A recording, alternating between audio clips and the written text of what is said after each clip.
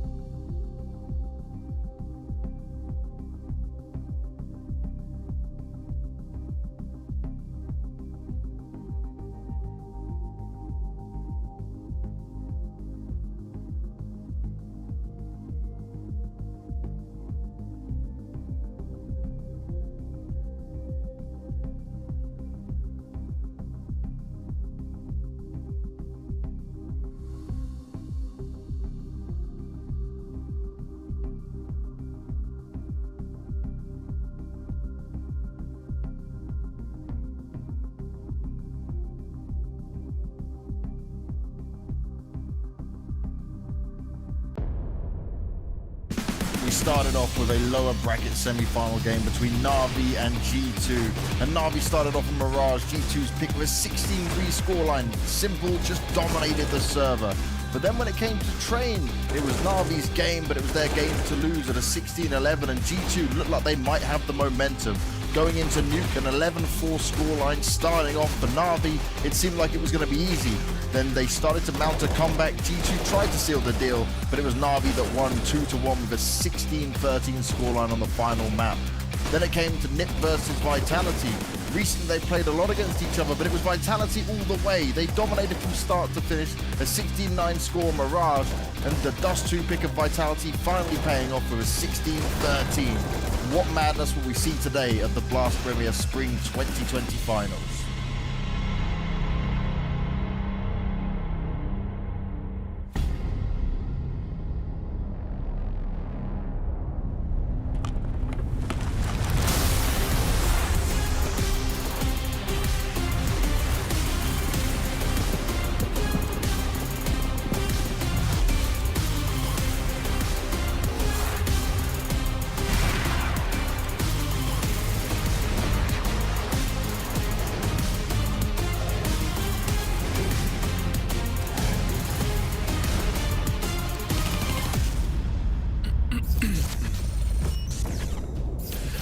Welcome, ladies and gentlemen, to another wonderful day of Counter-Strike here at Blast Premier. We're getting deep into these brackets, getting close to those finals. Not quite there yet, but one step closer.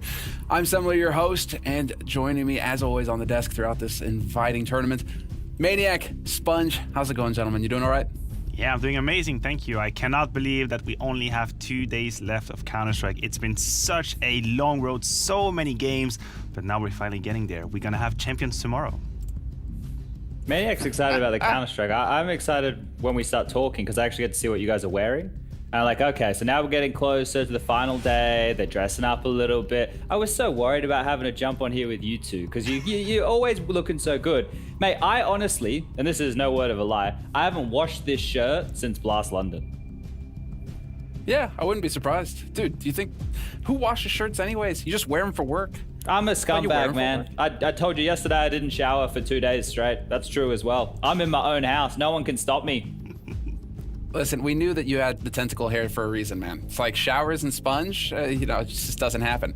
But we don't have to share hotel rooms anymore, you know, that's the thing. You're just allowed to do whatever you want. So let's take a look at the results from yesterday. Before we run this completely off the rails within the first 5 minutes of us opening the show. NAVI versus G2, 2-1 victory, and that was a fantastic match down to the wire. Simple Electronic doing so much work, but they managed to get the job done. And Vitality take it 2-0 over NIP. Two of us got it right on that prediction. Launders, my boy. And then North American Finals was MIBR versus Evil Geniuses, where MIBR managed to sneak the win in the end. Brutal results, but this is how the bracket is playing out. MIBR alive in the grand finals. They've made it once again, and we're gonna see Furia versus Evil Geniuses later today. And so, lower bracket final, fantastic match. Furia, everything to play for. They're looking for revenge versus MIBR. That's gonna be an excellent one. And this is obviously a big reason why these guys are here, competing. Massive prize pool here for North America, $250,000, $160,000 up for grabs for the champion. And so, enormous amounts of money on the line. These guys, they're putting in the work, they're dedicated, and well, we'll see. Did hard work pay off in the end, or was it subterfuge? So, let's go ahead and talk about this. MIBR EG, that was such a big match that we ended with yesterday, and I mean, MIBR, they stood the test. They managed to withstand the pressure from EG. We had overtime, we had everything.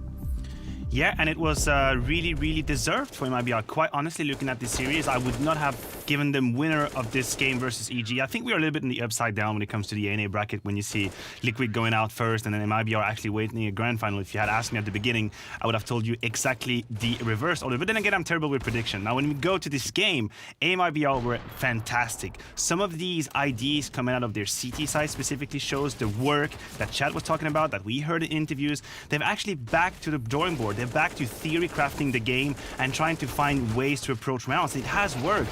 And now if you talk about individuals just for a second, TRK again and again and again has been a good surprise for me. He's been very solid, he's been impactful, and as Fallen was saying in an interview, he's not afraid. It doesn't matter if the pressure gets up, he does what he has to do, and that's a huge, huge impact for MIBR. Yeah, the new ideas are showing through for MIBR, and that's good stuff. For EG, what do we got? It's a roller coaster. One day it's good, the next day it's bad. Yeah. Consistency doesn't seem to be their thing just yet, Semler. I think focus is the main thing that's going to be the issue here for a lot of these North American teams. We saw it afflict Liquid, we saw it afflict EG. Things go well at the beginning, they start feeling it, then they let their foot off the gas, all of a sudden their opponents are in the match, and I think that's really haunting those two teams. So we'll see if EG can recover today. They're going up against Fury in the lower bracket final. But now let's talk Europe and what's been going down here on this continent where we happen to be located right now. It's a deep bracket, a bigger bracket, you'll notice, and FaZe Clan and Complexity in the upper bracket final is going to be our first match of the day, and an excellent match at that. Complexity once again proving themselves to be a threat here versus some of the top teams. NAVI, as you can see in the semifinal, they lost to Complexity.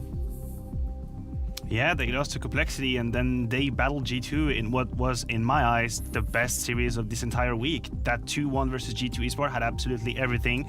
It had Whitewash on the first map, and then G2's Resurgence. The third map, absolutely neck and neck. It was down to the wire, 16-13. Navi pulled up ahead, and I'm quite surprised because considering their mental state, I didn't think they would have it to stay in the fight versus G2. Yeah, I agree with that sentiment right there. Chad, before we get into it, just want to touch on the fact that there is an also massive prize pool here for EU. As far as the prize pool is concerned, huge money on the line for these teams in EU. There we go, $500,000, $335,000 for first place. Fantastic. These guys are fighting over they're already making shitloads of money in salary, but these guys are fighting over the glory of winning the first blast. So now let's discuss NAVI versus G2. Chad, I mean, what did we take away from G2 there? Well, everybody likes more money, Samler, right? But the biggest takeaway from G2 is the fact that they didn't give up, right? They didn't give up. And I think that both these teams, I just said it about EG, they have their ups and downs. Well, in this bracket as well, Navi and G2 have both had their ups and downs. One day, these guys look like a shadow of themselves. The next, they look like some of the best teams in the world, as which we come to expect. Now, when you take a look at this game, what I took away as the number one point is that both of these teams were playing at a very high level. I think that when you break down the game, when you look at some of the players, the individuals stepping up, and Maniac doing his spy work there in the team speak, well, that gives us a lot to look at. And one of the sentiments that Maniac was echoing was the fact that these guys on G2, they were never out of it. They never gave up. They didn't let the emotions get the better of them. And that's the signs of a professional team. And that's why I think right now we all consider G2 as one of the best in the world. Unfortunately, out of blast, but they were still dancing. They seem to have just the best mentality, even when things are going against them. And that was one of the plays that we were keeping an eye on here, is the fact that they are actually in boot camp. So contrary to Navi, who have been complaining about the fact that, online forces them to be separate, they're not together as a team, they're not in the same room. Here you saw G2, even with that advantage, they weren't able to pull off the win versus Navi yesterday. No, it wasn't enough, and it's why I'm actually very surprised by Navi in a positive way, and I want to give props to them. Because when you look at the series and how it goes, everything was lined up for G2 to actually make the comeback on that third map. They were down at the beginning, but then they started stringing rounds together. They've lost a couple of messy pistol round forced by, I think that was the downfall of G2. But Navi, we gotta give props to them. They did not give up either. They stayed right into it. The duo Simple and Electronic kept shining. We had seen Electronic have the worst series of the year, the game previous, but now he was back. And so now let's focus on the other lower bracket match that was equally exciting. Vitality versus NIP. And NIP not quite up to snuff, not quite finding that winning recipe against the Frenchman, Chad. This is the worst I think I've seen NIP play with Hampus on the team, and probably one of the best games I've seen Vitality play in recent history. But if I'm going to be honest to everybody at home, which I always try to do, I think the level of Counter-Strike in this game was quite low. I don't think it was the high level that we've been seeing with teams playing percentage CS. Now, the individuals like Shox and Zywoo, they were at a high level, but just the way that the game played out from a nuanced perspective to me, it just felt flat, especially comparing that to what we had just seen with G2 and Navi. So maybe my expectations were a little bit high. but I'm happy to see Vitality clicking in their own way, right? I think it's great if teams in Counter-Strike have their own identity. I really don't want to see everybody just playing slow, 15-second, go into bomb sites, wait out all the utility. That type of CS, it works, but it gets a little bit boring. So Vitality are giving me something to get excited about. I have to echo the sentiment. In contrast to Navi, that game was a little bit more flat. But all I take from that one is that as soon as Shox hits that kind of level, well, Vitality, they become extremely dangerous.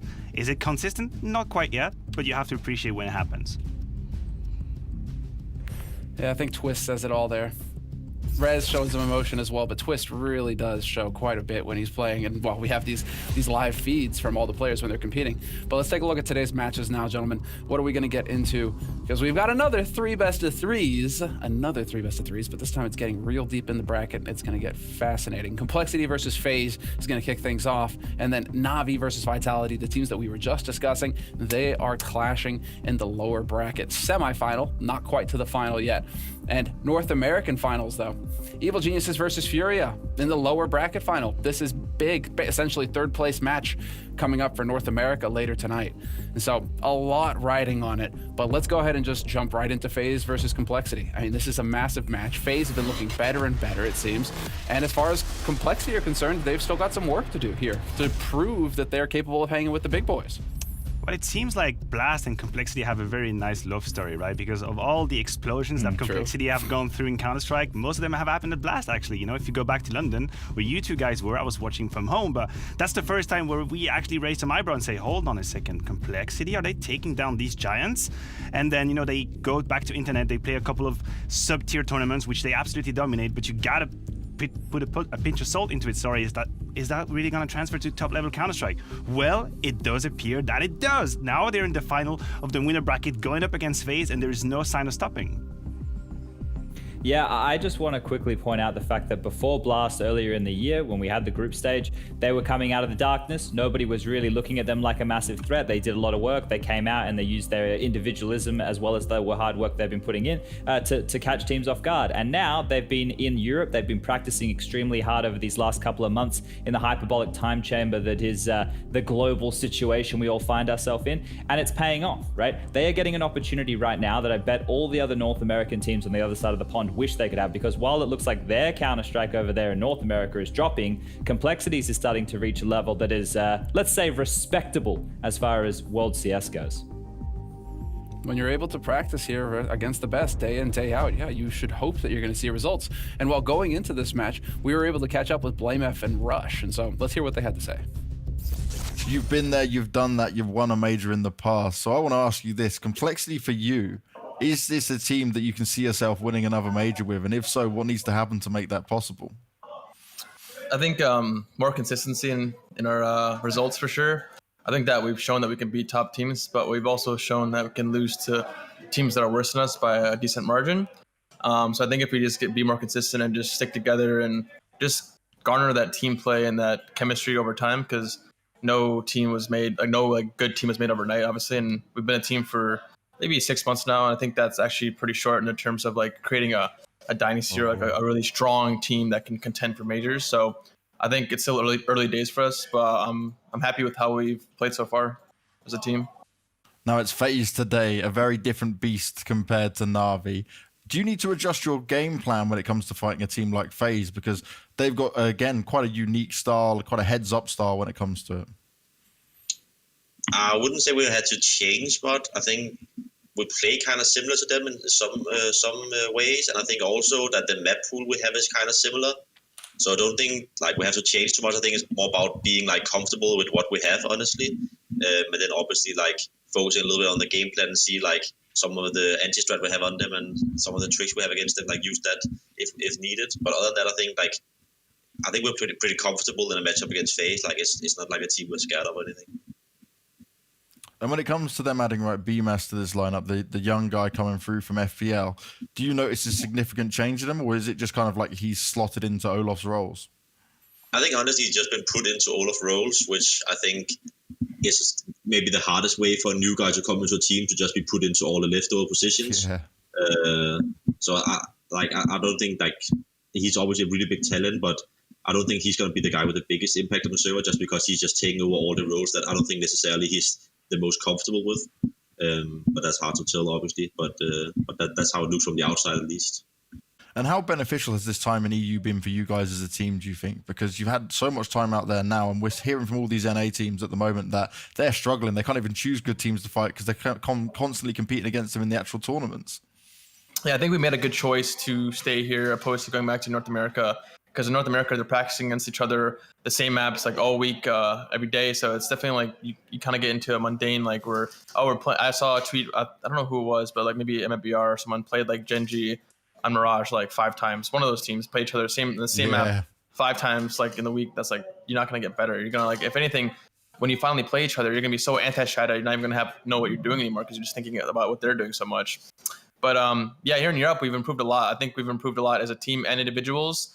Especially someone like Owen, who Obo, who's like used to playing in North America and NAFPL, right? So I think when he comes here and plays European practice all day, every day, he's gonna like I feel like in the last like 3 months, he's probably improved more than he would have been like in a year in North America practice, right? So yeah, I think he's definitely getting a good gift. That's my opinion. Like I think North American NAFPL, NA practice, it's not like terrible, but European is just so much better that he's going to improve at a way faster rate here than he would have in that environment, in my opinion.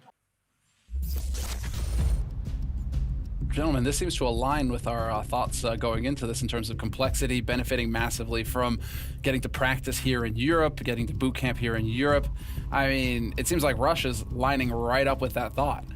Absolutely, and I think there's 2 ways to look at it. The first one is being external, and the fact that yes, the overall level might be a bit higher in Europe in terms of the scrim you can get, the practice, but also individually. Rush mentioned here the FPL, it's a very high level league, and people take it very seriously in Europe. And then the internal way of looking at it is that they have the work ethics. They've been given conditions, they've been given possibilities, and they utilize it. They put in the time, they put in the hours, they have the motivation, they have the dedication. So it's not just about being in Europe, it's about making the best of it.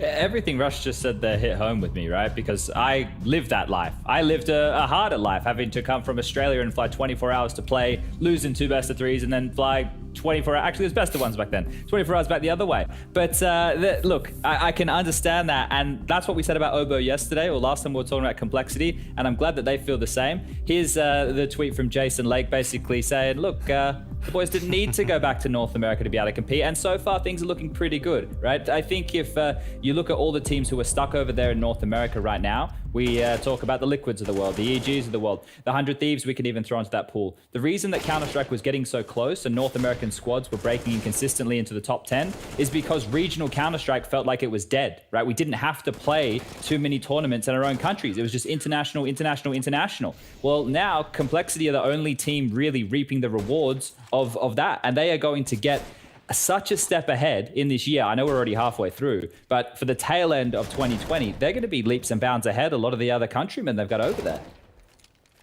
It certainly is going to be steroids, whatever, just a huge PED. We'll put it that way, right? I like though that Chad, you're finally like leaning into that role of the long tooth CS veteran, right?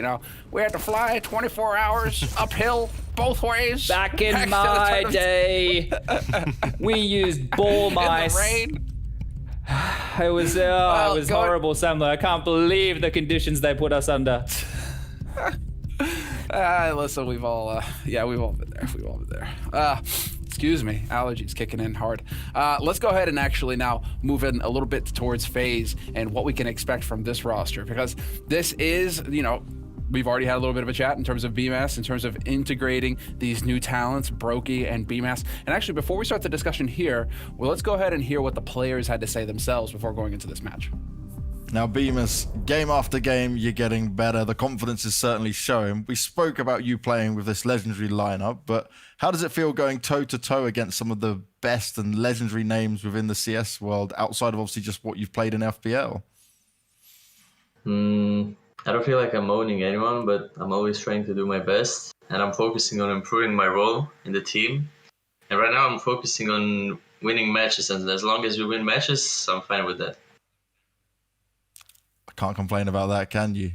Now, do you feel like you're showing your best level at the moment, or is there still more to come? Because a lot of us are talking about this, right? Me, some of the other analysts, and the people out there in the community watching, you're very exciting to watch. Obviously, I'm not showing my best level at the moment because I still need experience, but with time, hopefully, we will see what I am capable of doing. And what did you guys get up to on your day off in order to be ready for complexity? On the day off, we practice as always without slacking because we want to be the #1 team and we don't want to waste our time. And on top of that, I just watched a lot of demos and played FPL and especially watched a lot of demos of other pros playing the positions that I took from Olaf. Very smart. I like that. So with all this, right, just another easy 2-0? Because Cole surely can't match up with the firepower you guys have. Hopefully. I mean, we 2-0'd Navi, so it should be easy. And in terms of that inconsistency, what do you put it down to? Because we've seen these amazing moments where you truly are a star player. I don't know, maybe I'm playing too much CSGO. I don't know, maybe, I don't know.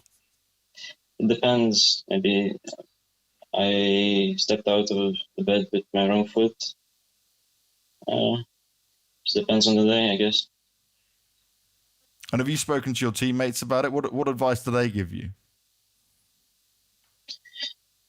I mean, they helped me with a lot of stuff. Like, they gave me a lot of important things to do. So I'm just trying to do my best.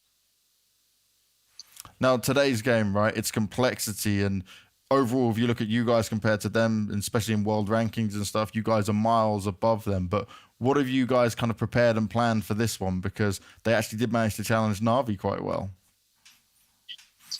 Yeah, we are very well prepared against them. I think they are playing really good complexity, so it's going to be a great match. And for you to perform, right, to the level we know you can, is it easier against teams like this, or does it not really matter? I don't think it matters. I just go in the server and play against whoever it is and do my best. And do we think it's going to be another 2-0 today? Of course, we're going to fucking smash them. Okay, so the payoff in the end was worth it, because going into that, I was like, dude, Brokey, get some coffee, my dude. Like, we need to help this guy out. I don't know, Red Bull, coffee, Monster, pour them all into one and just pound that. But, no, there you go. That was the payoff, Chad.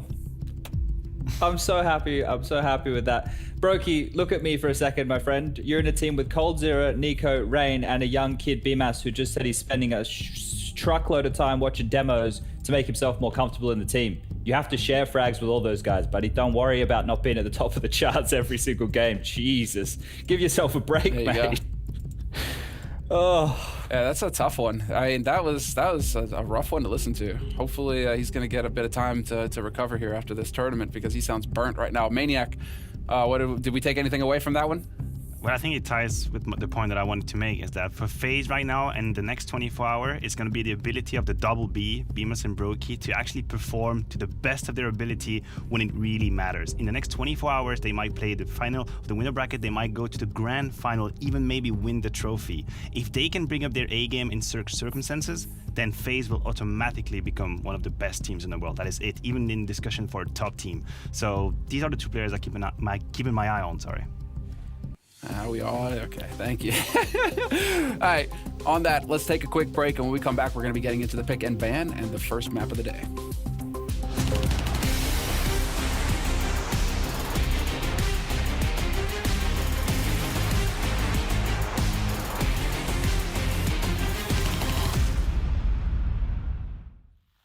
Welcome, ladies and gentlemen. We are kicking off the decade here. Not every day you get to say that. With the Blast Premier Spring Series. We do have the very best in the business, the best in the world competing here.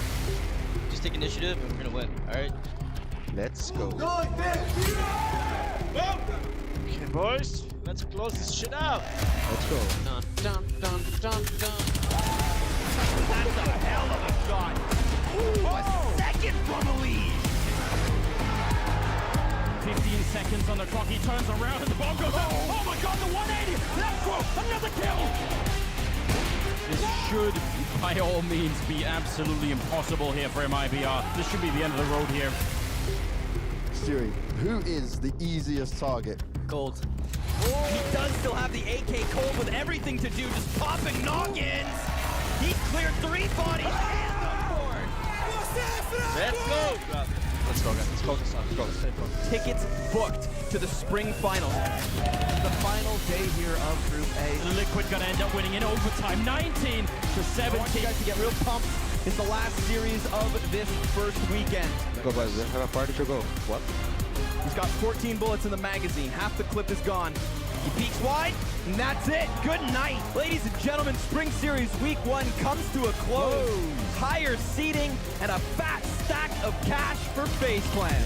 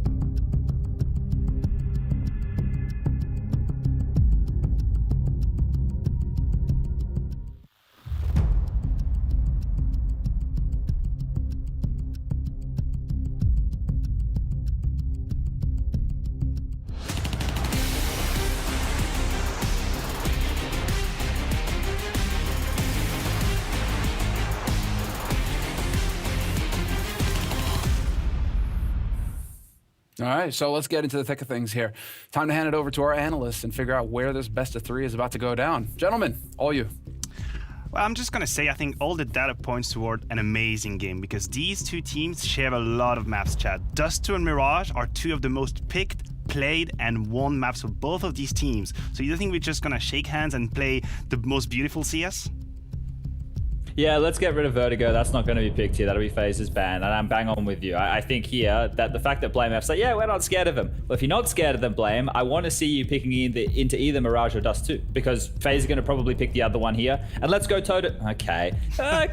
So you want to play a little bit more of a tactical map then, huh? You want to go for a little bit more of a counter-stratting angle then, huh? That's probably why Complexity have picked that one. But for FaZe, do they go to Mirage? Do they go to Dust2? Where do they see a bigger weakness right now against Complexity? I think FaZe, they're definitely not scared, whereas Blame said he wasn't scared. I think he maybe is a little bit on the inside. A little bit. I agree with you. I think that nuke pick just means I would like to have a tactical edge over you. I would not like it to be just firepower. So I agree with you. I think a little bit of shakiness in the boot. Now in the last map, what is left? Inferno could be on the cards, obviously. And which one am I missing? Train. Hell no. It's got to be Inferno as a third. So nuke, Dust2, and Inferno. Fair enough. I'm surprised not to see Mirage in that pool. To kick it off on Nuke, Samler, if Complexity don't show up in a big way here, I feel like FaZe will just run away with this one. That's what I was wondering, Chad, because I mean, you've been expressing some delight in seeing Nuke getting picked so often. It seems like we're getting some good level CS on the map. What do we make of this first map? Who are we giving the edge to? I'm gonna say that FaZe have been regularly tested recently on Nuke, and I think they've had time to improve and adjust. The first time I've seen them was probably 2 weeks ago, and I thought that Nico was left very much all alone outside, and he had a really tough time handling all the tactics coming at his way. Now I feel like they've learned. I feel like they have improved. They are much more sound. But Complexity, they're no slouch on the map at all. You know, they know how to play the map. That's a pick that they put forward a lot in this series. So I'm gonna give FaZe a fighting chance, but I agree with Chad. For Complexity, this is must-win territory. do we remember what FaZe did the other day on Nuke? They just put up the CT-sided wall. I think they lost Pistol, they lost the Force, then they had their Eco, and then from that point on, it was just locking the entire map down. It didn't matter where they went, they were just getting multi-kills. You gotta come out squeaky, Rain's waiting for you. Even if you get to the lower bomb site, little BMAS, he's already looking like he's feeling comfortable playing that lower bomb site. So we got BlameF on your screen. He was huge though in their Nuke performance the other day, and he's going to need to be yet again. So I found when I was watching them play that he was doing a lot of 4-1 stuff with him being the one. So when the in-game leader takes a lot of responsibility like that, it's because he's probably, you know, the closest to watching the demos. But with Blame doing all of that work himself, he's one of the biggest fraggers, so he can't be getting isolated and going down. If he's going to do these 4-1 plays, he needs to be finding impact.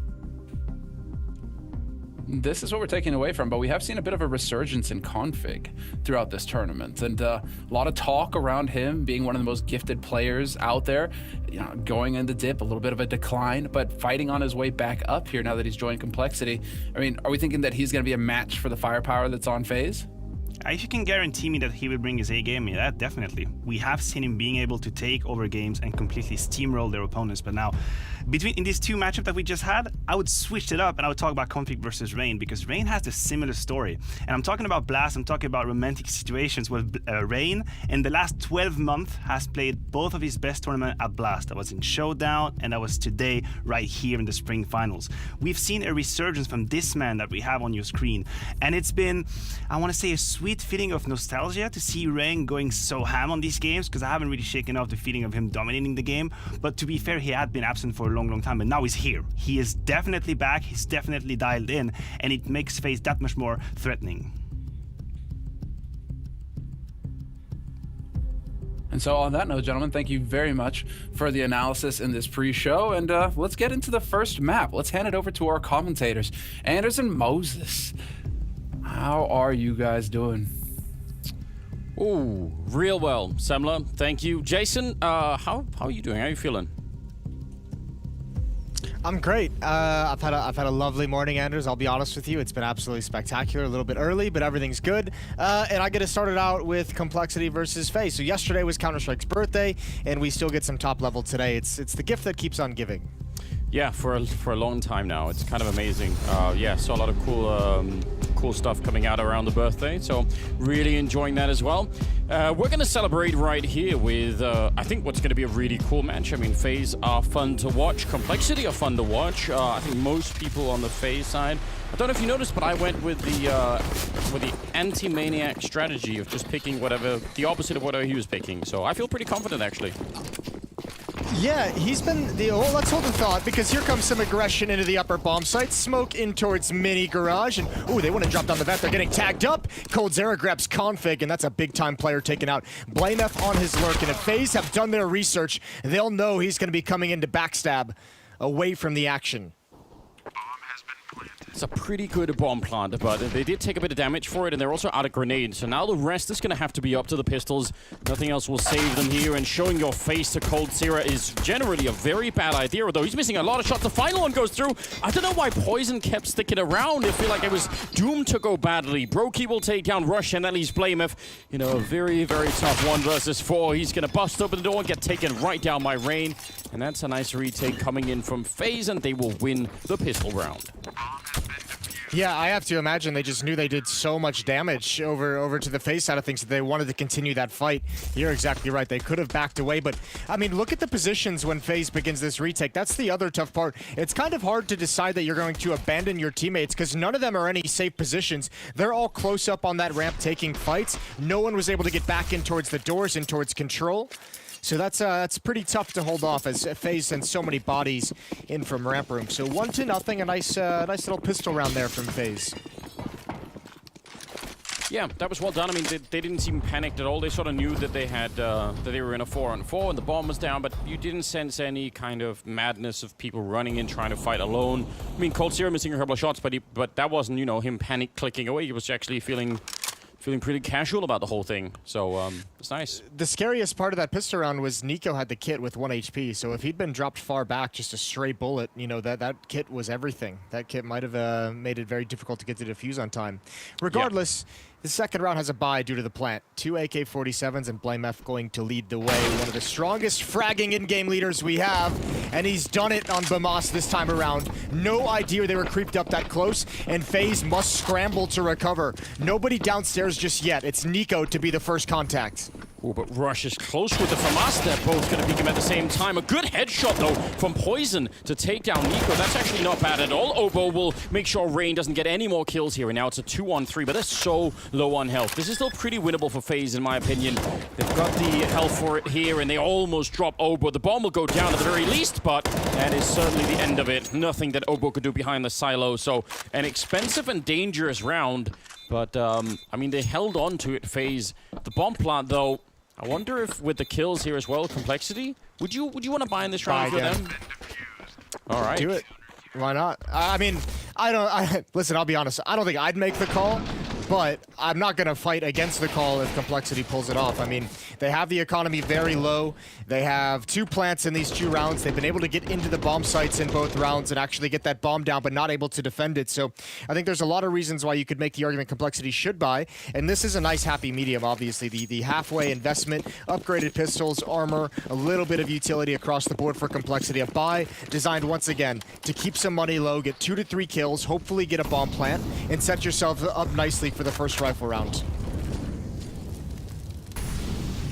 Yeah, sometimes, I mean, this can work. It serves both purposes, right? It keeps the pressure on the FaZe economy, assuming a couple of kills could be had with the Deagles or the Tech-9s, but it makes them able to buy the next round anyway. So yeah, the best of both worlds in some sense.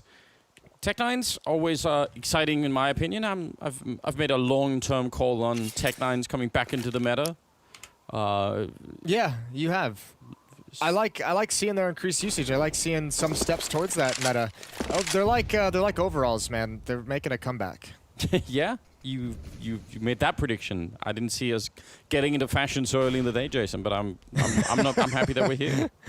Look at BlameF. Yeah, we're with the best fashion of all. Yeah, and this is what I'm curious about. Like, we know Yanko very well. He's very hardworking. He's going to have noticed this. As soon as you watch one demo, on every single map, BlameF is away from the action, turning himself into an aggressive lurker. They have to know it's going to be happening on Nuke. We saw it ourselves in the Navi game earlier. He can be so deadly in this, so I'm wondering what FaZe's plan is to contain him, because at least in this round, they haven't done it at all. Well, they were certainly ready. Rain already looking for that heaven position. So far, they've done no damage here. It's very important if Poison can pick up another kill, actually, and he's not going to be able to. So, really well handled by FaZe. That's excellent. And yeah, I think you actually bring up or open the door to a deep point, right? There are teams in the past, that's a funny Molotov, that have actually had this problem. I mean, I think the ultimate example you could come up with would be the classic NIP lineup, where as soon as you found Get Right, you could be pretty sure that the rest of the team would be somewhere else. And obviously, Complexity have to make sure that they don't, fall into that pattern of, as soon as you find Blame, if you're like, okay, well, we can guess some of the rest of it is here. Got to switch it up a little bit. Well, at least this round, or that round, they handled it well, even though they didn't stop him at all from making progress outside. We'll see if that motivates him to continuously go back to that. This round, at least, Nico is there to at least get a spot, put a stop to it if he can. Pretty standard setup from the defense as well. 2 in the bomb site, 1 up in heaven in support of Nico. For the moment, here come the smokes on Complexity. Utility usage outside. A little bit of HE tossed out from Nico as well. Deep towards outside on the T side of things. Does no damage, and Complexity rotates back around towards lobby.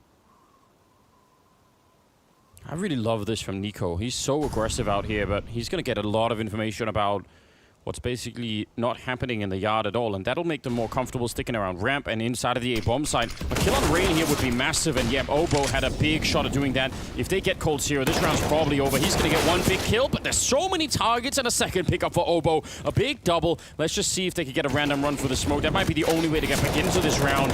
Nice spray and good damage, almost burning out Poison, but it's still a 4-on-3, and FaZe have to think about the economy. They have to respect the fact that they don't have that much money to work with. They're gonna be backing out. That is a nice hit for Complexity in the 4th round. Yeah, that aggressive peek from Rain in towards Squeaky Door backfired. Not only did he not win the fight, there's no way for Cold Zero to help him out. There's no way from the player that was up in heaven to be able to help them out in any way either. That fight was way, way too deep. 3-1 will be the scoreline for FaZe, and Complexity have got the success off that second round, obviously. Taking, 3 kills in that round, able to get another bomb plant, keeping the money low, and they're rewarded very early on in this half. Jason... Lamas will be able to drop an M4 over, so will Brokey, so it'll be another strong buy for FaZe. Yeah, they'll be able to manage, which I guess... That's also good why they made that call pretty much early on, so... I'd like to see it. How do you feel about the Anti-Maniac prediction strat? Is that... Do you think there's some sound logic behind that? I felt good about it. You know, statistically, it feels very viable when you consider that the only consistency we've had in this week of Counter-Strike, you know, we've seen teams go up and down and weird performances. The only consistency has been Maniac getting 0-3s. That's what I thought. So I think you're onto something here. Yeah. Okay. Well, we're finding out right now. Rain is going to be going down Rush with a clean opening, and my God, they just exploded this A-bomb site. FaZe looked like they, I don't know, they were all cleaning out their mice or something at that point in time, having a little conversation, got just caught with their pants down. Cleaning out their mice? Why didn't you just like revert back to the ball mice of 2001? You know, that was always it was a good thing. It's an excuse we've lost. You know, like I had too much. You know. Okay, yeah. There's a hair on on the ball mouse. Yeah, that doesn't work anymore. So, but yeah, I don't know. So I had to come up with something. They looked like they were a little bit lost in that defense. Yeah, I'm not a. That's another. That's back-to-back rounds. Rain has swung and taken that fight into the Squeaky Door room. I'm wondering if that's by design, if he's thinking there's only going to be one person there. But regardless, 2 rounds he's been punished for it. And obviously, once he falls down, Coldzera has no help in that upper bomb site. He's even blind while doing it. It's a Coldzera flashbang as well. So some miscues at that upper bomb site defense for FaZe. At least early on. 6 kills on Rain, though. 7 on Coldzera, 0 on Bamas, and 0 on Nico. You know what I just noticed? Rush was drinking that little cup of coffee, and it made him look real sophisticated that it was like a tiny little mug and not, you know, not a giant one. Because I think Simple has that giant one. I'm going to start doing that. I'm going to start just getting smaller mugs. Just makes you look like you're smart for some reason. Have you thought about that? No, I've never actually noticed that. You should get glasses as well, Anders. Maybe we could get the... That supposedly makes you look smart. I had glasses once, and it does not make me look smart. I fear nothing will, but we should get a replay of Rush and that... Ooh! Nice peek, and Obo to pick up Rain. This is a bit of a worrying sign. I mean, FaZe can recover from this, but these are some early rounds where Complexity are just absolutely beating them up in that A side. Yeah, and now... ooh, Nico... with the M4, able to grab 1 kill. Molotov out towards Secret Stairs just in case. Nobody's there. This M4 that's boosted up in Ramp Room could be so brutal. If Brokey can just properly bait, because it does look like the bomb is joining Obo. It does look like Complexity are going to head towards Ramp Room. And this could be the wrong decision. This could be the only decision, actually, that allows FaZe to win this round. Here he is, waiting for his moment. Good tags from Brokey, and oh, they swing for it. Everyone's looking for the boost, and Nico was even there. They had the opportunity, they had the chance, and Complexity handles it with great aplomb. Yes, they do. That's we talk about protocols sometimes, and that was clearly one of them at work there. Config, he was looking for it. He wasn't worrying at all about the box. You're right, though. That was maybe the one big problem there would have been if no one had, or if Config went down as the first man in. That could have left Bamas with a pretty big opportunity to do a lot here. So, all tied up, 3-3, and FaZe are able to buy. But that's the round loss bonus that's now started to kick in to help them a little bit. Still means no AWP on the FaZe side, which they don't have to pick up, but just as a function of the money, they can't. Man, as long as they have the economic advantage, it seems like Complexity is more than happy to just brute force their way into map control. And I don't think anyone's rotated downstairs in time to help out Bamas. Nope. This is... Save. This is, crazy. I don't think it's worth it. You don't have the money to lose this round. It sucks, but no one is really... I mean, Rain is the only one that started to make his way down. Otherwise, they're just nowhere nearby. It's going to take so long to try and get here. And the fact that Blamev is holding ramp means that they don't even have to worry about ramp room. They could just look for the window and the vents, and that's it. They don't actually have to think about it. And yeah, already FaZe started to back on out. This is such an explosive start for Complexity, winning 4 in a row. Well, I think this next round is where these fast rushes, these aggressive hits from Complexity just have to naturally slow down, and that's fine. Complexity's got 4 rounds based off this style. At this juncture in the game, you're going to be very pleased with what it's brought you in terms of the scoreboard. But now, with 4M4 save, next round you're going to see FaZe with Molotovs, HE grenades, smokes for the choke points. Those fast tactics, if you want to pull them off, you're going to be running through flames. So, got to be a little bit careful if you're Complexity how you play this one out. Might be time to pump the brakes for a round or two. Yeah, I mean, that's always interesting, right?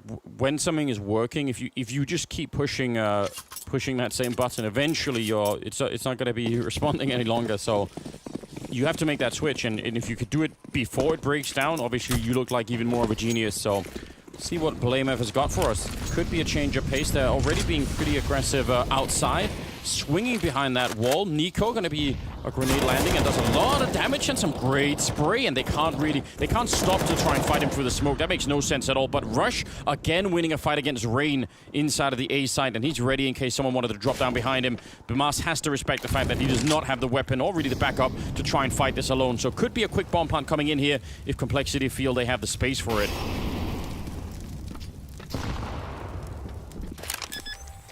How are you going to get back in? Poison, close up. It looks like he wants to take a peek. They have another Tagged Molotov. up just a bit. And all 4 players from FaZe are going to be coming from ramp room, much like the pistol round. Good opening kill from Brokey. Smoke is down towards control windows. Flashbang out, and now the retake begins. Pretty good smokes here. Config gonna jump through to try and be there early. Actually waiting inside for a minute. Obo has got a very dangerous gap, but they're pre-firing it. I think they know about it. That's some smart play. Config goes down. This retake is looking really good at the moment. It's just Obo, and I don't think you do anything to stop the bomb. It's just 1 second left. So many smokes here, and I think a big missed opportunity for Complexity. It was a brilliant retake from FaZe, but the fact that all of FaZe were retaking from the ramp, and I think Rush still had another Molotov, they could have pushed all of them onto one side of that retake, and it would have been super deadly. I think also the fact that 4 players from FaZe are in ramp room caught Poison off guard. Yeah. He's got a nice position close up, and I'm not even against that peek, but obviously if there's 1 or 2 players there, if he goes 1 for 1, that's a victory of sorts. When he peeks into 4 players, like, and you lose that battle, that's rough, and then it opens the floodgates. I don't think he expected that many bodies. Well, listen, FaZe is showing that they can retake bomb sites. The crazy thing is they haven't shown us that they can actually hold the bomb sites. That battle between Rush and Rain at Squeaky Door and the upper bomb site is dictating a lot of what's happening on the map right now. Yes, it is, and again, I think it can only be a matter of time before Rain starts to wake up. He's a monstrous player, but here's something else that really made that retake incredibly doable. I think they had 4 smokes on the FaZe side, and you could see they smoked the door, they smoked the double doors, they smoked the window. They knew that there might have been a gap, so they were just pre-firing Obo, forcing him back. I mean, the amount of grenades that FaZe in the retake were great.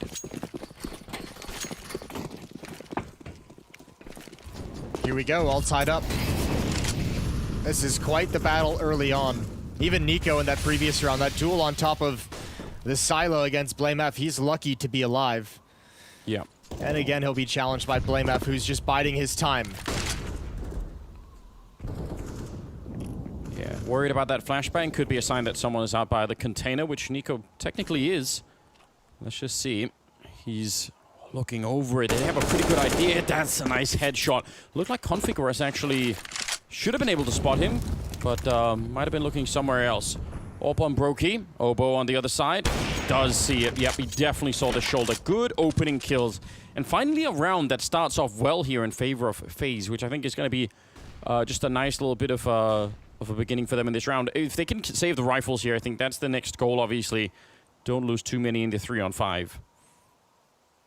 No, you've seen Complexity, the huge win condition of controlling the economy. You can't let them have it back, right? Like, that can't be a thing. So you're right, preserving the weapons you have if your FaZe has got to be priority number 1. Over towards Heaven we go. Bamas has dropped into the bomb site itself, so there's no one at the top of the ladder. He's got to watch it from below, and that's a bit dangerous. Rush is going to come up and see absolutely nobody. BlameF back in lobby to pinch this upper bomb site with 2 coming from Heaven.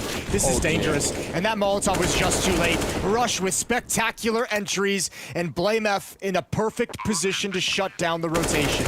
Oh, what? That is absolutely, definitely illegal. He just took him down. Oh my god, it's a 2-on-2 now. What a ridiculous kill. Poison's still gonna hit that shot. I can't deal with that. He came flying off the ladder. Oh, Brokey in a 1 versus 2 with the AWP. I can't even believe Complexity are in this round at all. They should have lost it a while ago. Nice shot from Brokey, but Rush is up there with the Molotov. There's nothing you can do about it, Brokey. It's actually going to go way too far. Brokey with a chance, and he gets the kill. Oh, no. Rush, he just gave it away. That just needed to be right on top, and they would have had it. And instead, that's a round that that's gonna really, really hurt Complexity, surely. Just mentally. That's just a Molotov, and they win. This is so stupid. I didn't get to see this in POV. Yeah, he comes launching off Call that the thing. police, that's... Oh, that is all... that is all lucky recoil. Oh, dear lord. Well, they needed it because Complexity outplayed them entirely in that round. A 3-on-5 into a 1-on-1, and if it weren't for a missed Molotov, it would have been a Complexity win with no problem. I don't even understand. His crosshair was miles away from him, and it's still a headshot. Man. How you like them apples? Yeah, it's when you're playing Counter-Strike, but you also happen to be a Jedi, and it just doesn't even matter, does it? That'd be awesome. Someone should make that. That sounds like a great game. Well, it's out there in the world now. Someone can pick it up. 10th round is coming in, and I mean, I don't know. We could go back and talk about that round like 10 different ways. The failed Molotov at the end, but the fact that it should have never been even close in a 3-on-5 to begin with. I mean, like, there's just so many things. Yeah, and it's hard to pinpoint any one. Cold Zera going to be peering in towards Hut. Oh, he's in danger. Rush has been being so powerful on entries. Rush is spotted in the hut again. Rain goes down first. This is turning into a nightmare for him on defense. They turn from the flashbang, and Cold Zera can get nothing else done. And without Rain's presence, Cold Zera and Nico just have all focus in their direction. I can't. I hesitate to blame it on just one person in Rain, but something's got to change.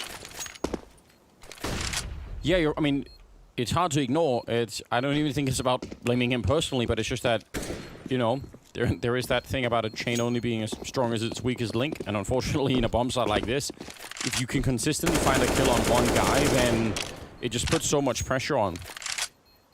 Yeah, definitely. Well, the real problem too, it's not even the kill on Rain in isolation. It's the fact that Rain's not getting a kill himself. Like, if it was 1-for-1, that'd be entirely different, right? But when it's such a clean win, like 3 out of 3 times we've seen Complexity attack that position, it's been a clean win under Rain. And then there's nothing else that anyone can do.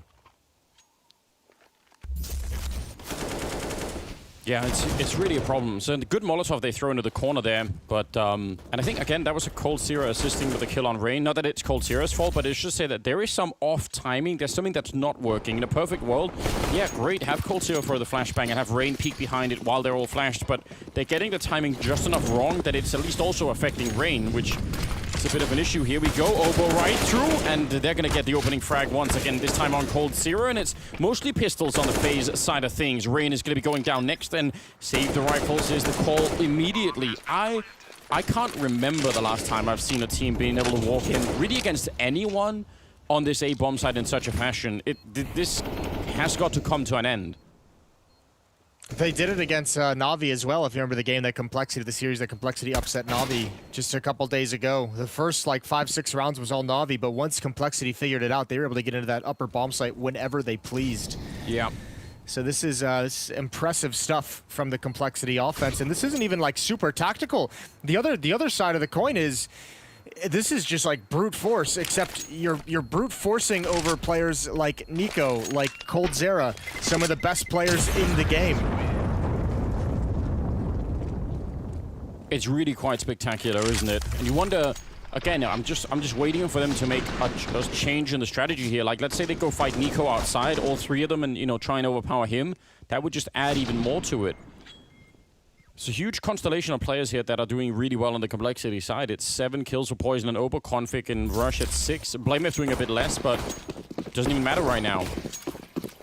I think you got to start, if you're FaZe, if you're those defenders, Rain and coldzera, you got to start looking at a fundamental change to your positioning as well. On top of Hunt, up in the rafters, something that's going to make it more difficult, but they're obviously zoned in to the corner vent and to the bomb site itself. Well, they're going to be sneaking past out here. Nico throwing no grenades and no spams or anything. That's with the bomb down underneath, and really only Rain is down here, so he's had a rough couple of rounds here. Let's see if he could do more, if he's going to be the first encounter downstairs. He definitely could be.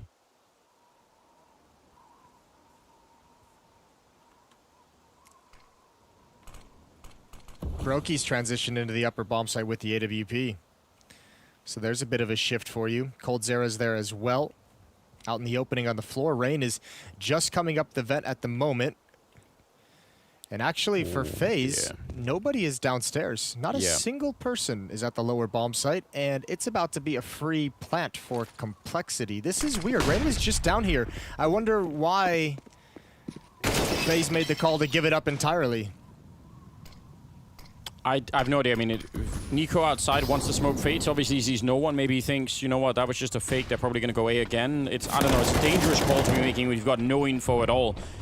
Gonna get the kill on Rush, and Blamef will take down coldzera. And as long as he can stay alive, even low on health out here, he's gonna be a super big annoyance to them. He also has a Molotov, so if he gets over towards ramp, at some point, maybe he could even stop a defuse late in the round here.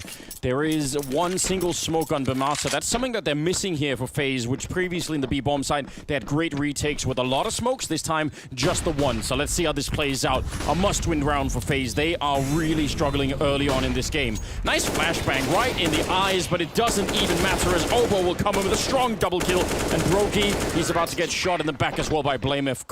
Complexity, the Juggernaut is up and running right now.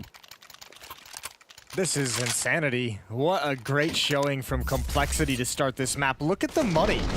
15,000 on Config, 15,000 on Poison, 12,000 on Obo, 10,000 on Blamef. They have lost 2 players in the last 3 rounds during this 3-0 run, and FaZe have absolutely no answer. Whether it's cold start individually that they can't even get kills, or just getting outplayed entirely, Complexity is steamrolling them, and there's nothing that can stop it. Fast-paced again, and what an entry provided by Config. He's gonna follow it up, and through the smoke, one more, up to heaven, and he makes it look easy. What's actually going on? Did they all put on magnetic helmets this morning, Jason? Is it some sort of prank? Like, bullets just fly into their faces all the time? Good Config just tapping through the smoke. This is so ridiculous. I've got no explanation. 8-5 lead. Well, that's so incredible. No one's even necessarily going super crazy. Config and Obo both had 10 kills. It's not like someone's got, like, 18 kills to just carry them. And now Poison's going to be able to pick off Brokey. Every time this defense shifts and tries something new, Complexity's ready. And Nico's got to overextend because he's feeling the desperation. He knows they've been getting absolutely decimated. Spots the head of Config but can't land the shot. Trying with a Molotov to help out. I actually like the play from Brokey. I think it's a nice idea to try and do that. And Nico getting the kill on Poison. You have to assume Poison was scoped up and looking somewhere else. Heads up play for Blamef. Sees it coming. Nico just trying to get his team back into this round. And he's doing a fantastic job of it. Finally going to get flanked out by Config, but I mean, fair play to Nico. He's really active out there looking for all those kills. And they've done a lot of damage on the Blameif and Config. So even the 2-on-3 here, it could be one. But there's a minute left. And Rush, oh no, the timing again. There he goes back for it. He sensed it somehow. coldzera is going to be so frustrated. Pushing into lobby, looking straight down. FAMAS does win that fight on Config. He's down to 19 HP. Full nades on Blameif. And good shot from Rush. Even with the flashbang coming in, holds his nerve. A 4-round lead for Complexity.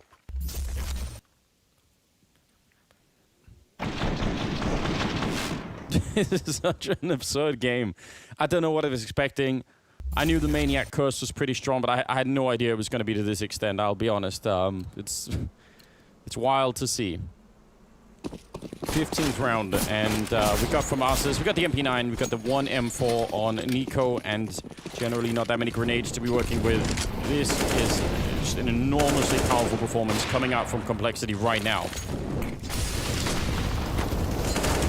Oh, here we go. coldzera and Rain finally holding on, but it's in the 15th round. The damage has been done, so the fact they've been able to stem the tide in this round is a very piss-poor consolation. No one from FaZe is going to be happy about this half. It's going to be 9-6 in the favor of Complexity. Yeah, that's how, I mean, if you rush A as many times as Complexity did in the first half here, that's how a lot of those rounds are meant to play out. Basically, yeah, you try and get through the smoke, but a FAMAS or an M4 on the other side, it gets the right angle, and you go down, or you get flashed, and it's the fact that it's been working as well as it has is sort of head-scratching. So I am, I'm glad to see FaZe pick up this last round. I think that's going to be a little bit nice, and it's not done. I mean, 9-6 is not great. Of course they can still win it. Of course they could go on a similar run themselves once they go on the T side. So it's definitely too early to be celebrating. Blameif sneaking in a kill, but there's still 45 seconds to find another 3 or get the bomb down, and that's never going to happen. 9-6 at the end of it. And what a strange start to the day, but also a really action-packed one. Let's see how this unfolds when we get into the second half after the break.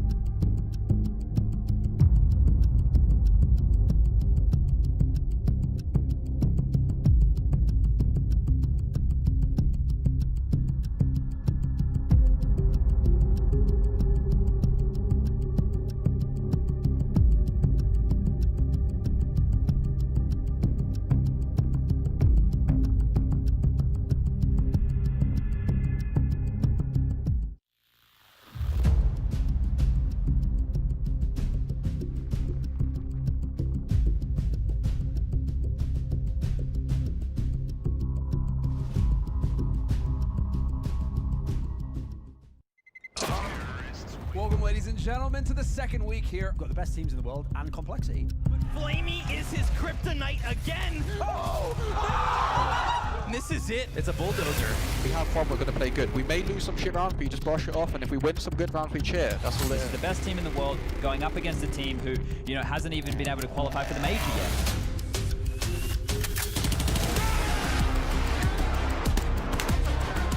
Just trying to buy time, flanking around, hunting him down, and he tries to immediate defuse. He's right there with the kid.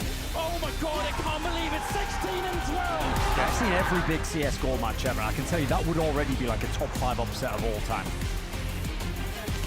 Simple could catch. Oh! The shutdown. This isn't the Astralis that I know. He's trying to get the pit. Can he stand tall one last time? He lies them all. No! A beautiful spray! Electron says 16 versus Complexity. I introduce you to North America's newest juggernaut. 16-6 as they take down Vitality. Complexity have one last beast to challenge. They wanted to build Juggernaut, but we want to destroy the Juggernaut. Of course. 16 rounds to Navi's favor. Victories on Train and Mirage. And the Navi Storm has come and conquered today.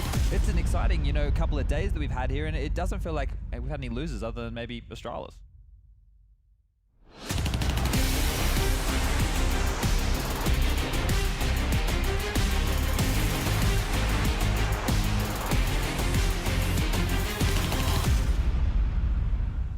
Welcome back, ladies and gentlemen. Complexity versus FaZe here for Blast Premier, and this is a wild way to begin the day, because Complexity took 9 rounds on the T side of Nuke and absolutely shut down FaZe in a manner that really no one could have predicted. But it was really fun to see, and now we're going to need to see FaZe start to wake up and come back into this game, because it's looking a bit dicey right now. Let's win this pistol round and see what they bring us. A couple of smokes already out. They want to rush. They want to see if they can maybe do the same thing back to them. Config with a good headshot to try and stem the tide, but it's not going to matter. Cold Zero is angry, and we all know what that means.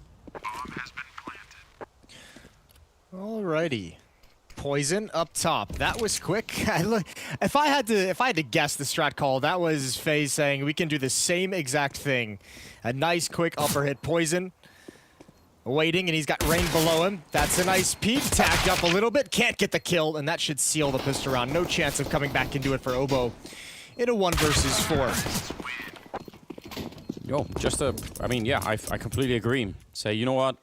We didn't enjoy that all that much. Let's make sure they get a taste of it too. So, a good pistol round of being picked up from FaZe, and I'm so excited they pick up this round, because I actually want this game to... I hope this is going to be all 3 maps. The way that they're playing right now, I have no doubt that FaZe are going to be bouncing back either on this map or in one of the 2 next ones. So, like, I like the way that they're all playing right now. This is an exciting Counter-Strike. We've got Deagles, we've got a scout on Poison, so FaZe... Yeah, still in some danger here. Nico trying to go down the vent. I am not sure. Is he lost inside of it? Someone else went down. Oh, no. And it's Config looking straight up. I don't even know what really happened. I think Config went down, looked straight up. Nico tried to follow him, and it all went horribly wrong. He had a knife out as well. Is everyone crazy? Well, everyone is a little bit crazy. That's scary. Config now with the Galil. Rush has moved in. This might even be the more dangerous one. The position that Rush has switched into. Oh, yeah. Over towards Squeaky Door. Pushed in during all the secrecy, all the quiet, all the attempted drop down. Brokey's tabbed up as well. And now the HP is starting to disappear for FaZe. This round gets so tough for them to win. And they're going to start being split. Brokey has nowhere to go. Rush is found, but Coldzera, strangely, can't win the fight. That is a great follow-up shot. I was about to say that could have been added to another potential screw up there by Rush. He's had a couple of them so far, but he made up for it on that second Deagle shot. So take a sip of that sophisticated coffee, Rush, and just continue to fight. He almost takes down Bimas as well. So now it's a 2-on-2, but look at the health that's left here on the FaZe side. This is really not good news. That bomb is right there. And they don't have any more grenades or anything to get rid of Config here. He's going to get the kill on Brokey almost no matter what. And another bullet will take down Bimas. Now there's some backup here. Oh, the grenade, actually. I can't believe Config leaves past it. That could have been a real game changer here. But there's 18 seconds, and he's just trying to see if he can get down to the B-bomb side. Not going to be allowed, and Complexity will steal it back. That has me instantly worried for FaZe. Look at this. Config goes down, and he's like, hold on, there's feet right on my face. That's not meant to happen. Yeah, what a gift that's given over to him. I mean, this was the big one. The Rush moving into that position, and this is really cool to see from Rush, because he had a really tough time performing to any kind of real level towards the end of his time in Cloud9. This Complexity team has been reinvigorating for him, and he's stepping up to the plate. That's really cool to see. Yeah, there's actually just there's a lot of talking points to be had around his career specifically, I think. I hope one day they do a full recap and bring everyone up to speed. Ooh, that's a decent grenade. His would be a fun story to go back and retell. Fun might not be the right word. It'd be a sad, depressing tale for most of it, but there'd be some happy moments. An educational story, I think, is the what we're looking for here. Yeah. Well, there's something really human about it, isn't there? Like, you know, like running into a lot of problems. Some of the problems being yourself, and then finding a way to. And many of them not being your problem at all, just having to deal with them. Good shooting from Config on the cross. He's holding it down spectacularly, and this should be an 11th round for Complexity. And they're looking great. Okay. Obo just tapping away. This is craziness. How much longer are we going to be surprised by how well Complexity plays? Yeah, that's a good question. I mean, I think it always happens, doesn't it, when you see a team really sort of shoot through the ranks like this. There's that moment where we're all just saying, like, no, surely not. I mean, they can't keep going. And every once in a while it happens, and they will. So 11-7, no money left on FaZe side, and Complexity don't show any signs of slowing down at the moment. Who was I thinking about just now for the major? I guess Gambit had a run like that once, where, you know, like continuously people would just predict them to lose all games, and they just kept going. So yeah, there's been some examples in history. Yeah, we've got a few. Ooh, Blame F sees one on top of this silo. Forces him away. That's Rain. All Glocks, Anders. They do have a flashbang. You happy about that? Glock? Yeah, I'm kind of happy about the Glocks. And the flashbang. Right about and the flashbang. There we go. For the upper bomb site, it heads, and we shall see the slaughter that ensues. Nice hold of the trigger from Rush. Config pouncing over at the vents, and Nico has nothing left to do but die.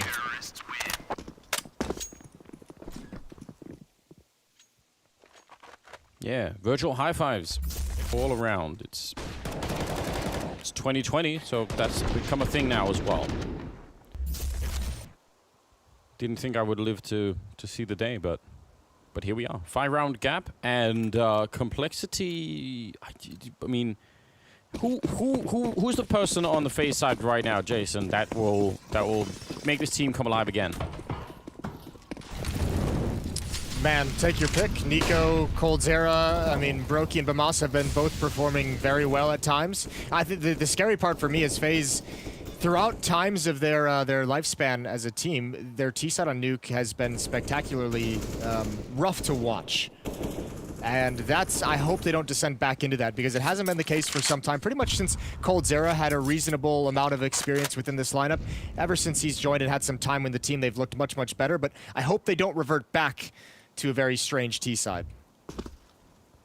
Well, the real issue is they're not going to have a really long runway here to figure out how to solve it if there are problems, right? Like, they're so close to the finishing line of Complexity that if FaZe lose a couple of rounds early on, it's not even going to matter. That's a nice flashbang in from Poison, setting up to for BlameF to get the kill on Nico, who was already low from an earlier grenade, or at least had taken 30 damage, so that's pretty good. 50 seconds on the clock, and they're waiting for the smoke to disappear, but once they come through, there's going to be some pretty good defense here. Grenade, it's going to land right on top. What an incredible grenade and M4 combo. And even then, Poison is hiding, and why would they check this? There's no reason for Poison to be here once Obo's already gone down. Oh, he wanted a big double, and that is a little bit greedy. I still think they've got a pretty good shot at actually defending this round, although Rain is coming in from behind. Is BlameF running right back into his open arms, and now it's 20 seconds, and Config will go down. I might have to eat those words. Maybe Poison did get a bit too greedy. Now the bomb is going to be planted here, and Rush coming in, opening the door, right time. Oh, he came off the bomb plant. That's some heads-up play from Rain. Now 10 seconds, and he has to go for the bomb plant in safety behind the silo. Grenade, it'll do a little bit, but it won't kill him. Now he's just low on health, and Rush, can he clutch it this time around? Rain is there. Oh, and what a headshot to bring him down. Nice triple, and a huge round out of FaZe. Rain just shoulder peeking so he can dial in on the location, and that is a spectacular one-tap. So very quick, and he was trading the whole way into this bomb site. He was the one, every time his teammates went down, he had the follow-up kill. What a difficult round for FaZe to win. They had to grind it. I don't know. I don't think Poison was being greedy. I think that was actually a super smart, a super good play. Aside from the fact that he was actually like walking out into the open, out of the corner at the same time while waiting for the second player to come in. And that's what made him so exposed to Coldzera. If he just stayed tucked into that corner, I think he would have been fine with a double kill. Yeah, that could well be right. You might have been, you might be on point there. I don't know. I mean, yeah, it's always hard to blame people for things like that, because you're right. I mean, if he gets the kill and gets traded, you know, it's like a 2-on-3. Maybe they still end up winning the round. Hard to say. Anyway, little mistake there, and we'll see if they can make up for it. Good opening this time. It's Poison going down outside to Nico. Blamef is over by the secret stairs, waiting for his moment. Could be another flash in by a teammate. So he's going to go down. No flashes came at all. Nico hitting another headshot, trying to continue out here, and he'll find a third kill. He's so ready to fight. Here we go. Nico's setting up with a nice opening, and then the follow-up kills after the fact. 3-on-2, and Config is going to drop down. This is where FaZe is headed as well. So an early smoke over towards the control side doors. Gonna block them off for the moment. I don't know if FaZe is gonna be scared of it, and Config might get caught in transition. That's a bold play with the flashbang. And he's gonna move into the bomb site. It's a long time to be waiting down here on your own. 25 seconds. It looks like they want to go back up, and Rush is actually in a really good position, but he's going to go down. That's Nico finding a fourth kill, sorry. I mean, again, if he would have won that fight against Nico, how are they meant to get up without at least taking another casualty? Now it's Config trying to get back into the mix here. He's almost catching Nico at the right time. Could be a slow ace all across the round. Oh, he's almost had it. That is, I think he deserved that. He's put in all the effort to win this round. Yeah, he did a phenomenal job. Every single kill that's been put up for the FaZe side of things got him into the bomb site as well. But at least he finds Config at the end, and that kind of motivates Config to just fall back and save. Their position has been revealed. They know exactly where he'd be headed. So a 9th round for FaZe as they battle back into Nuke. This is a nice comeback that's being put together, and now they have the advantage of money as well. There's $0 on Rush, $50 on Poison, so even with the losing bonus, that's not even close to being built up. Even if Config wanted to drop, it's not going to give them anything meaningful. I think Complexity have to save, and FaZe have an easier time of getting to double digits. A much easier time. And I mean, you see Nico in a round like this, there's no reason he couldn't do something similar, at least in terms of opening outside. You know, he could definitely win more of those fights out there. If that happens once or twice more, it's a very open game. The economy for Complexity is at a point where they could just have that one AK saved, and that is it. Game is not done yet. Nade towards red box, and Nico's got an opening kill again. He knew Config was going to challenge. Knew that AK was going to try and create something for Complexity, and he's ready for it. And that's scary. You asked what happens if coldzera gets mad. Well, I mean, once Nico starts heating up as well. You have a mad coldzera and a Nico with the hot hand. Rain had a one-tap earlier. This FaZe is going to start building into this game despite the slow start. Yeah, and I think that's what we're seeing right now. And that's trouble for anyone in the world. Even a well-playing Complexity could absolutely crumble to some of those players starting to really warm up. Nico making the long move all the way towards the ramp room. The rest of them just have pistols. One Deagle in play, but they should be just fine. A little bit of a shooting gallery here, almost catching another USP. There's the Deagle down. He's doing it all. He didn't get the ace last time, but this time surely he's going to get it. Rush, he knows he's in here somewhere. He deserves it. Quad kill in the last round, and here comes the ace for Nico. So well set up. He's down to 5 health, but that's 9 kills across 2 rounds, and Nico clocking in 18 kills overall in the game. Yeah, he's just doubled his frag total in the past 2 rounds. That's pretty impressive stuff. Rush almost stole that away from him as well. A dink afterwards. Nade forcing Config out into the open. Well, now we get to see, is this going to last? Is this Nico getting them started on the correct path, or is this Nico able to carry them through the entire rest of the map? FaZe needs 6 more rounds on this T side of Nuke, and now they're going up against the AWP of Poison. That's going to be outside. I love watching Poison playing with this AWP, but sometimes he does go missing a bit. When he's on point, though, it's really spectacular. Again, he's one of those names that I just forget to mention whenever people ask about who's, you know, good with the AWP, and I can't even explain why. I feel bad about it every time. We'll see. Oh, Rain actually. Another hit would have done it. He's still hiding back there. That's bold. He didn't even move. That's... There's the bullet hole right there. Nice little spam. 49 HP on Rain. Utility being used. Rain and coldzera outside as well, just waiting and biding their moment. All of FaZe being very patient. Look at all the utility they still have. It's only Brokey who's really used anything. There is no kit in play. There's only 2 smokes left for Complexity, so a retake right now would just be very, very difficult. An attempted flash in outside, but Blamev is going to be going down. They were so ready for it. Rain to pick up the kill. 40 seconds now. And how do they hold this bomb site? Standard Molotov to land on top of the hot. Some more flashbangs to follow through. And they're going to divert their attention in towards the ramp room. Let's see if they're going to be able to make it down in time. There's only 27 seconds left. And they made their way past. A little bit more damage. Standing on top of the fire. Poison really wanted that kill, but he can't get it. And now there's 20 seconds, and there's no one downstairs for Complexity. This is going to be just an open bomb site. I don't know what would save this round. Yes, some attempted floor wall bangs are coming out from Poison, but it's unlikely he's going to be able to find anything, and the bomb will be planted. They find Nico, and I think they might just want to save what they have. Yeah. Yeah, I think that's definitely going to be the save call. They're already evacuated over towards T-spawn. Nico's going to be able to transfer that information over. FaZe will still be sticking around this bomb just to be sure.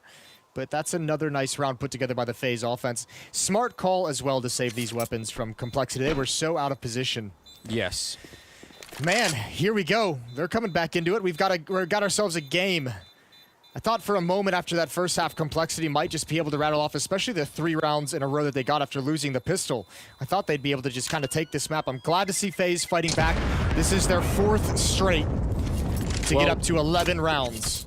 I feel like given how they've been playing for the rest of this tournament, you could have made a good bet that they were going to be able to come back. I mean, they've looked like such a fresh team that it would have been just a huge oddity if they hadn't been able to turn this around. So I almost felt like it wasn't really a question of if they could. It was just like more like when. Is it going to be during this first map, or would it have to wait to map number 2? But I can't see just a FaZe not showing up for a best of 3 like this. So great stuff. I absolutely agree. It's wonderful to see this turnaround. 12 to 11, and yeah, we're almost tied up. Aggressive from Poison, and looked like there was an opportunity there. There was. That flashbang went past him. He didn't get blinded even a little bit. It might have just been maybe an inch perfectly past his sight. So, FaZe get away with one a little bit. Nico not picked off outside, but it has certainly made them cautious. And in the confusion of all the smokes of that peek from Poison, it's BlameF who's pushed up all the way underneath Silo for the CT side, but he's got no one in support. It's just him all alone with the FAMAS and waiting to see if anyone crosses into his vision. Oh, he's going to start to move forward. He's actually tired of waiting. What a play this is. Again, this can really backfire. If he gets caught out here, it's going to open up a lot. It looks like they're setting up for it. He's almost found one person, but the timing here is absolutely everything. Let's see if this is genius or if he's going to get completely busted. It's Bimas going down to Poison next. Nico also falling early on, so that's a big kill to get. Now they're Molotoving into the corner, and they will get the kill. Rain, who was a victim of that same thing a couple of times, will go down to BlameF right afterwards, who's also going to get the kill on coldzera. But that was the same trick that they wanted to use against Complexity. They wanted the Molotov in the corner to force whoever was out there just into a fight. And with that kind of a flank, though, I mean, that's just beautiful. Complexity up to 13 rounds. Okay, nice. All right. Nice.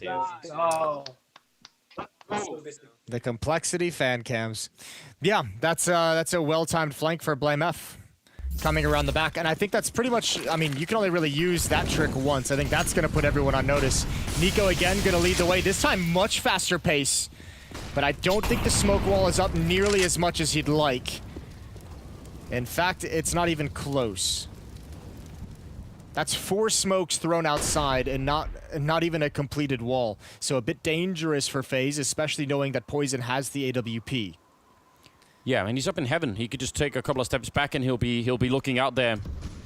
So, do they want to risk it, or all they have is another smoke, and that won't cover everything. So I don't really know what the plan is from here on out. They have time to go back, so they don't have to commit to this outside play.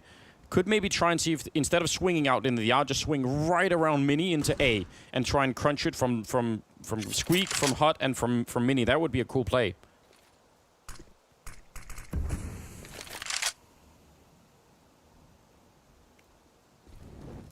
It's looking likely at the moment. look at it, 48 seconds. Here they come, hugging the wall. Blameth will find one, but he gets taken down. So Cold Zero now, the only one that's going to be coming through that angle. He's actually going to go down Secret instead. So I don't know if they changed their minds or if they wanted to do this all along, but now they got 30 seconds for a 4-on-4, and Obo in position with the M4, going to get one, and they just line up a nice triple spray down, taking that extra step to continue the fight, and taking the initiative always is a good idea. Yeah, that was some poor spacing on that ramp take. Nice triple kill from Obo. But Mas and Nico both kind of backtracked into each other's crosshairs, and no one wanted to swing to get that trade. I think they were both kind of looking for the follow-up kill or the follow-up peek to come from that elbow. That's tough to swallow. But even if they had gone upstairs, even if they didn't change that strategy, the upper bomb site had 3 defenders inside of it as well. So that was a losing call also. Obo with 20 kills, Config with 22. And Complexity just 2 rounds away from taking this first map. 2 rounds away, starting to get a little bit of money in that round. And FaZe without a bomb plant, so that's also a little bit of an issue. They didn't get one in the previous round either. In fact, all the rounds that Complexity have won here have been rounds where they've denied FaZe any kind of plant. So that is cumulatively going to be some money that they're going to be missing down the stretch of this game. Hey, outside, ever since Nico got those 2 back-to-back rounds with 4 kills and 5 kills, he's had nothing. Killless in the past 2. Oh, yeah. So, and also, I mean, outside of that, nobody else from FaZe has taken that opportunity of Nico essentially hand-delivering them to 2-round run to be able to get on the board as well. No one else has kind of really started firing at all cylinders. Cold Zera's at 15 kills, so is Rain. Nico's at 18. Well, then we know what the call is from FaZe here. Just Nico, you get another ace or a quad kill, then... The old Nico headshot strategy? Yeah, set us up for it. I mean...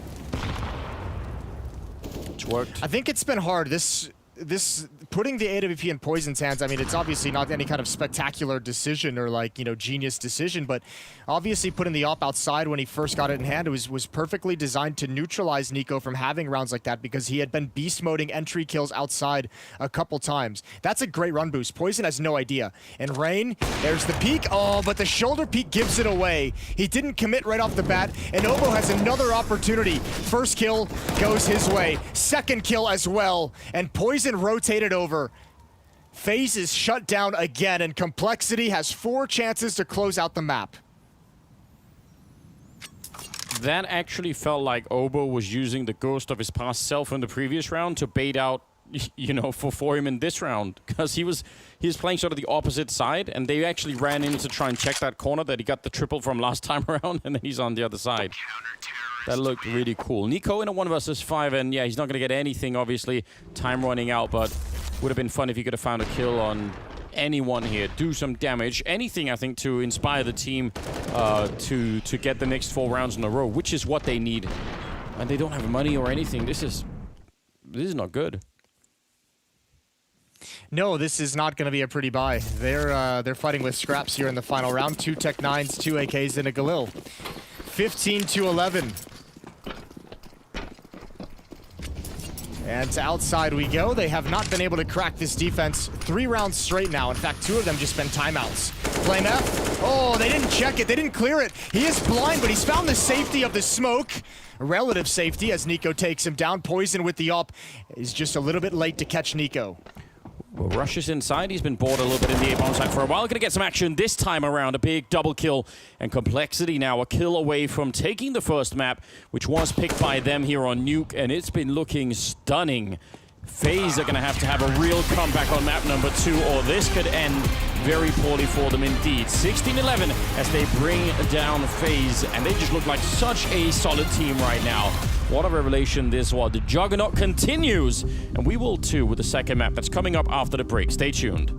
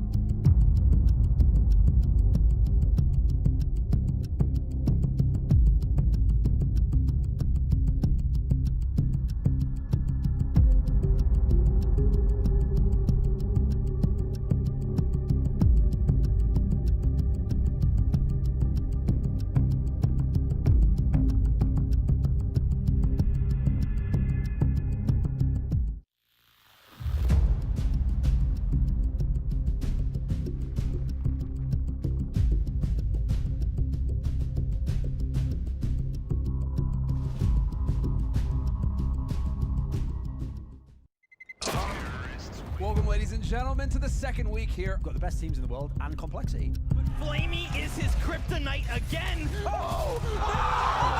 This is it. It's a bulldozer.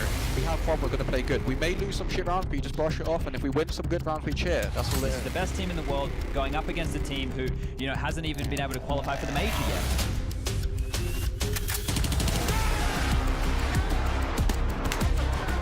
Just trying to buy time, flanking around, Flame punching him down, and he tries to immediate defuse. He's right there with the kid. Oh my god, I can't believe it. 16 and 12. I've seen every big CSGO match ever. I can tell you that would already be like a top 5 upset of all time. Simple could catch. Oh! The shutdown. This isn't the Astralis that I know. He's trying to get the pit. Can he stand tall one last time? He lies from. Oh no! A beautiful spray! Electrons have got it! 16-14! NAVI do it! Was ready for vitality versus complexity.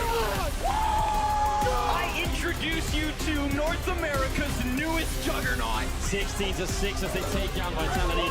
Complexity have one last beast to challenge. They wanted to build Juggernaut, but we want to destroy the Juggernaut. Of course. 16 rounds to Navi's favor. Victories on Train and Mirage. And the Navi storm has come and conquered today. It's an exciting, couple of days that we've had here, and it doesn't feel like we've had any losers other than maybe Astralis.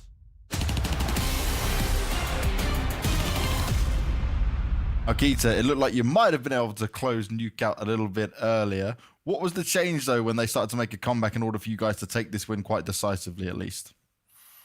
I don't think we really changed anything. I think we lost both pistols, and then I think majority of buy rounds on T side we played better CS than them. And then I think the first gun round on C, one of the early round CT Nuke, we had a read and they did fast deep smokes, and we flashed, we got a kill, and we were even stacked 2 guys ramp, and Val was close, and he let them walk past and they had a bad time, and then Ben was already down. I think losing that round, if we didn't lose that, I think we would 16 whatever them. I think apart from that, we just kept playing the exact same whole half, and we had a good sort of grasp on how they played. And now we're going on to Dust too, right? It's their pick, and we know they're comfortable on it, but you just dominated Navi 16-8 on it. How do you pull that off again against the FAZE, who is, in general, right, individual skill-wise, looking pretty good? I think we just play our own game. It's actually kind of surprising that they picked Nuke. Picked Dust 2. I thought they'd probably pick Mirage or something like that. But I think Dust 2 is a map where we've won our past 10 Dust 2. So honestly, we haven't got anything special prepared. We're just going to pretty much play our own game.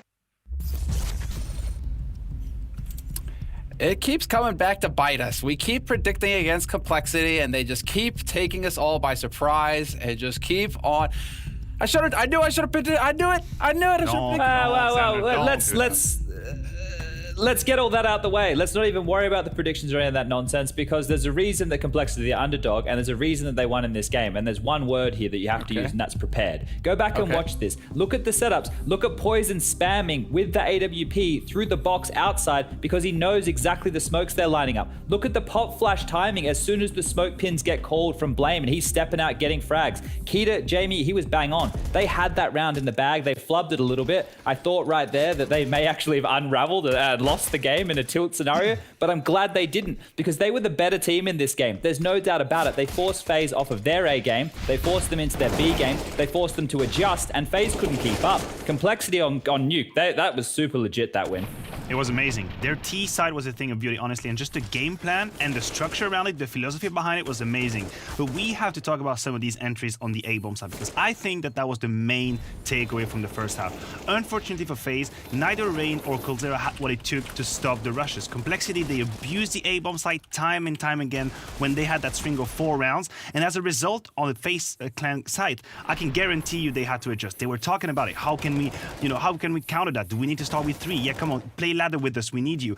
And then Complexity, they slowly but surely abused outside, because Nico, the poor guy, he was alone. So I have to commend the game plan from Complexity and the shots. I mean, they were on point.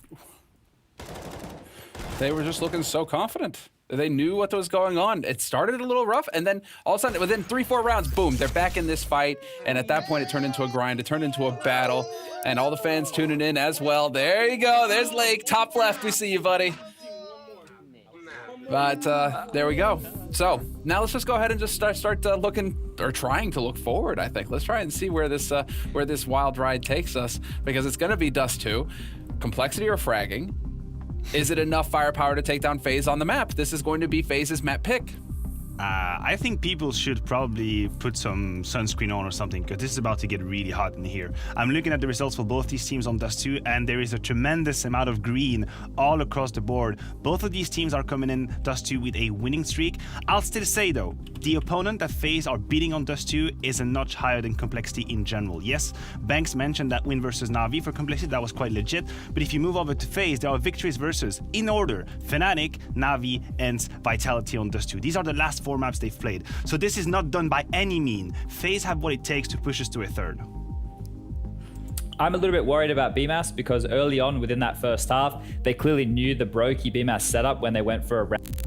One of the save rounds that FaZe had there, and from there I didn't think he recovered as an individual, right? Because that was a place where we've seen him get multi-kills from before and actually save FaZe in nuke games, and if that gets into your head as a youngster, that's a really difficult thing to get out, right? He's not well versed in the idea of having to play his B, C, D, E, F games. He's still trying to discover what his A game is, right? So that right there is my main concern, but I hope that FaZe as well don't go into this thinking they're going to get completely countered. What did I miss? My brain's not working today, Semler. You know, right now he's on his O game, his Olafmeister game. Okay. He's taking over all of Olafmeister's roles. Whoa. That one would have been good. My brain doesn't work that way, mate. Boys, I'm going deep. Strap in.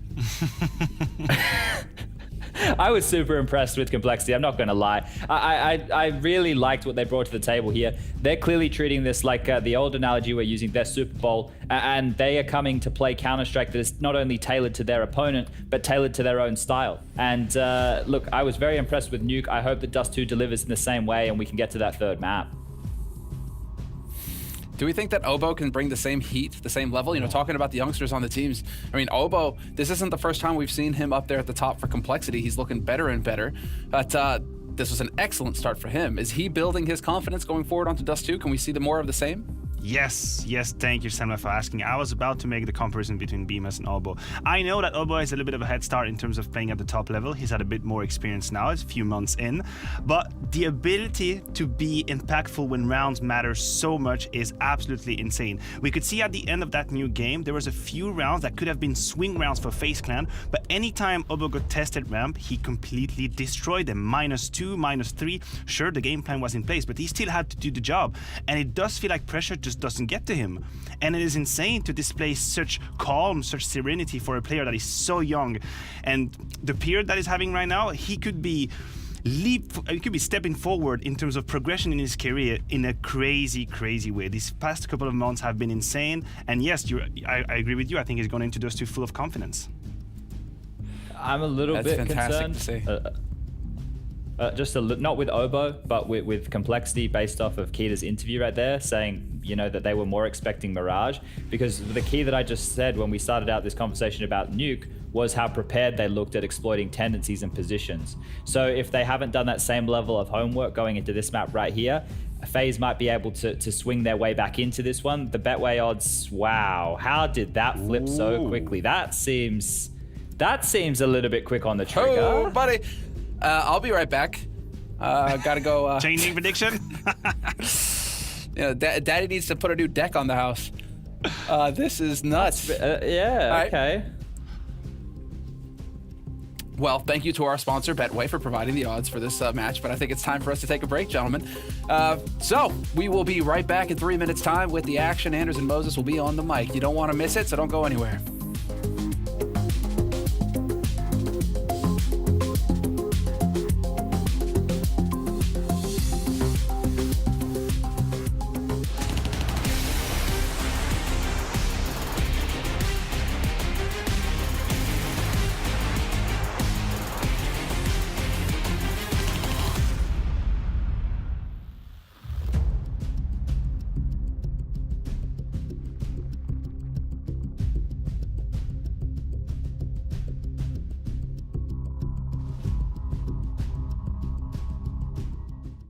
Can he figure out fast enough where they're headed to allow MIBR to have the proper stack? There's a kill. That's in middle. So Taco and Mayor and everything to do. Taco takes his time with that kill. Yeah, now they know they've been spotted in IP. They know they have to move quick, because otherwise, you know, the flank is just going to continue. That smoke will buy some time, and now it looks like they might try and counter boost into it. Taco's thinking about it too. Oh, this is a wild round. He's going to jump up and try and catch one. That's Twist very low. Yeah, that is the bomb. And oh, the cone almost landed on his face. I don't know if that would have been enough. 55 seconds, but now they're running back. And they're basically running on top of each other. They know exactly where this is going. Lecro's already got the angle. What a shot from Taco. Turns that corner with the quickness. He can add another. Plopsky, narrow angle, another headshot. And Taco's pulled MIBR right back into this. He's got just one more kill to find, and it's 15 HP on Twist. See, he's running quickly as well. Twist, this is going to be a close corner. He's just going to run right into it. And Taco, he just needs one bullet to connect, and he will have done it. And Twist is very nervous. You can absolutely tell. Oh, he somehow gets it at the end. That's what he needed. And right now he's scared enough that he can't even flank. So he's a very far rotate from B. You touched on it, gets basically bored enough to play back on site, and that's the one time they go all in on this, but keep your eyes on Nitro. He decides to peek. Doesn't want to fancy them pushing past him. Elige continues the spray. Okay. He does grab that second, but Nico, 1v3, has a player in the open, jumping, hoping, was NAVI, and there's the head on display! He takes it! FaZe Clan winning a round! Sketchy. This is still sketchy. It bewilders me that Team Liquid didn't even look like B was a possibility in that moment, but they're not going to put anybody on tons. They flash through, they sprint in, and Rain, well, he has low health, but he does still have the AK cold with everything to do, just popping noggins! He's cleared 3 bodies and the 4th! Mayern's still alive, but on the other side of the map. And seeing as he doesn't want to give away info, he's just going to wait. KNG, a bait, and a difficult position. He's stuck to the fight. Fur down, and now it's all on Mayern. But they still don't know. And they're going to tap that bomb. Solely focused over on ramp. He gets them both! Mayern picking up a clutch! Okay. He still comes in just in the nick of time to win the round. Point being, we've moved into another crucial round, but Twist blasts Mayern away. Hold on. Where'd he come from? I don't know. That's a very big question. I think that may have been a boost. That may have been a run boost from T-Spawn, the top of T-Spawn. They just threw him onto the stairs, but it doesn't matter because Taco throws them back up that A site.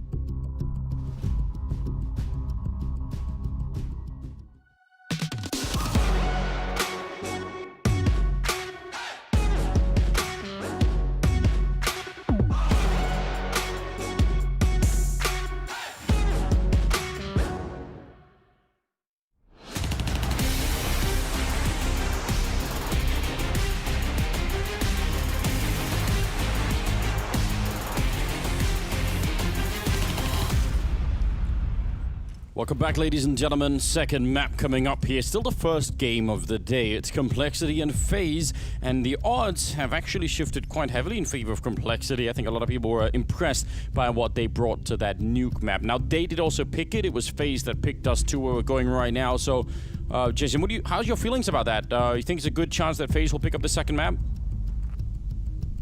Yeah, I mean, I still would have them as favorites, independent of what we just saw on Nuke. Obviously, a great performance out of Complexity, but coming into this, I don't think, the odds might shift like at a massive level, but I think our belief in FaZe can't quite shift all that much. I still think coming into this, they're able to have the reset. These are experienced players, some of the best players to touch the game in coldzera and Nico, so I think they're going to be just fine here on Dust 2, and a chance for them to just set their feet and calm it down and realize they're up against an opponent in Complexity that can cause this upset. If for some reason they came into this undervaluing the ability of Complexity, there's no reason to be doing it now. No, I tend to agree. I mean, you did see just the tip of the iceberg, Jason, when Nico was getting all those kills over at the outside area of Nuke with the AK-47. So, yeah, a little bit more of that, and you could be sure that it's going to be an amazing game here for FaZe. And he's, this is the crazy thing. He's surrounded by a lot of people who could do exactly the same thing.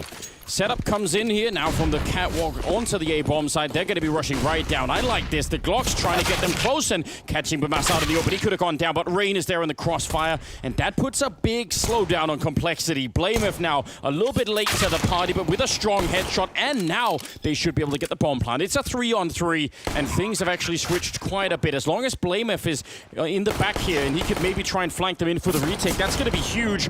No kills yet. Retake is still on, and these grenades are doing damage, but not enough for any kill yet. Now down in CT spawn. Blamev is going to be found, and it's just all on Rush. 1 versus 3. Great retake coming in right here, and they're going to overpower Rush in the end. A moment of real worry there, but a nice start for FaZe. Yeah, that was a really powerful retake. That's a long time for Blamev to try and make that rotation from long back towards CT spawn to get that flank, especially with the Glock poking up and trying to get that kill at range. And that just left those 2 isolated players. Way too many weird fights for them to have to worry about. Excuse me, it was a P250 that he lost out on. It was a nice attempt for Complexity, though, but much like Nuke, they'll get the plant, they'll lose the pistol round, and we're going to have a buy-up in the second. And remember, this is what gave them the power to grab a lead early on in that first half of Nuke, was that they were able to deal damage in this round behind the force buy. On Nuke, they got 3 kills. Let's see what they can do here on Dust 2. But they tagged Brogy through the mid doors. That was a scout on Poison, doing a bit of damage. But yeah. FaZe won the pistol on Nuke and the following 2 rounds, and then Complexity just went wild. But they had no money built up. Yeah, that's true. Yeah, Complexity reset that economy so early due to their performance in the second round. So Blamev going to lead the way with an AK-47. Config's got the other one. Putting their faith and trust in their Danish colleagues, something that I've always found difficult. I can't imagine why, Jason. feel like it's unjustified in a lot of ways. I'd ask you to explain why, but you'd be in a position where you couldn't actually share any of it. So that's my shield. No, those are stories that can't be told. Self-incriminating in most of them. A whole lot of issues. That too. Neek goes down on long with a scout. All those smokes are going to make it a little bit tricky, but he does a lot of damage onto Rush. This should be getting a free bomb planting. Oh, wow! That's quite something. That's so ridiculous. He's just trying to play retake. A long route to run against this scout. They would love to get it out of his hands. Rain does take a tag. So does Coldzera. Low HP, and now it's time for the AK-47s to do their job. Clean up some of these kills. There's only the 1 kit on board, and if that gets dropped, it must be picked up. Here's the retake. 2 quick kills, and finally Rain in response, but Rush chimes in for 1 more, and it all falls away. FaZe dropped the second round. Yeah. Well, if we get a replay of that first shot from Rush, I don't know. Make sure no children are around. This is really something. Look at this. Just such a nice peek. And Nico just laughing it off. I appreciate that. But Complexity doing even better. They don't just make it expensive. They actually win the round. And it wasn't even the AKs necessarily. I mean, they did a good job, but it was Rush and that double deagle. Yeah, I mean, if you're Nico, all you really can do is kind of laugh it off like that. I mean, that's just a stunning shot. Blamev leading the way on Catwalk again. It's all 5 deagles for FaZe. They've got a couple flashbangs as well if they want to go for a peek, but nothing that they can really hope to fight with unless they get a nice pick or 2 at range before the hit comes in. 5 deagles and 2 flashbangs. Again, FaZe, exactly the kind of team that can make this work. We've all seen Nico's deagle get into action. Definitely Rain as well. So, let's see. Chad was talking about how prepared Complexity looked on Nuke, and I agree there were so many signs of them having done a lot of research. And it'd be interesting to see if the same thing is going to be true on Dust 2, if we're going to see some more signs of them just having a good read of what's coming. This time it looks like it's going to be a bit of a B attack, and I imagine if they put up a smoke and flash their way through, it's going to be very hard to stop them, even with a couple of people inside. No smokes, just a straight flash around the corner, and the MAC-10 will open the whole thing up, and that's the only 2 kills they really needed to get into the site here. So things just looking good. Config continuing to fight, and that might be just a little bit ridiculous, especially with the AK-47.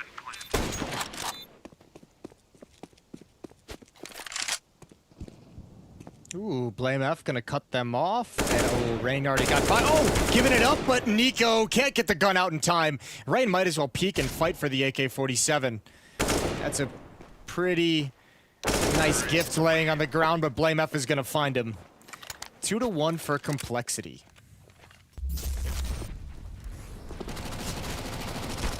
Deagles don't really have the output that we were looking for. The AK is not saved And so we'll see. Single smoke, probably just for the cross. See if they run long or if they try and do something else fun. Boost up on catwalk, maybe. I still miss those boosts. I miss the sort of the mid crunches that you sometimes see attempted in the past, where you'd have like a double boost on catwalk. You'd have one guy in middle, and you'd really try and fight that T side. They're all going to be out on long, which is interesting. They don't have a flashbang though, so let's see what they could do. Blameth around the corner, and there's a lot of targets there. Mac 10 on the other side will chew them up for sure. Still, nice attempt. They had the right read. It's a quad kill on config though. Yeah, but without that flashbang, you can see the issue. As soon as Complexity realize the stack is there, they take some very narrow angles. They don't wide swing, and that neutralizes all the number of players that FaZe had. So an easy cleanup for Config with his quad kill, and it is 3-1 for Complexity. AWP is out in the hands of NiKo. M4 is to surround it, and here we go. FaZe need to get started on defense. Oh, wow. There's NiKo in the middle, taking down Blameth. That's such a good start here to round number 5, but Rush comes in and he could have easily got that double kill. Now they're swinging against the AWP, but it's also locked in. NiKo trying to help out Rain, and in the process of which actually just gets traded. So a 3-on-3 and a big chance here for Complexity. If they win this round, it's huge, and the Molotov on Rain will take him down. This is a big problem. Brokey and Cold Sierra, they need a heroic return into this one. Otherwise, it's going to be such a good start. And there's already Poison going down. 2-on-2, and I almost think they could run to B at this point in time. You know, look how aggressive Cold Sierra and Brokey are both being. Obo. Ooh, that's a nice off angle. They know where both of them are. The bomb is going to book it. Brokey has to get aggressive here to win this fight as soon as possible. And Obo in the sight. That's a tough headshot to hit. It is so barely just exposed, and Brokey is going to go down. What a great win for Obo at a 2-on-1. He's got 4 kills in the round so far, and he picks up the AWP. This is wild. 4-1. And Complexity just seems unstoppable. I have to imagine that FaZe is just caught off by the pace. Like, the fact that nobody from Complexity is slowing down from these fights, I feel like FaZe is used to a little bit more finesse in their opponents, and Complexity is just bringing this brute strength style. I mean, you could see it out on long, right? As soon as sort of Rain is actually falling back, NiKo wants to get in there and help him, and they end up getting picked apart and just well, NiKo he got found. He's playing hide and seek, and it ended badly. Man, I'm so impressed with how Blameth has got this team working together and playing on pretty much every map we've seen them in. Yes. What a cool experiment this Complexity team is turning out to have been. Nice kill as Cold Sierra peeks into it. 5-on-3. Flashed around the corner. Rain going to be dropping down. They'll hear that, obviously. And now just creeping in with the AWP, hoping for an overextension, for someone to go take a look. But both Bimas and Rain are standing in place for the minute. And Complexity, I mean, this kind of a hold-up where you just sort of say, hey, let's give him 20 seconds to make a mistake. Let's give him a little bit of a chance to do something. If they don't, well, then we'll just group up and take a bomb site. But why not see if they're going to give you something for free?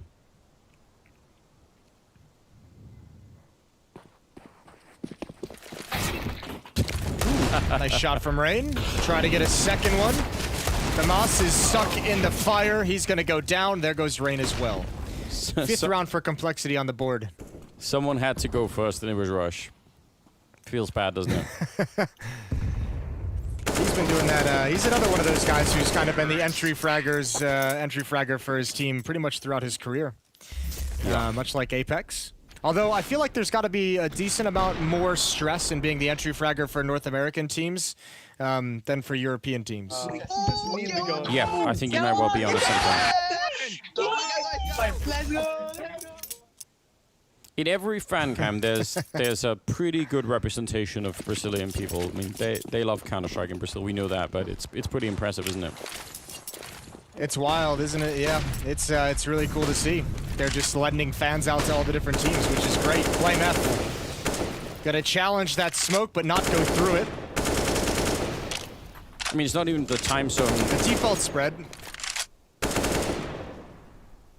They're still Still early, isn't it? I think they're about the same time zone as me, maybe Yeah. an hour ahead or behind. So it's got to be around 11 a.m. noon. All right. It's not too bad. It's They're perfect making time for Counter-Strike. Well, it always is.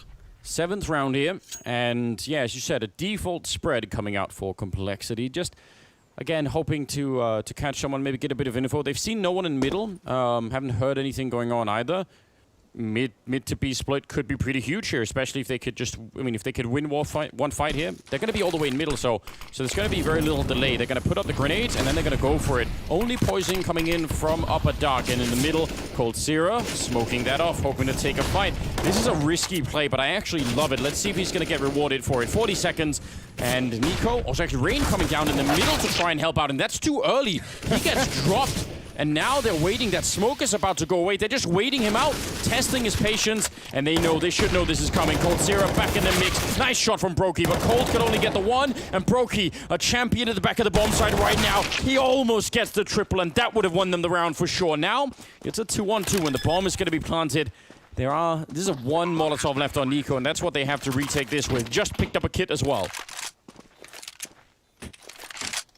He wants that AK, and he's got it now. Oh, but Rush. He goes for the early peek, and Nico goes down shuffling weapons. He's going to be continuously getting more and more frustrated. 1 versus 2, and Bamas, he's trying to find anyone to peek. There's the first headshot. He has no kit. That was on Nico. He might have to go back for it, unless Brokey's calling it out that he's got one in the sight. Dropping down, still no kit, and now I think it's pretty much faded away, his chance of winning this round.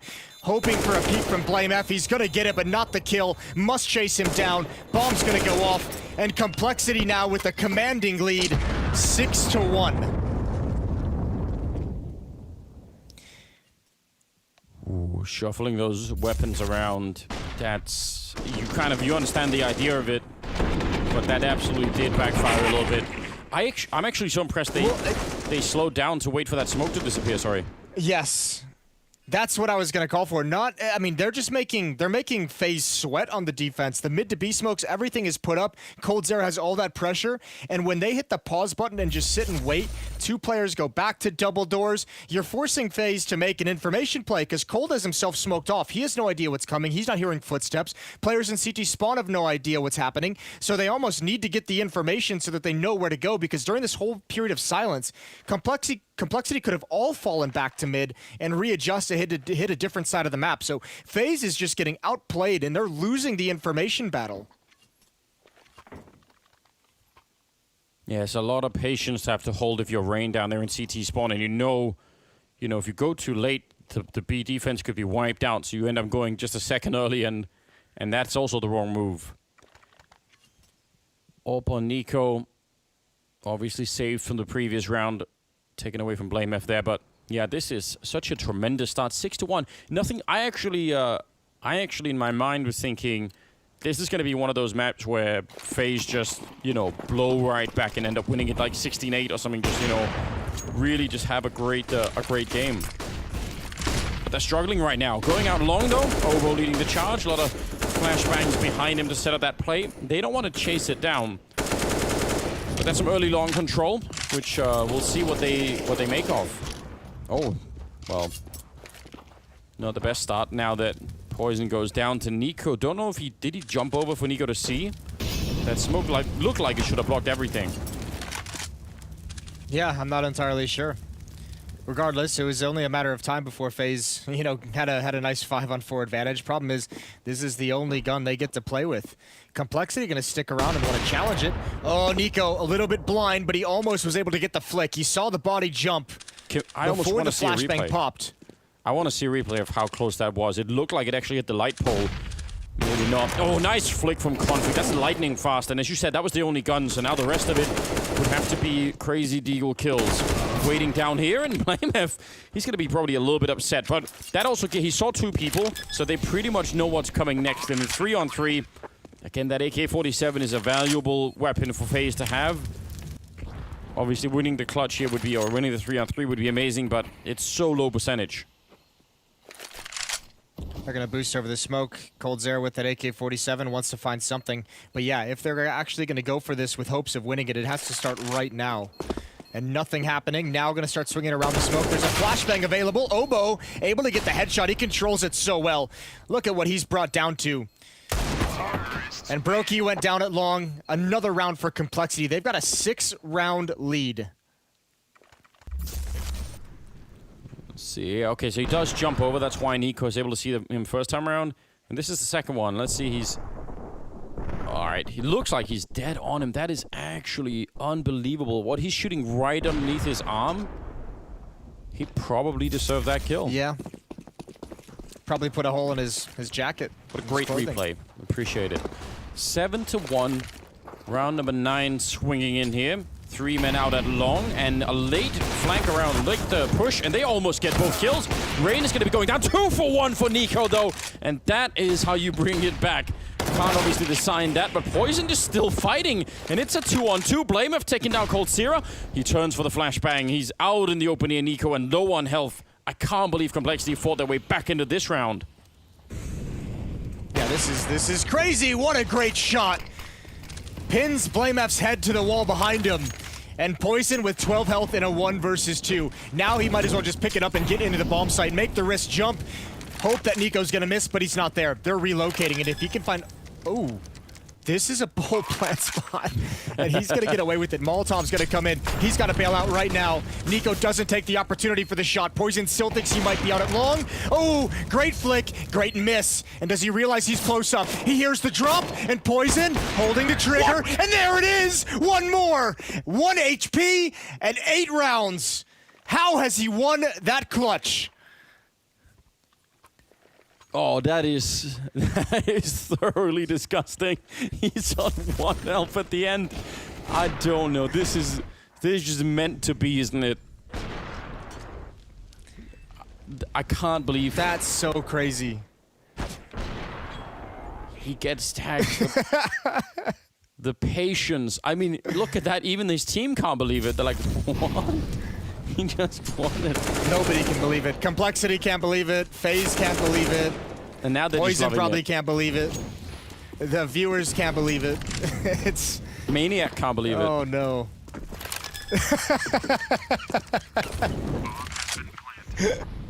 That poor guy.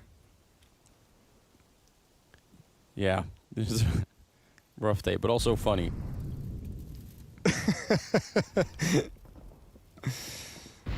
They decide to roll into the B-bomb site this time around, just probably guessing the economy a little bit and saying, this feels right, everything else has been working, why not go for a B rush?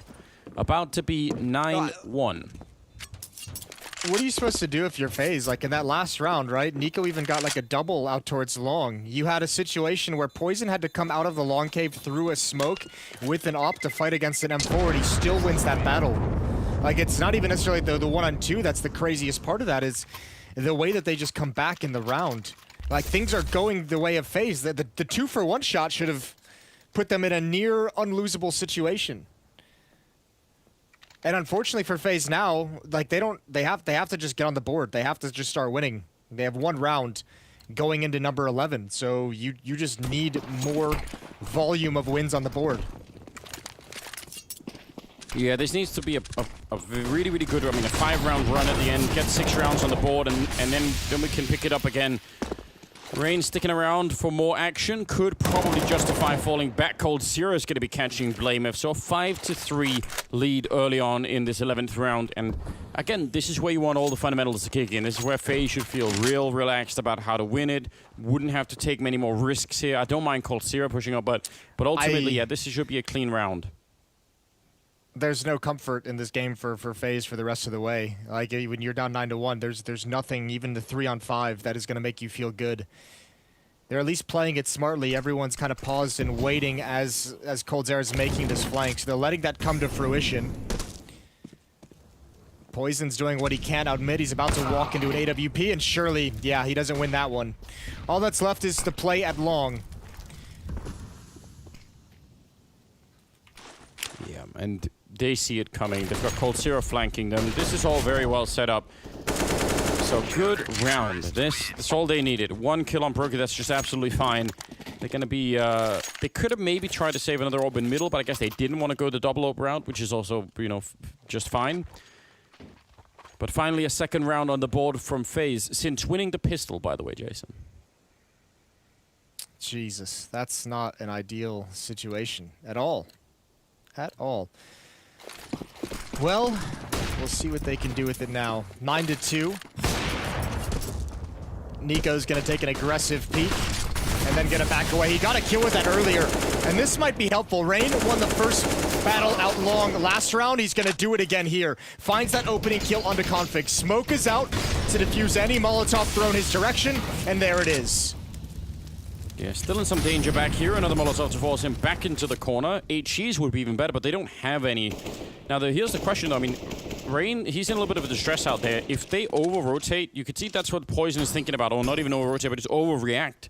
If they say, oh, no, let's go get Rain, and then that ends up going badly. Friendly smoke to help him out, so that's just exchanging grenades into that corner. They've got 2 more Molotovs. They could do this again. Keep throwing the grenades. Yeah, but is it worth it? Look at what they have left. They've got to use that stuff to get onto the bomb site itself. So even if you kill Rain, it's almost a victory of sorts in his favor if he's forced you to use all that utility. Here comes the Molotov, but Rain was already leaving. Oh, checkmate. They had no more smokes. That would have been the final play for Complexity. I'm so sad. Well, 4 versus 5. 38 seconds, and a nice shot there from Nico. He's not playing around any longer. There's a Molotov on top of him, and he's going to go down to Blamev, who finds a second kill. Quick back-to-back ones coming through, and Poison just needed to pull the trigger, but I guess he was a little bit shocked from getting shot in the face, and it's a 1 versus 3 for Blamev here. 20 seconds. I'm not even sure getting the bomb plant down is possible at this point in time. Maybe just that default plant, but that also locks him into the bomb side, which he might just be anyway. He tries it once, goes for a bit of a spray, and now 8 seconds, and he's going to go straight for the bomb plant. Oh, actually fakes in another person to try and fight him, and he finally does get dropped. So it cost them a fair bit to get the round, but FaZe, again, I'm not even sure they care that much. Right now, this is about just a confidence way to build your way back into the game. 9-3, they need the next 3 rounds. Yeah, they need to claw themselves back into this half. What a tense round for Rain that entire time. Blamev almost does a great job of taking this round. Some spectacular kills to get into the site. This is that kill on the upper. That's a nasty little angle over the smoke. And Blamev just ran out of options and ran out of time, and there's another pick. Nico's done that to Blamev twice so far in this game. He's looking for that exact pick, and the nade to keep them back.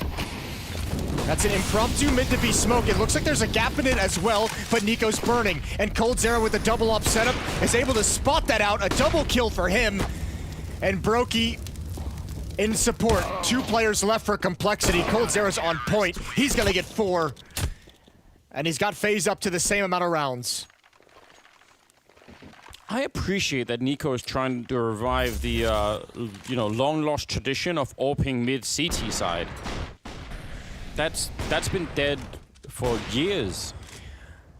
Yeah, well, I would imagine that's something they've spotted, that Complexity's willing to make that drop down so frequently, because he got that exact pick on Blamev earlier, yes. Then he just got it in that previous round, and he's gone for it another 1 or 2 times in this half. So I have to imagine that's something that's part of the game plan, is to take that peek and say, they're a bit lackadaisical on covering, the drop down to suicide, so let's just make sure we can punish them or at least go for the shot. You have an opportunity to get the pick.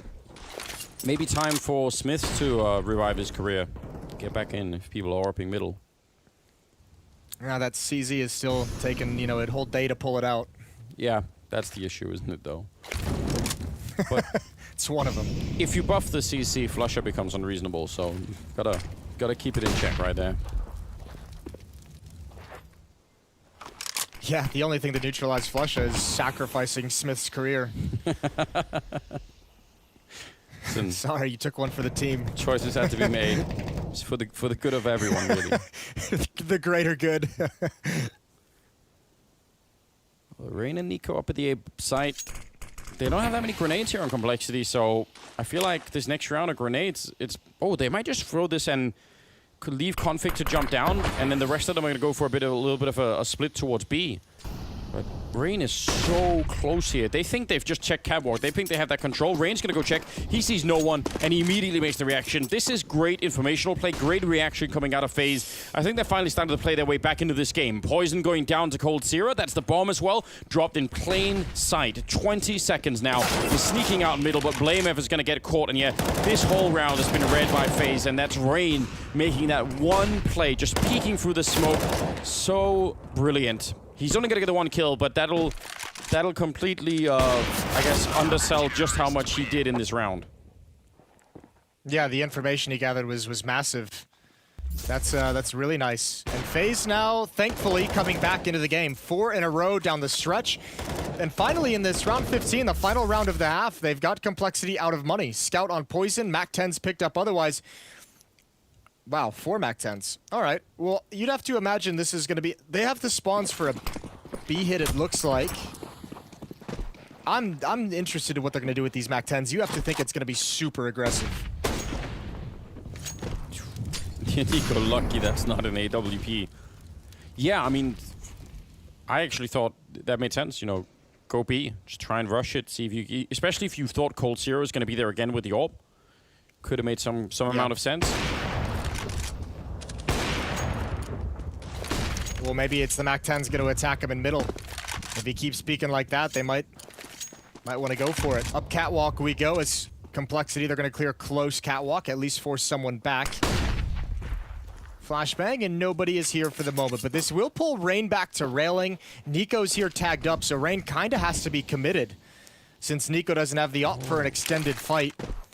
And it's going to be the 2 players in middle who are tested. Oh no, yeah, and that's not good news. When the Mac-10s are coming, they're all around the corner. Broky's going to be here, and he gets a big double, continues it into a triple. That is a massive hold. This could have definitely backfired, but Broky standing tall. Nice triple on him. He was almost dead at the end there, but 9-6 overall. Still a really, really good first half in favor of Complexity, and they just need another 6 or 7 rounds here, and they'll be good to go. Let's see if they can make that happen at the second half. That's coming up after the break.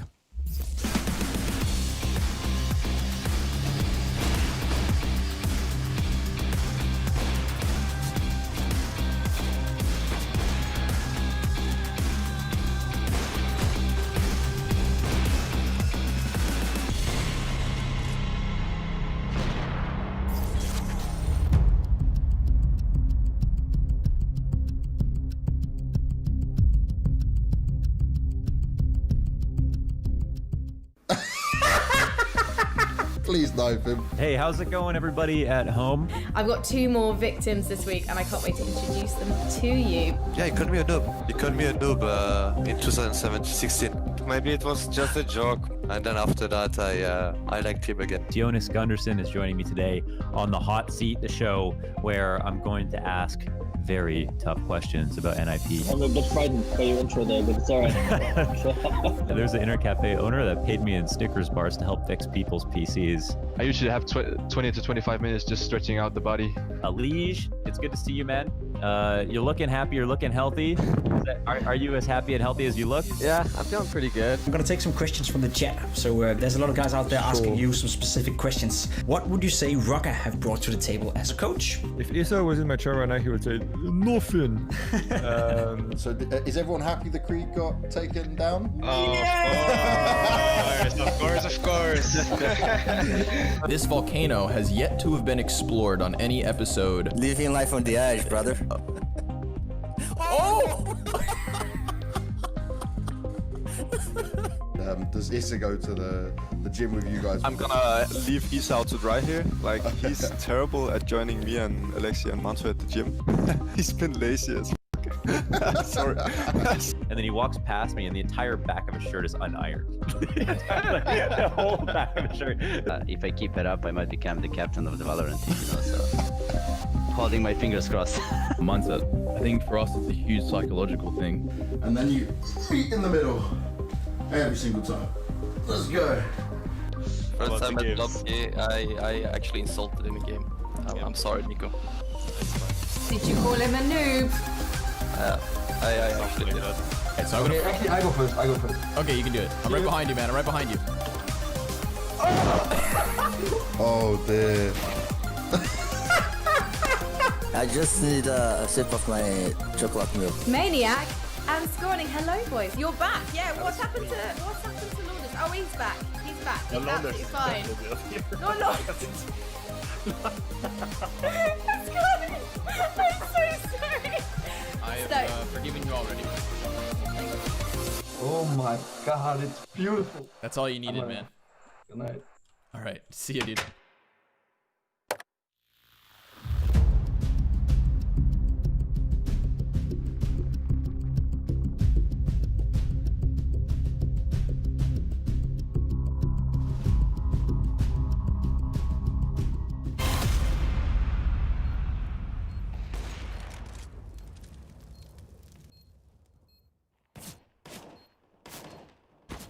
Nice! Go, Val. What HP, you lucky dude. That's so lucky. That's crazy. I like the calm. Like, you think for a minute, is my headset broken? Like, is there something up? I cannot hear the audio. And then, boom, celebrations are in. 9-6 at the end of the first half here in favor of Complexity. Second map, first map was also won by them. So if FaZe are going to wake up, then this is their last chance to do so. Well, they did kind of wake up in that first half. They rattled off the final 5 rounds. As you can see at the top of your screen, FaZe are on fire to kick things off in the second half here on Dust 2. Remember, this is, if you're just joining us, oh dear. What a smackdown. Hold the phone. It's going to be a B-rush for the final 4 players. Blame F. He's got a teammate with him. There's Obo. One more scalp is taken, and the forces of FaZe are being whittled down and shut down, and no issues for Complexity. I was going to say this is the upper bracket final at the spring finals for Blast Premier, so neither of these teams will be eliminated. The loser would drop down and face the winner of the series that we have coming up right after this, which is going to be Navi versus Vitality. Yeah, another exciting game that's coming up for sure. Have you noticed that every time we cut to Config and he's drinking something, it's another can of soda? Like, it's a different one every time. I haven't. Well, I have, Jason. I pay attention to these things. Man, Nico's playing soccer, so there's obviously not a whole lot of stress going on. No, maybe this is part of the plan. You're gonna get so turned on by this strategy, aren't you? Yeah, look at that. They're showing them the ball. Obo, he's worried, or you could see he's scared. They actually shot it back at him, I think. All right. Wasn't it like the old World War II thing where like the captain would kick the soccer ball, punt the soccer ball in the air to tell everyone to charge? That sounds like a myth, but yeah, I saw it in a movie, but maybe I'm just investing too much in the movies. Yeah, well, you know, it's Legends of the Fall, so. Okay, well, people will tweet at us and correct us or confirm it. Here we go. Run boost going to be in. Is there going to be a double run boost? That'll be twice the amount of fun. Yes, double run boost. Can't do more than that, unfortunately. Oh, well, it's double working. The pleasure, double the fun. They have solved it. I hope they win the round behind this. That would be justified.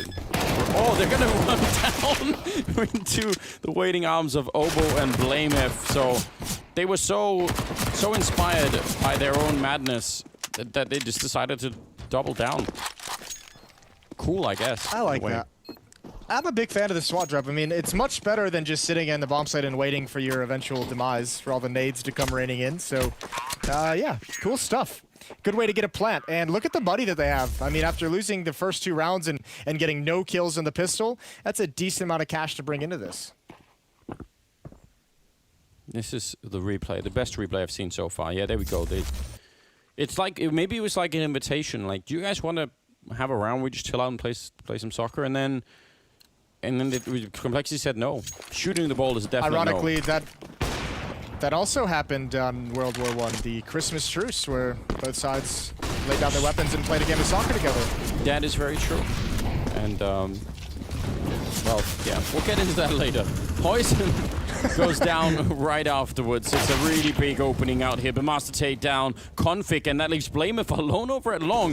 Still more people out here, but surely cannot stop the entire FaZe clan that's on the other side. And indeed, he goes down. Good round here for Bamasa. Triple for him. And Obo in a lot of trouble. Looking for the headshot, but he's going to get taken. That's a flawless round for FaZe. After, as you pointed out, building all that money.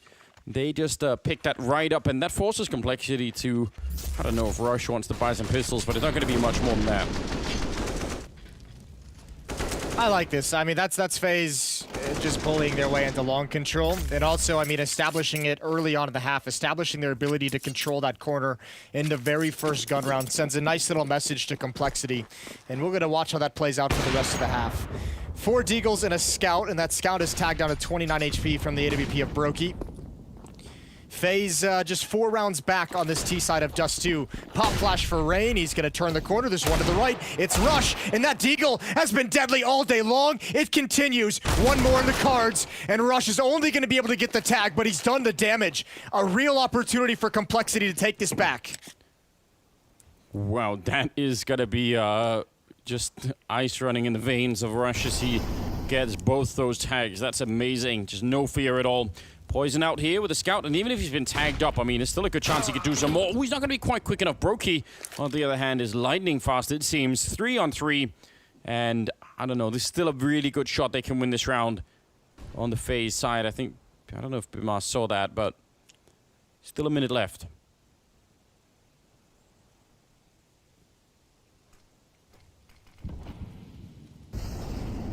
This is a nice little flank up catwalk. A good utility as well. Config and Obo both concentrated towards long. Oh, and he missed the chance. I don't know if it was the footstep that caused Obo to turn or just a weird feeling, but Obo has his number. Coldzera. Now his turn to flank up catwalk, and you can see Brokey with the bomb just isn't moving. Waiting for Coldzera to get to catwalk, but again, the timing of this is everything, and that's so strange. Blamef didn't even look towards mid, so he never saw this. Obo's still watching, but he's pinned down at the corner boxes, and Obo, one more chance for a headshot. It's not to be. Config is pinned down in the sight. There's the jump to spot him out. He's really trapped. He needs backup. Blamef is about a second away. 9 seconds left in the round. Config just trying to be hard to find, and there comes Blamef with the spray. The bomb will be planted. Deep grenade landing on Brokey and softens him up just a little bit, but he can still win this round. Blamef has some armor, though. A little bit of a jump to see exactly where he is, and here comes the Swinger. Walks right into the headshot. A close round, but Brokey saves them at the end. Oh, man. If he had seen Coldzera running down the middle there, that would have been such a giveaway. Yeah, that's I'm so surprised to see Blamef jump across and not even peek towards it. But man, Rush has been delivering the goods, especially with the Deagle. He had that spectacular shot on Nico in the first half that allowed Complexity to win the second round. A 1D at long range. So FaZe has to be cautious. That does a number on their economy. Easier to manage on the T side. Still have some cash left in the bank, but it's not anything special.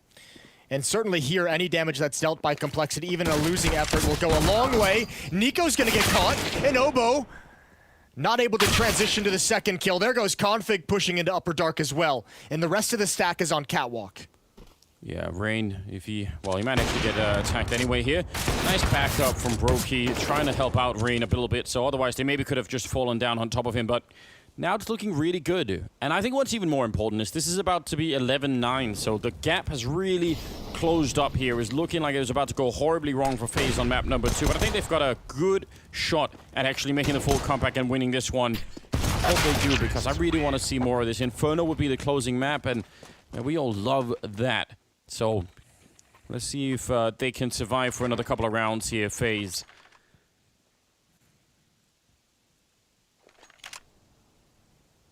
I think they can. I think this should be a FaZe map. We should be getting a third out of this series. We deserve a third out of this series. We do. Yeah. AWP on Brokey, same on Poison on the other side, and I think this is the first time we've seen the AWP come out for Poison on the CT side. Yes. In round number 6 of the second half. Brokey, on the other hand, has been running wild with his AWP. He's up to 17 kills. He's topping the board on the FaZe side. Only on that by Blamef on 19 kills on the Complexity side. Rush alone on long. Much more of a defense towards middle and catwalk. It's a pretty decent grenade to set it up. Poison, though. He's just scoped up in that corner. The Molotov, see if it's going to force him back or not. I think he could have stuck around, but he's going to put out a grenade, and that'll only do a little bit to Nico and Rain. Catwalk control for FaZe here.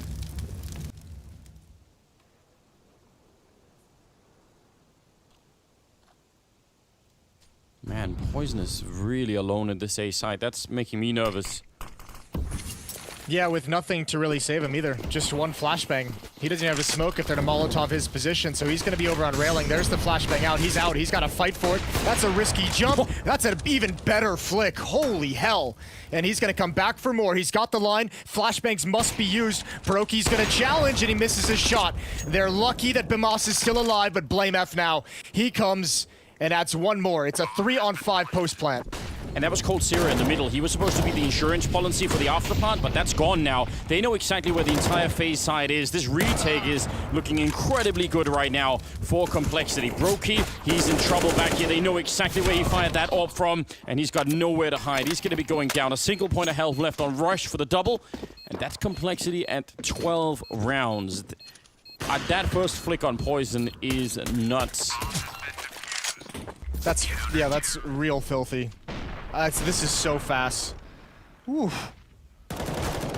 And this was an important one. Coldzera, I guess because of that kill, maybe feeling like he was forced to help them try and get into the bomb site, but a little bit early. Obviously lurking, probably heard all the rotation and knew he had a clean fight to CT spawn without anything coming from the B site, but nothing works. And Nico there frustrated, I don't think because of the round or because of the game, but he missed maybe an easy shot or two on Rush when Rush was not looking at him. Yeah, can't really be doing that. Rush has been pretty deadly throughout this series so far. He's up at 15 kills right now, tied with Obo and Config. It's a real good team effort. Config wanted to try and see if he could do what Nico was doing in the first half. Almost gets the kill on Rain. It's not a bad start to the round. He's sticking around and now just no-scoping through the smoke. Don't know if I would advise that. You're never gonna stop it. Might as well just roll with the punches. Config gonna back up into the B-bomb site. Rain is gonna have to play the majority of this round with very little HP, so you have to think he's gonna be passive, watching for the flank. The only other way that he's effective is if maybe he leads into a challenge against the AWP with that low HP. They're doing the same thing. But it's gonna be a tough round for him no matter what. Yeah, Coldzera's back in T-spawn this time, though, and he's going to go over towards B, so we might want to lurk into the B-bomb site and come towards mid in that fashion. They need to get past. Grenade takes care of Rain again. So soft from the earlier engagement, and they actually take a lot of damage. They're waiting for someone to peek, and no one's coming. Poison is just in the same position. The big difference is if he actually hits a shot, Blameth could peek behind it. Now he's going to look right over, and a great double spray. He gets the last headshot falling off the ledge, and Cold Zero is going to get that one, but the bomb is down in A, so it doesn't even matter. 1-on-3 that he can never win. They're going to go look at him, and there's no reason why. Just, I mean, wait until maybe the clock is run down, but ultimately, it's going to be a 13th round, and FaZe actually don't have the money to not just lose the round, but not get the bomb plant. Yeah, it's not an ideal scenario. There is a little bit of a benefit, though. The double AWP was taken away from Complexity. Actually, I think both AWPs are taken away for Complexity. No, Rush gets one right in the last second, which, thank God. There's going to be money for another buy here on FaZe. It's not so much the money I'm worried about, but those catwalk hits are not effective whatsoever. That's twice now they've ran it, and twice now they haven't even gotten close to winning the round. So FaZe gonna take their first time out. And yep, go on. I was wondering, because last time they encountered Poison there, and he got that one kill, and then he did a bit of damage. Maybe they thought, okay, listen, if he's alone on A, let's do the same hit and then, you know, be way more aggressive in isolating him, and then Blameth is there. So that, you know, instead of encountering a solo AWP player, suddenly there's two. That's possible. I think the biggest issue with that hit was they used so much of their utility to get out, and then they had no flashbangs to actually flash Poison off the corner from the angle that he damaged him in the previous round. So I mean, they kind of paused over at Gandalf, as you've coined it many moons ago, and Blameth was given so much time to jump up onto the railing and grab a couple of kills. So I think a little bit of a mistake on the utility usage and not having the resources to cross by the AWP. So Coldzera has that saved up, and they're going to save around it. Complexity, a chance to get up to 14. They might 2-0 this. That would be spectacular. It already is spectacular. But yeah, they're getting so close. Rush out here. All bleeding on the other side for Cold Zero, waiting for the smoke to fade. They're just aiming at each other. No one knows yet. Cold Zero will get the opening, and now Rush feeling a bit uncomfortable. It's going to be a pistol leading the charge. He'll get the one, but he knows that Orb is back there. He doesn't want to overpeak it. Good spray and a great triple, and Rush will hold the round with the bomb down there at long as well. And yeah, good recovery. That's so filthy. No matter what happened on the other side of the map up Catwalk, that bomb is dropped and is secured. You even have the B defenders now pushing through to T-spawn. 14-9. Hello? Oh. Hello? Anyone there? That's... Alright, that's uncharacteristic. We'll forget that ever happened. Nobody clip that. Let's, yeah. Let's move along. Oh, oh my god. Definitely clip that, though. Definitely clip that one. Quake Zero is in the house. He just... Oh, man. 14-9, and a nice shot from Brokey. Flashed and all. Didn't even matter. They're at the end of the rope here. They must make these next rounds work. There's nothing that could... They're just so hard to beat down Complexity. They just keep fighting, seemingly completely unfazed by the fact that, well, FAZE are trying to fight back. Yeah, you walked right into that one. I know, I couldn't get out. There's no good escaping from that. You saw it coming. I gave up. There's just basically nothing you could do about that joke. Yeah. All right, 5-on-4 advantage. Nice op pick. Hot flash in. Config out in the open. Obo, Molotov is going to slow things down, but it doesn't matter. Poison's going to start evening things up. He does get away. 4-on-3. If I'm Brokey there, I might be wondering why is no one looking Catwalk? There's 3 people down the middle. How is he allowed? That's annoying. Or how is he allowed to even get away after the fact as well? Yeah. Man, they're going right at him too. I can't believe he gave up that angle. That would have been a great chance to thin out a couple of players. Complexity started to take over Upper Dark, but it's all on Poison here. There's a nade out. He's going to get aggressive. He tags them both. I don't know if that's going to be enough. Complexity have money issues of their own. I mean, and if this bomb goes down, they have a decision if they want to go for this or not. Pumas is sticking around. If he dies, then Obo has an HE grenade that he could actually kill one of them with.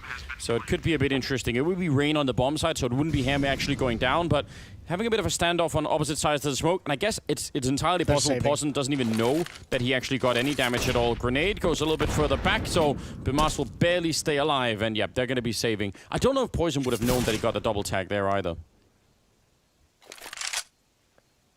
No, I don't. He was so blind when he took that shot. I don't think he had any idea. He just, I mean, that's actually a pretty nice shot from him and altogether.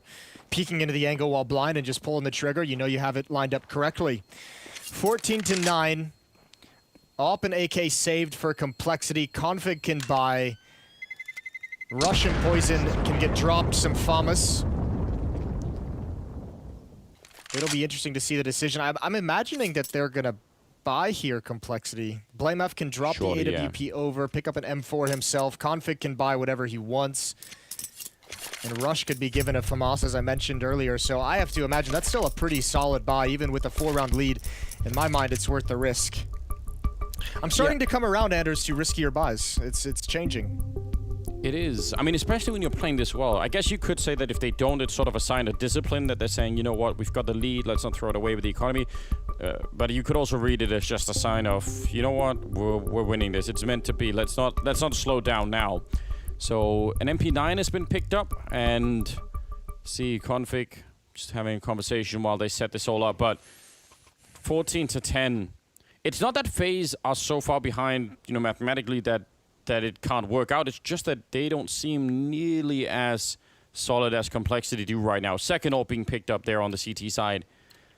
This is not the FaZe clan that we've been used to seeing for the last couple of days. It's crazy to think of, ooh, that's a nice pick for Brokey. He's opened things up 2 rounds in a row now. He got that pick previously towards long A, and with that pick in middle, it's going to be a free round for FaZe.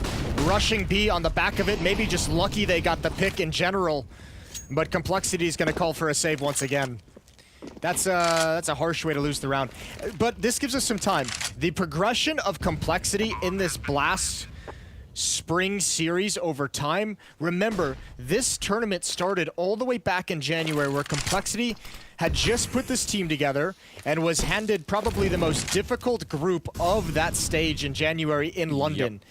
They upset Astralis, and they qualified to move forward. And now you fast forward 3 to 4 months, or whatever it's been, 4 months or so, of them actually just boot camping in Europe and learning how to play this game together, and they're a force to be reckoned with at this stage. I mean, yeah, it started off so well, but yeah, they could have maybe slowed down in the meantime. It seems like things are just increasing all the time for them. No one's going to die after the bomb, so sort of a weird round. Just one kill and it's done. And here we go, here it is. Oh, he saw him. I think this he did see him. I think this Complexity team actually has like a really, really cool mix of players. When you look at Config and Rushed, experience, they've been on the big stages. When you look at Poison and Obo, young potential. BlameF having to prove himself as an in-game leader. Poison and Obo having to prove themselves as potential stars.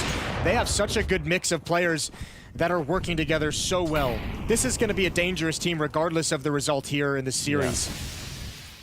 They actually want to try to do the same thing with Brokey sniping down the middle. They don't get the kill, but they still want to go for it. Obo going to be standing up, tapping for the smoke. That's so much damage already, and now they're done. Obo spraying 4 people down, but the calm with which he did it, just picking them apart, and they never saw what hit them on the other side. Brokey in a 1 versus 5. My God, that's 15 rounds for Complexity. I cannot believe that he just hit all of those shots. What an incredible sequence. Oh, Brokey in a 1 versus 5. FaZe is going to be so disgusted with that round.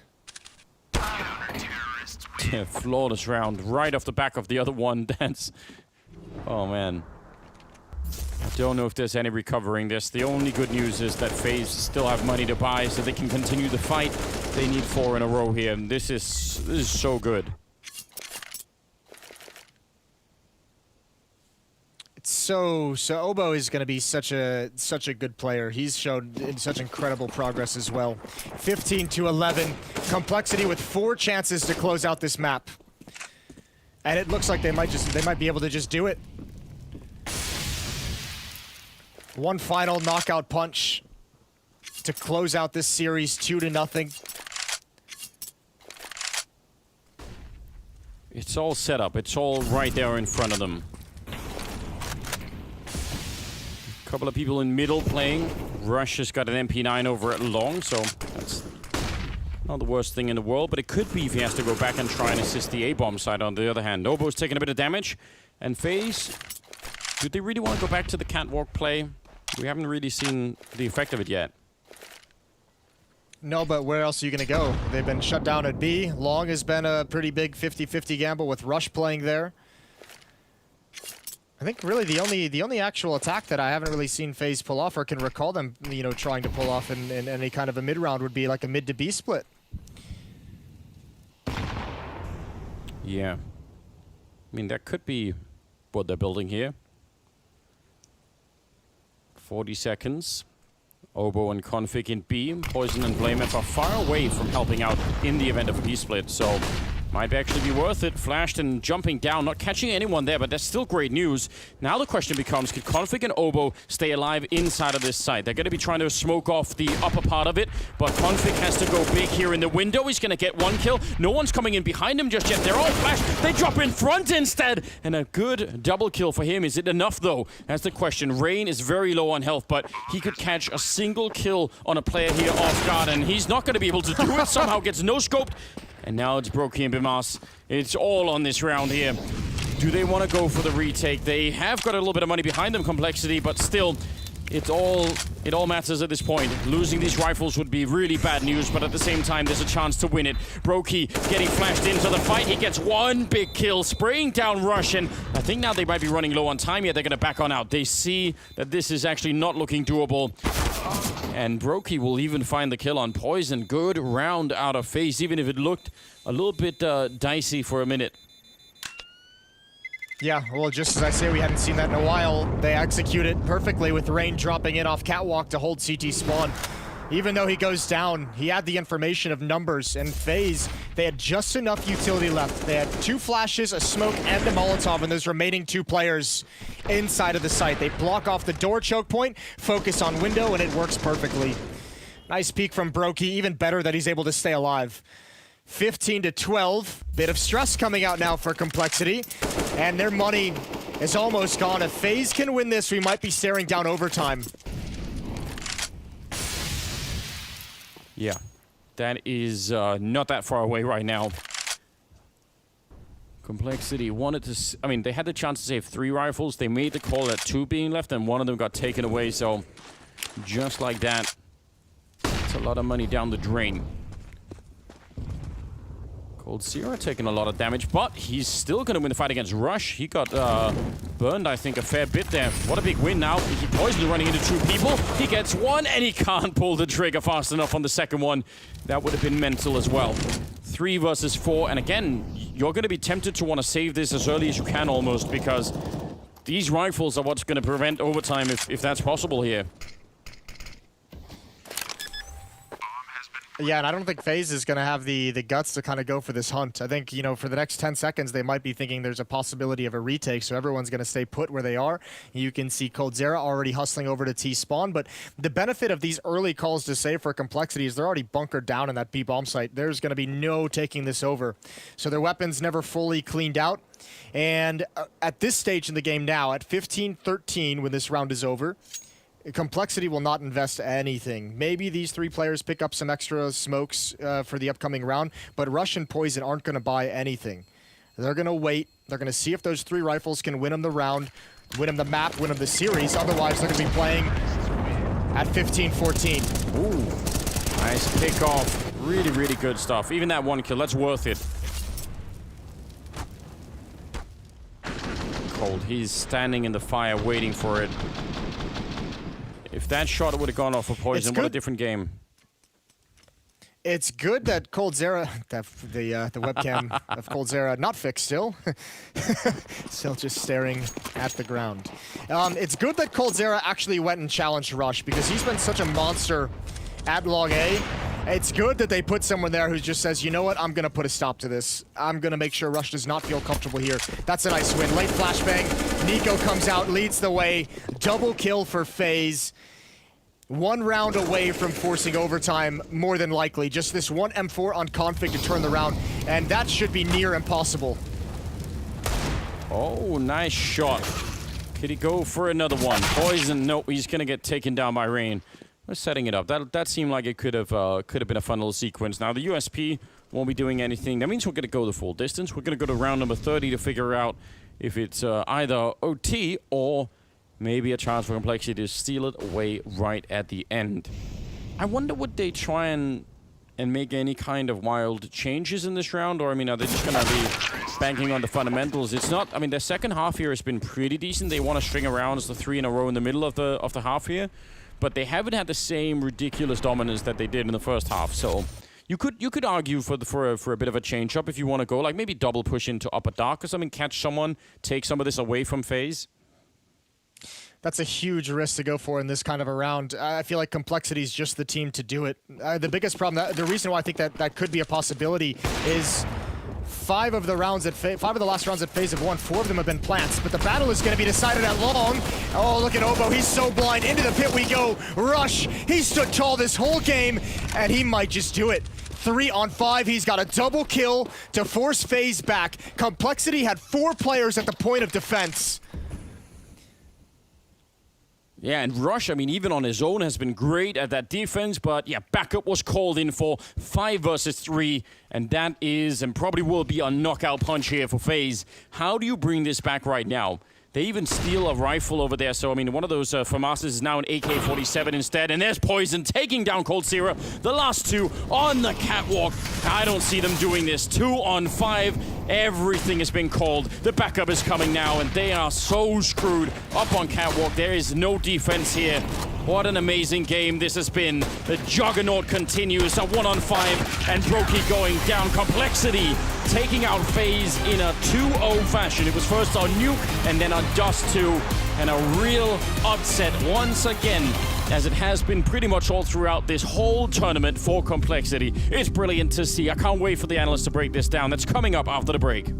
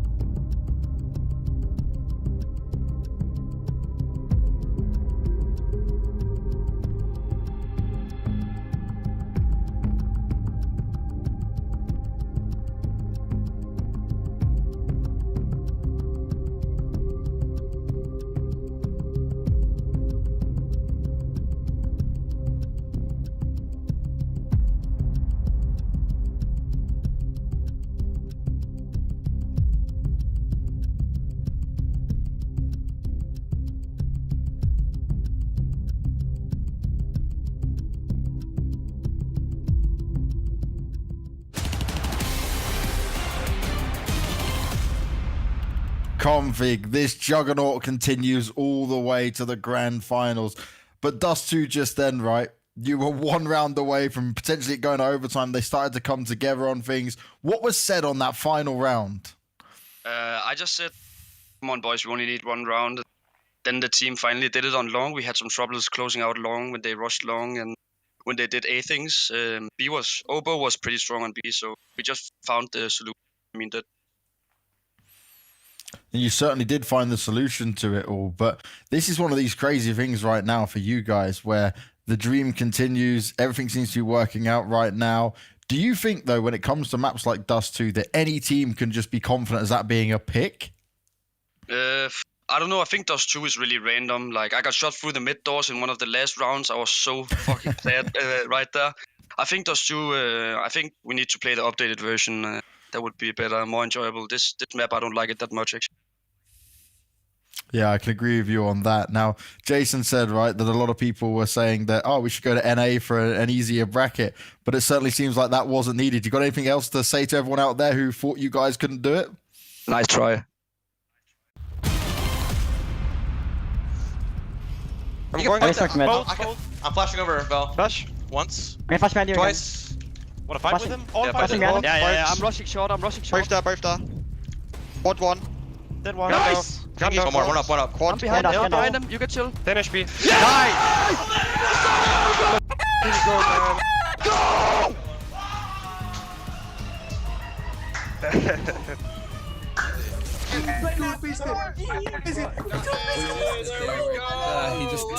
He hit his keyboard with finality at the end there. You know, just like a job well done, period. I mean, what a series from Complexity. The massive win over FaZe, getting it done. So even in terms of performance as well. If you look at the scoreboard for Dust 2, it's unreal. It's just even. Everybody did their job. And again, they come through. I guess unreal is probably the term that comes to mind right here. That performance from Complexity, how they started this second map, then FaZe actually fighting back on the back of coldzera, having some nice rounds, and then when it gets so tight at the end, you think surely this is where the experience is gonna shine. This is where, you know, FaZe will close it, but no, Complexity, they actually closed the one, and I actually wanted to pick a round that I thought was the end of FaZe. I thought that this was it. Look at the scoreline, 7-1. That's this famous first half I was talking about, and for once, FaZe will have a good start. Rain wins the duel versus Rush, then Nico gets a beautiful collateral. It's now a 4 versus 2, and I thought to myself, okay, this is it. FaZe they're actually back. Poison hits a point-blank no-scope onto Bemis. That was absolutely disgusting, but still it's a 2 versus 2. Now Nico gets the head of Behemoth clean off. 2v1. This is it. Surely this is where FaZe can actually go back, but now we will see a man that we haven't really talked about too much in that series. It's Poison with the absolutely beautiful 1 versus 2. Look at the Jiggle peek coming in from Brook. He tries the best he can, but not enough. And at that point, I thought that was it. I even typed in our WhatsApp group. I said, guys, this is it. FaZe is done. There's no way they can bounce back from it. But they actually did, so props to them. But Complexity, man, what a madness. You're counting Cold and Nico out of it? Well, they were frustrated. Both of those were frustrated. We saw evidence on the... I haven't seen Nico have one of those meltdowns since he was back in Mouse Sports, having an in-game lead and carry the 4 guys on his back through bloody trenches. Like, he was getting real frustrated there, and for good reason, right? They started under an avalanche of rounds on both maps. When you think about how the pacing of the game was coming on through from Complexity, they were dictating the game to FaZe. Normally, we're talking about FaZe doing that to their opponents. There's so many occasions here that FaZe were getting, like, out-aimed. The individual ability of Complexity, we always talk about it, but I didn't think that they would be polished or prepared enough to be able to take it to some of these big names in this context, right? Just go back and look at their history online. They've been playing a lot of online games, and they have a lot of series against teams who are outside of like the top 20 that have been split. They've been winning them, right? But they've been games that are 2-1s and this and that. And when you pull that all into the context here, and we're talking about tier 1 Counter-Strike teams, Complexity have impressed a lot. They're impressed back in London. They're impressed here once again. And this little boot camp, well, this long boot camp that they've had, you can see what it's doing to this team. They are getting a massive leap forward as far as their progression is concerned. This is great stuff to see. Without a doubt. And once again, I mean, it's so impressive that they can continue to progress at this rate. Being in Europe, practicing against the best in the world, getting that constant workflow and constant progression, it's working out wonderfully here. And I don't think that, you know, Lake with his tweet where it's like, oh, we'll get easier brackets. I don't think it's exactly like, oh, we're going to get easier brackets. I think it's just he put his team in the deep end. And he's like, sink or swim, boys. Whereas the rest of everybody else is kind of stuck in NA, and it's getting, as Rush was talking about earlier, going into this series, how it's a little stagnant over there in terms of practice. When you're out here with the variety of teams in EU that you're going to get to play against the best in the world, you're going to have to get better. You're going to have to. And so, a lot of frustration here on the side of FaZe. It was an excellent series for Complexity. But where are we going now? I mean, if in terms of FaZe, they go down to the lower bracket, don't they? I guess you're right. Absolutely, they're not out of it quite yet. And if we want to talk about FaZe for a second, one of the elements that I mentioned in the pre-show was the question about Brokey and Bemis, and unfortunately, the latter didn't show up today. He had 19 kills over the entire BO3s. It's not going to be enough when you go up against a team like Complexity, but I think it's okay. I think it's a stepping stone. If there ever was game, or there was going to be games like that, that would be now. That'd be at the beginning of it. We know he can be an emotional player. We know he can be a little bit anxious in some of these situations. He'll have to go through these. Now, what matters is that the team actually come up together and help him go through this. Don't let him just snowball into a dark mindset because he knows he kind of ducked up that series, you know? It's gonna happen. Just bounce back and improve. Yeah, I think that's. So we that's actually had a chance good. real quick there towards the end of that series to catch up with Rain from the losing team, who is now going into the lower bracket.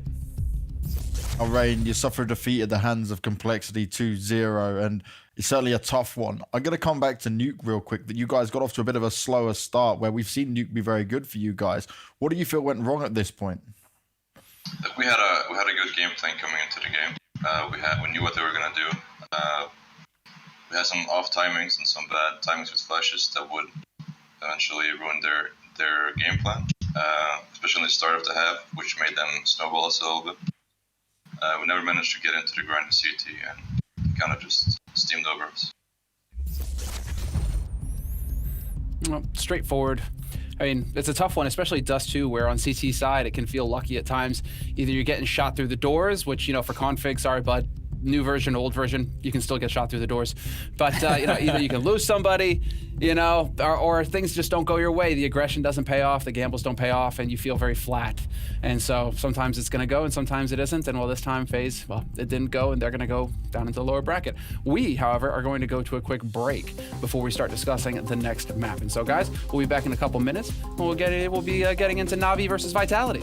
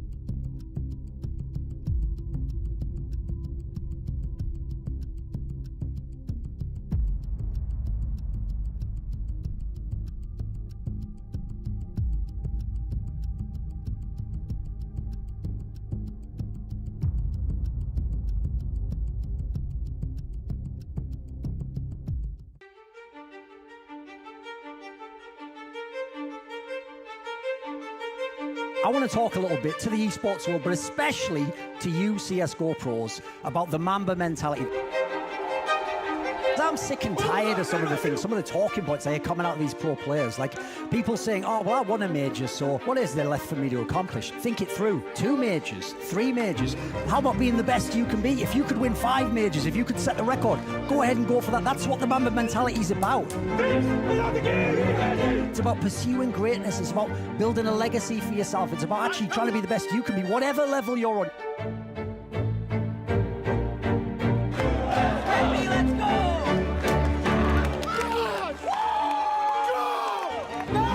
How about you actually try and develop your game, master your craft, leave a legacy? One day that money will be spent, and all that will remain is your legacy, what you actually did and how you lived your life.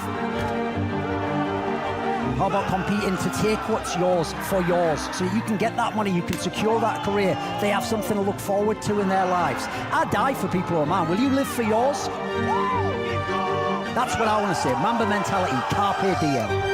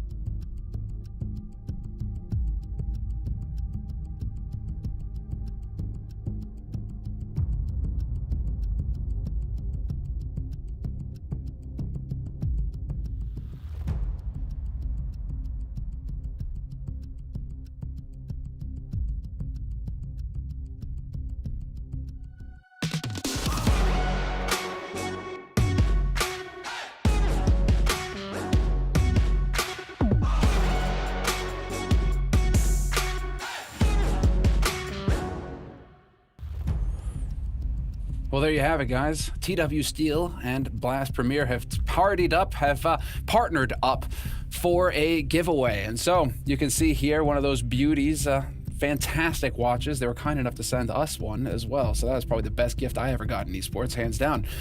Apart from obviously the good studio. So how do you get one? How do you get into the giveaway? You go onto the Blast Premier social media, Twitter, Instagram, check it out. The details are there. We'll be giving away one of these watches to a lucky viewer. So you want to get involved? You want to have a chance? Go to the Blast Premier social and check for the details there. You can get involved and, well, maybe you walk away with the watch on top of everything else. So now let's go ahead and get into our next match. Was an arm model. Pardon me? Who was that? Was that Nicholas? Nicholas. That was the tattoos look familiar. Yeah, I think so.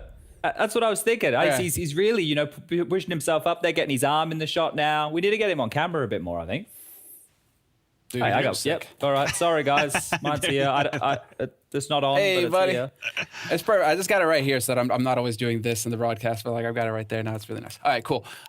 Big thanks to TW Steel, obviously, and Blast Premier. Those really sick of them. Really nice. But let's go ahead and actually start talking some CS, guys. Navi versus Vitality. This is what we got to look forward to here. As far as the lineup is concerned, here is Navi. And as far as where this stands in the tournament, this is the lower bracket semi-final. FaZe Clan have just dropped down into the lower bracket final, guaranteed third place here in the tournament. Now these teams are going to be fighting who's going fourth and who's going to get a chance to obviously make a run for the grand final. So Navi, as far as Navi are concerned right now, what are we thinking? Well, if I can set the scene, I do believe that Navi's reaction versus G2 was a key game changer in this tournament, because remember, we have witnessed a complete meltdown versus Complexity. Disregarding how good Complexity is, we've just had the proof right here in front of our own eyes versus FaZe, but the Navi that's shown on map 2 and 3 versus Complexity was completely defeated. Then we had a Simple's interview talking about how frustrated he is, how unhappy he is with his teammates, not only performance, but investment as well, the fact that they don't play in bootcamp together, yada, yada, yada, a lot of problems and plays really back to back to back. And then versus G2, suddenly, just like miracle appears, Navi shows a better phase. They're actually fighting back. They don't give up. G2 makes a comeback in the third map, but they stay calm and they go ahead and clear the map. Electronic and Simple shining. I think strategically that was an interesting Navi as well. So this is an exciting Navi. If you can guarantee me we see the same as versus G2, it's going to be a banger. But I'm not exactly sure quite yet. I'm off the roller coaster, or I'm locked on the roller coaster. I don't know which one it is right now. Look, the thing is, when we speak about the G2 Navi game yesterday, I take away that G2 and their mindset is strong, right? The only thing that beat them down into position was fatigue. Whereas Navi, unfortunately, one day I have a team that looks like the best in the world who are operating, everybody's friendly, the communication's good, the vibe is good. The next day I have a team that doesn't even look like they want to be there. So I have to kind of take Counter-Strike out of the window when I talk about Navi, which is ridiculous because we're here to talk about CS, right? These guys, when you break it down mechanically, individually, what the other 3 supporting cast members should be capable of doing, Blade there as the coach, they should be a team dominating. They should be a team who are going into every match with confidence. I don't expect them to win every game. It's Counter-Strike. Nobody is expected to win every game. Nobody's expected to win every round. But I don't expect them to capitulate, right? Why would you when you have Simple and Electronic? And Electronic is one of those names who hasn't been showing up consistently for the team. So going into today, all I want is consistency. I don't care if they win. I just want them to be consistent. That's it. That's all I want. Is that too much to ask for, Semler? I don't think so. I think everybody can hope. You know, hope springs eternal, Sponge. So, don't give up. Don't give up. I'm sure someday it'll happen for you. Well, going into the match, we actually had a chance to catch up with the in-game leader for Navi, Bomich and Flamey. Quick interview with them. Now, how do we ensure the same level of play happens today like you did yesterday? Can you repeat, please? I don't understand this. So how do we make sure that you guys have the same level of play, like same skills, same way of winning as you did yesterday in today's game? Oh, it's like already you have only 3 matches maybe, because it's like a semi-final of lower bracket final.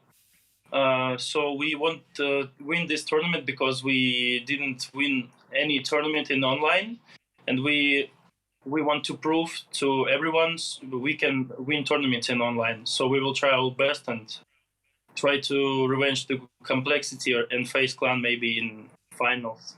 Prep for today. What is the normal routine for Navi at the moment online before games? What do you guys do? For us now, I think it depends on the time we start the game. But for example, today, the game starts at 8, and we have team meeting at 5, and personally have some psychologist work at 3 or 4. Then we discuss tactics for 1.5 hours. Then we have some break and have some psychologist stuff again.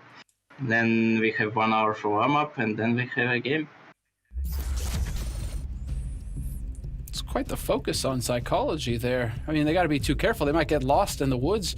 I mean, what's going on in the mind? Is it worth looking too closely there, Maniac? Is that a good thing to be spending so much time on the psychology? I think it's a scary prospect, but if you are not afraid to do it, you're gonna gain from this trip down, the rabbit hole. Okay. Now we need it, right? Going. Please enlighten me. Let's keep it on Counter-Strike for now, because I could talk about it for 5 hours now. The team that we have in front of us. Apparently this is Counter-Strike related, right? Yeah, it is. Obviously it is, if you doubt about the link between the two, but that would be too deep of a topic, I feel like. Okay. I could steal this one away. Hit it. Let me dive into Vitality, right? They're emotional too. Navi and Vitality are both emotional teams. Blade says when they get emotional in the comms for Navi that it's actually a good thing because it puts importance on situations. Vitality, the playstyle that they have and the way that Apex likes to in-game lead is very momentum-based, and that usually comes off emotion and the way that you're feeling the game. So if we want to tie that whole thing, put a bow on it, make it look good, and throw it into CS, that's how the emotions could have impact the game here today. Well, gentlemen, you know what else is going to impact the game? The maps. Let's go ahead and there you go, buddy. Let's go ahead and find out which maps are going to get picked for this series, and for that, I hand it over to you. All right, I guess we can start by saying that Navi will not allow Vertigo to be here. I think Vitality will jump on it, and you have the Eternal Train ban coming in for Vitality.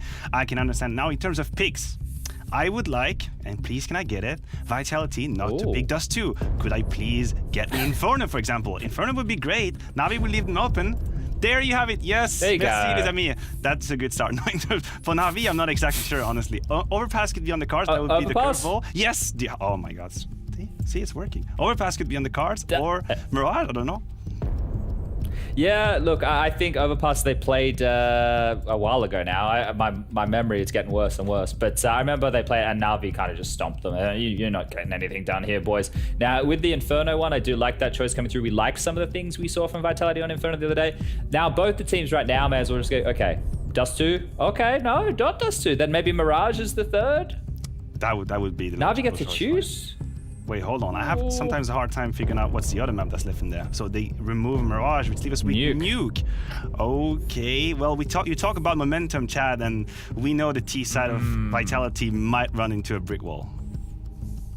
Yeah, Nuke's a scary one right there, especially with what we've been looking at.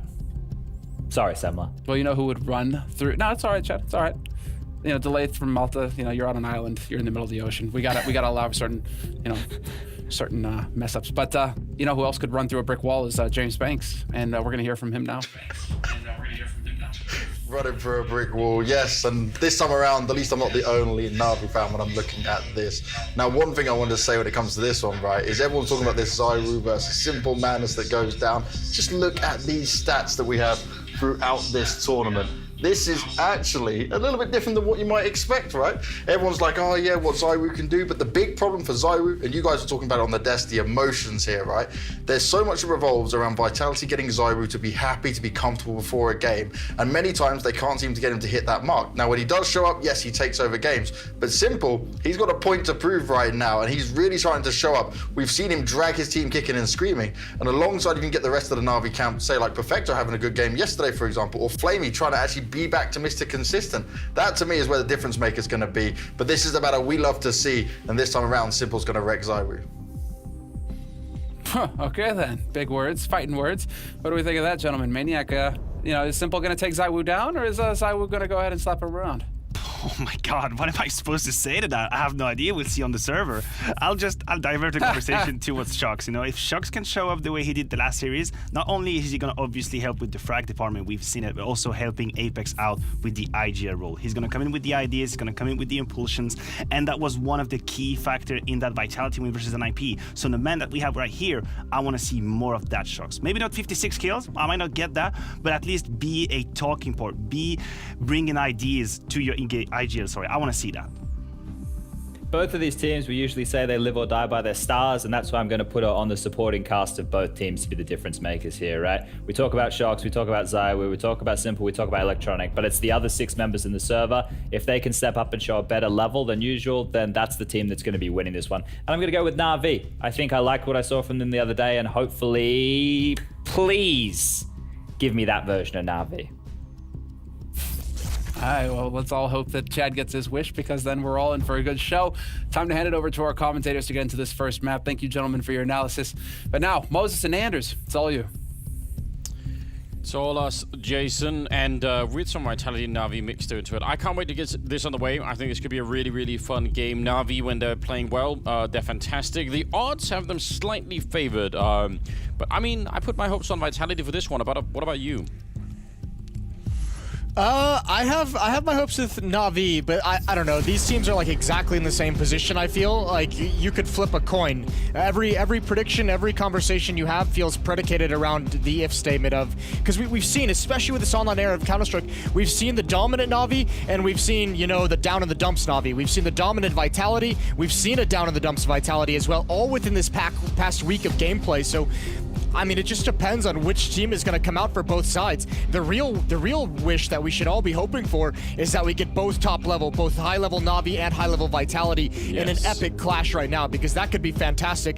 The top 2 players of 2019, Simple and Zywoo. You have excellent supporting cast on both sides, and let's see what each team has got.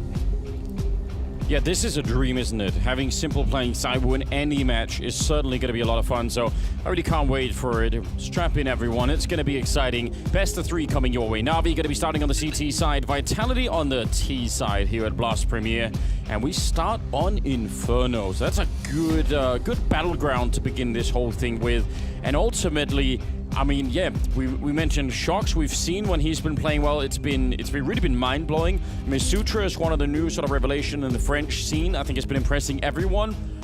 Apex has been playing way above his level, but he's been doing it consistently for a while, so that's exciting. And actually, in some sense, that leaves RPK as someone we know has a high level, and I think maybe he's had to do a little bit less in some of these games, but if he has, you know, an odd map here even throughout this best of 3, even that could tilt it a lot in favor of Vitality. So I don't know, man, this is an interesting game right here. Yeah, it absolutely is. I'm pumped for it as well, especially on Inferno when you think Electronic over in the pit, RPK over in the pit and on the balcony as well. Those 2 players always, I mean, Electronic is one of the best pit players we have in the entire scene, and I always feel like RPK has a round or 2 on Inferno every single time they play it, where he just pulls something out of nowhere. The real issue for Vitality is if you're the up and down nature of not just the team, but of Shox as a player. Like, we're all getting a little bit baited, as we always do, into the performance we saw out of him yesterday. 33 kills on Dust 2 to close out that series against NIP. We can't just, you know, we so rarely get to see 2 of those in a row from Shox, but if they get it, Vitality is going to be a team to be reckoned with. And here we are, live into the pistol run after a short tech delay.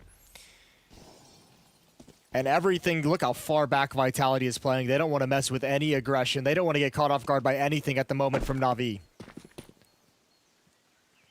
I mean, we do see some really creative pistol rounds on the CT side of Inferno, so I don't really blame them. Boomich sniping away, throwing some bullets. Could have easily been a couple of headshots there, but he's not going to be rewarded just yet. 4 people in the A-bomb site, and Boomich playing alone with... He's got no tools to hold him back. If they decided to run him down, then he would have to try and escape and just get, you know, fleeting headshots as he starts to fall back. I mean, the threat on Navi's side outside of Simple is obviously Electronic as well, and when both those players are playing well, it just seems like Navi can't actually be stopped. So I look forward to seeing how this is going to be playing out. They're wrapping around towards Arch, and this is going to be B-Crunch. Boomich, oh and dear. a lot of weight on his shoulders right now. He's going to have to come up big. He needs probably a double kill to make this retake really doable. Otherwise, it's just going to be tricky.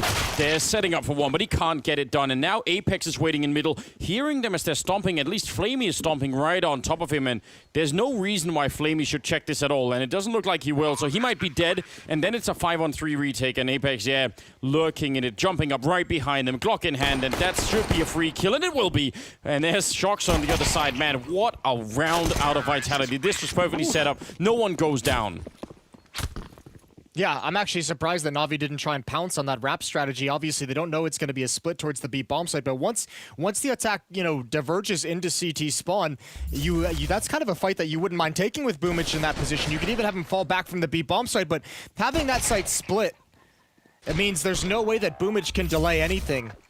Normally when you see one player over at Coffins in a heavy B hit, he tries to go for the one kill, falls back into ruins, and plays it safe for the retake. Yes. When the bomb site's being split, there's nowhere for him to fall back to, so I'm just shocked to see Navi not trying to be a bit more aggressive in supporting that side of the map, especially when you know there's just going to be 2 players attacking in CT spawn. Nade is out, smokes are out, Deagles and CZs for the Navi side. Yeah, and especially I think the smokes are what's really interesting in this round for Navi. If they can keep them, sometimes you get down to the sub 40-second mark. You've got 1 or 2 smokes left, and you could get into some real interesting tricks, faking out or forcing really the T side to run through one of them. So also means Vitality would do good to try and keep the pressure on Navi early on here to actually force them to use the smokes as much as possible. Well, I mean, I think they just got given a gift. They didn't really apply any pressure, and a couple of smokes came out. So that must be nice. That must be real nice. So it's going to be all on the Deagles. You've got Boomich on Rap side with the CZ, Simple with the Deagle at the A bomb side, Electronic on the balcony with the CZ of his own. And it looks like all 5 players of Vitality are going to hit up in this direction, so counter flashes might be the only thing saving Navi in this round. And coming towards the Rap side, long-range fights, 4 players. Boomich is going to spawn out, fall back into the site, but he won't get away, not at all. And Simple hasn't been involved. Electronic gets nothing done. And Vitality are going to get a second round. I'm going to see a replay of that run boost. I really want to see that. Did he jump on top of the little pallet that's out there and just... I don't even know how that's meant to... Impromptu, improvise, Tony Hawk a run boost in the middle of a bomb site take? Yeah, I really desperately need to see that. That actually kind of blew my mind. Maybe it's not as cool as I'm making it out to be, but I do have a history of building these things up, but still. Of that? Oh, that would be cool. Maybe it's designed. Maybe they've practiced it. 2-0 for Vitality. A very good start here on Inferno. So, is he going to make the jump up? Yeah, so he jumps up here, and he's going to continue on to his team and just run. That is so cool. Boomich must just be wondering, how? How were you that quick? All right. That's interesting. Don't know if it's worth, incorporating into a permanent strategy. Probably not going to be that many times where it's actually going to work out that way. But still, it looked cool. And that's important too, Yeah, style points very underrated in Counter-Strike, I feel. Simple with the Deagle again. We'll see if he can do any damage this time. Didn't even have an impact on the previous round. I don't even know if he got a shot off. And plenty of MAC-10 still on board, so Vitality can investigate. You have Vitality for this one as well, part of your anti-maniac strategy of predictions. Yeah, I've realized since Maniac is essentially fighting reality, and just in my experience, reality usually comes out on top. I thought I would I picked that side too. Worked well in the first game. Okay. It did indeed work well in the first game. That's some pretty crazy stuff. Up mid we go. Molotovs are out. Utilities out. Surely Electronic knows he's going to burn, and now he's blind, and now he's dropped by Masuta. Did Zaiwu burn on his own Molotov because Simple did just enough damage? Yes. That had to have been what happened. Maybe he jumped to his death? Well, yeah, he definitely was tagged by Simple. It did look like Electronic had just accepted his fate at one point in time. It was like, you know what? I'm not even going to put in any effort. This is happening. Ooh, nice little run around there for Boomich. And he's pretty good with the MAC-10. That's the bomb on the ground with 20 seconds. This is actually a little bit worrisome. They're going to pick it back up again, but Apex a little bit low on health, and Simple trucks RPK. And that should be the end of the round. What a comeback here from Navi really early on. Not just getting the round, but also getting those AKs or the Galil. That's huge. Nobody had control of lane, of quad. That's a massive victory for Navi. That's a round where they don't even really bring a whole lot into it. And I think even the bong being planted, that's like rule number 1 of that A bomb site. Was he actually... Let's see the replay. Was he actually planting, or was he just going to the default plant spot? Because rule number 1 at that A bomb site is if you don't have control of lane, you don't plant default there. And that's what allowed Boomich to be able to grab that 1 kill and delay everything. The big win of that kill is it actually forces Apex to leave the pit. Yeah. So there's no one to set up a crossfire with the players in sight. So a nice positioning victory from Boomich as well. That's really huge, and you know, Vitality, we've had some great games out of them, but that's giving Navi a round in some sense a little bit too early in this match. Makes you feel uncomfortable. Let's see what Navi do with this gift, though. I mean, as much fun as it is to win a round like that, it can pretty quickly be wiped away if you can't continue to build something behind it. A lot of Molotovs here, keeping Apex feet warm for the minute. Grenade landing on Boomich, and he will just fall back. There's no fun anymore. His ears are ringing.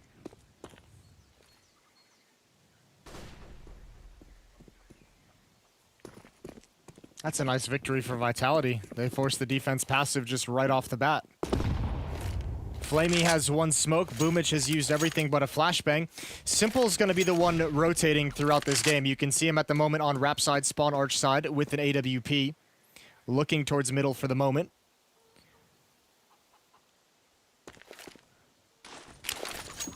Classic smoke over towards the little pit. That smoke goes up in just almost every round. They're going to try and see if they can catapult down towards the pit, and they haven't checked it yet. Electronic is still back here, and he's surprisingly still alive for a big kill. Simple and Perfecto helping out. Now the bomb is stuck in there, and it's going to be hard for them to fight their way out yet again. More backup is showing up. Apex getting a kill, but Electronic is just down here the whole time, and that's brought enough for the rest of the Navi squad to show up. Almost a kill there. That could have been really dangerous, and Apex, he almost has to go and fight them a little bit here before they can even think about putting the bomb down. He tries to transfer onto the player in the corner. That's Simple with the AWP, but hasn't found him yet. Now it's going to be a bomb plant, but they're boosting over. Oh, they could almost kill the bomb planter here, but they don't do it. And just like that, it's a 2-on-2 with now finally Apex falling back and Shox trying to play it safe. If they turn this Vitality, it would be so upsetting for Navi. All of this round looked like it was going to go in their favor. They had the 3 opening kills, but now Shox is in pit, ready and waiting with the AK, and they have to cross that line. They only have 1 HE grenade. They're going to dunk it on Shox to take him down. That's a big start. Apex, a little bit of damage, and he's back for more. Out in the open as well. He should be dead, and he will be. Flamey takes him down, and Navi barely win the round. They have a kit there. Yeah, that's a good retake, but oh, you're right. It feels like it never should have gotten there. What a great sequence from Apex, being so aggressive towards small pit. He knows he needed to get that 1 kill before they could feel some kind of safety. That is a great play. Electronic did everything possible inside pit. That's what we'll see throughout this half. How good he is at holding on, and his decision-making there is spectacular. And what a grind of a round, and it comes down to utility. A perfect grenade placement onto Shox, and a nice follow-up onto Apex. Yeah, that was, in some sense, around that 2-on-2 at the end. If not for the HE grenade, you wonder how that plays out. Oh, they don't win it, I don't think, without that grenade. I mean, that makes it so much easier once you take away that pit player.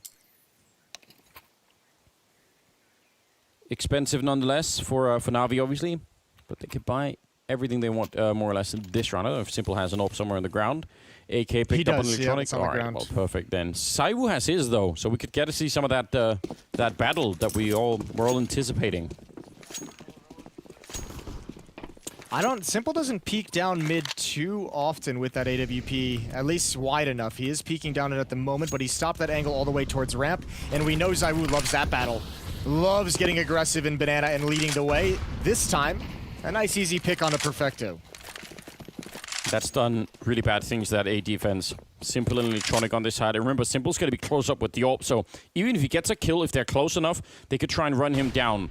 If he keeps going, it's so dangerous. Saibu's there on the other side, and here's the impact. Saibu will take him down. He was so ready for it. He knew it made noise, and then almost bait Simple into the fight as the Electronic. Yeah, it's raining men right on top of him, and they are going to be saving these guns already. No doubt about that. Well, ZywOo, that's a great, easy way to win the round with just 2 kills. The opening pick and the supportive angle that you have as your teammates run up mid. You're looking for that follow-up peek, and you get it out of Simple. He goes for the delayed swing towards brackets and is shut down. So good movement, good kills from ZywOo, and Vitality have 3 kills on the board. ZywOo might be like one of the, maybe the only player I can think of in my mind whose production with the AWP doesn't really drop off on the T side of Inferno. No, he's... Like, when we switch side, like, Simple, for the most part, still uses the AK-47. Yeah.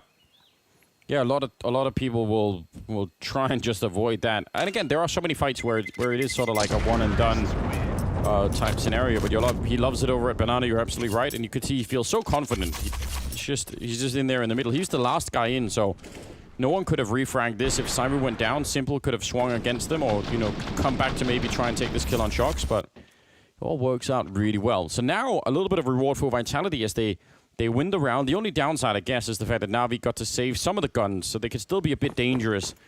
But if they win this next round, it's actually starting to look really good for the French side, and this is early on in the half. Yeah, well, I mean, remember, even Navi just got given that gift of the round with the Deagles as well. Ooh, ZywOo spotted one jumping around the corner. 2 M4s on the board. Look at Boomich. He might be able to wrap around. If they can cause any kind of a delay, and Simple is coming back now as well, they need to get someone to take attention and just slow this down. Let this flank come to fruition, because Navi know where Vitality is heading, but they're not able to actually get in position to stop it. And I have to imagine Boomich is just going to fall back to the B bomb site and save the weapon. Decent enough damage from the USP, but there's no reason to get these M4s involved in this round. No, I agree. Excellent shooting from Perfecto. This is a great double tap with the USP. But yeah, Boomich is sticking around, and that is going to be one of the M4s possibly lost here, unless Electronic can make his way out with it. Looks like he's just going to escape. I would say that's, again, probably not worth it here. Regardless, a 4th round for Vitality. And again, this is they look really focused. This is the kind of Vitality that's actually great fun to watch. Yeah, now we just need to see that out of Navi as well. Yeah, 4-2. A small lead for Vitality. But Navi still, I mean, even with winning that round, they've only had the 2 and obviously put in a weird economic situation right off the bat, so never even given a chance to kind of grow into this game and build any kind of economy up. Here's a weird one, Anders. 5 of the 6 rounds that have been played so far, Navi have survived with 2 players alive. So, I mean, they're doing what they can to keep some guns moving forward, to recycle some cash and not have to spend everything, but time to start winning. Yeah, well, and that kind of statistic is, it's one that sort of, you know, it could be good in the future of the half, right? Like, it could be good later on if suddenly that saved economy means you win another round and then you could keep building on it. It's not so good if it's just, you know, something that keeps on going until the end of it. Yeah, and well, here's the bad side of that stat as well. 5 of 6 rounds, Vitality's been able to get into the bomb site and get a bomb plant. So the reason why 2 players are surviving, you know, those rounds is because they're not able to stop Vitality from taking over the bomb sites, and they're not able to really even go too often for the victory. They just have to save what they have in those 2 players. A nice stack in middle, underneath and on top of Porch, with Simple having the AWP, but we've seen this a number of times. We always mention it. The kryptonite for this is any kind of play out of halls, which Vitality is not heading for. In fact, the bomb is backing up RPK and Apex up Banana. Flamey and Boomich might be put to the test. Actually, deep grenade lands on those players over at the quad side, so they take a lot of damage and they're still stuck all the way over there. The rotation time is going to be a really long one, unless they're coming back. Here's the problem, though. I mean, you said it. You can either jump out halls. There are a lot of Molotovs that people can throw to that corner as well. That can be really uncomfortable, and there are no more smokes left on the Navi side. So both Electronic and Perfecto in that corner, they could be in a little bit of trouble. Here's the early fake aggression coming out. They're shooting into it. It's Irby over there on the other side. Electronic, really good double kill. It still leaves Simple inside. 18 seconds. The ball making its win. They don't know that he's there, and that's going to be an easy kill. Now 10 seconds. They must go and fight him, but they're so far away. Actually, they can't even make it. That's one kill to win the round just because of the time that's left. Really, really interesting. I think that's actually a very cool strat from Vitality, but because there's a third man in that A bomb side that never rotated out, it completely backfires. Well, actually, it's because all three players, like Simple, if he was actually playing where he normally does, on Rap side towards Arches, he rotates to the B bomb side, and he has no chance of stopping that play. Because they actually have the setup of 3 at quad, 3 in lane, the fact that Simple starts rotating, he's still at the bomb site when the information from his teammates come across that it's actually a fake and they're coming up mid. So he's able to recover it very quickly. So that defense still kind of, while we didn't see like the exact stack work the way it was supposed to, it still has a good impact in winning the round. Simple gonna go for a late peep, pop flash over, shocks his blind, and ooh, something scared Simple away. Yeah, didn't want to hang out for too long in the middle. I mean, all being mid on the CT side like that, I don't know. People used to do it similarly as the way people used to do it on the CT side of Dust too, but I feel like it's really, really dropped off. Yeah, we only really see the peaks from CT side when they know, like 100% certain that there is going to be an economic advantage and there's going to be no op down mid. All right, 5 players of Vitality and Banana. This time it won't be a fake. Excuse me, there's 4 of them. It's Masuta back lurking at alt mid. That's a role we normally used to see Shocks in for this team. And man, Zywoo's got just a straight up opening pick. It's a dry peek. And Boomich, RPK did not get blind by that flashbang. Holy hell, that is a decimating hit towards the B bomb site. Vitality's going to be up at 5, and once again, it's so quick, it's so quick and convincing, and Navi can't go for anything. I mean, that's an unreasonable luxury to have going into a B bomb side, right? One opening, boom, and it's done. You're in there. I don't know what kind of a setup Boomich would have needed to get, any chance for them to win the round. He's gonna have to basically get both the first 2 kills instantly and then stay alive long enough for more people to rotate in.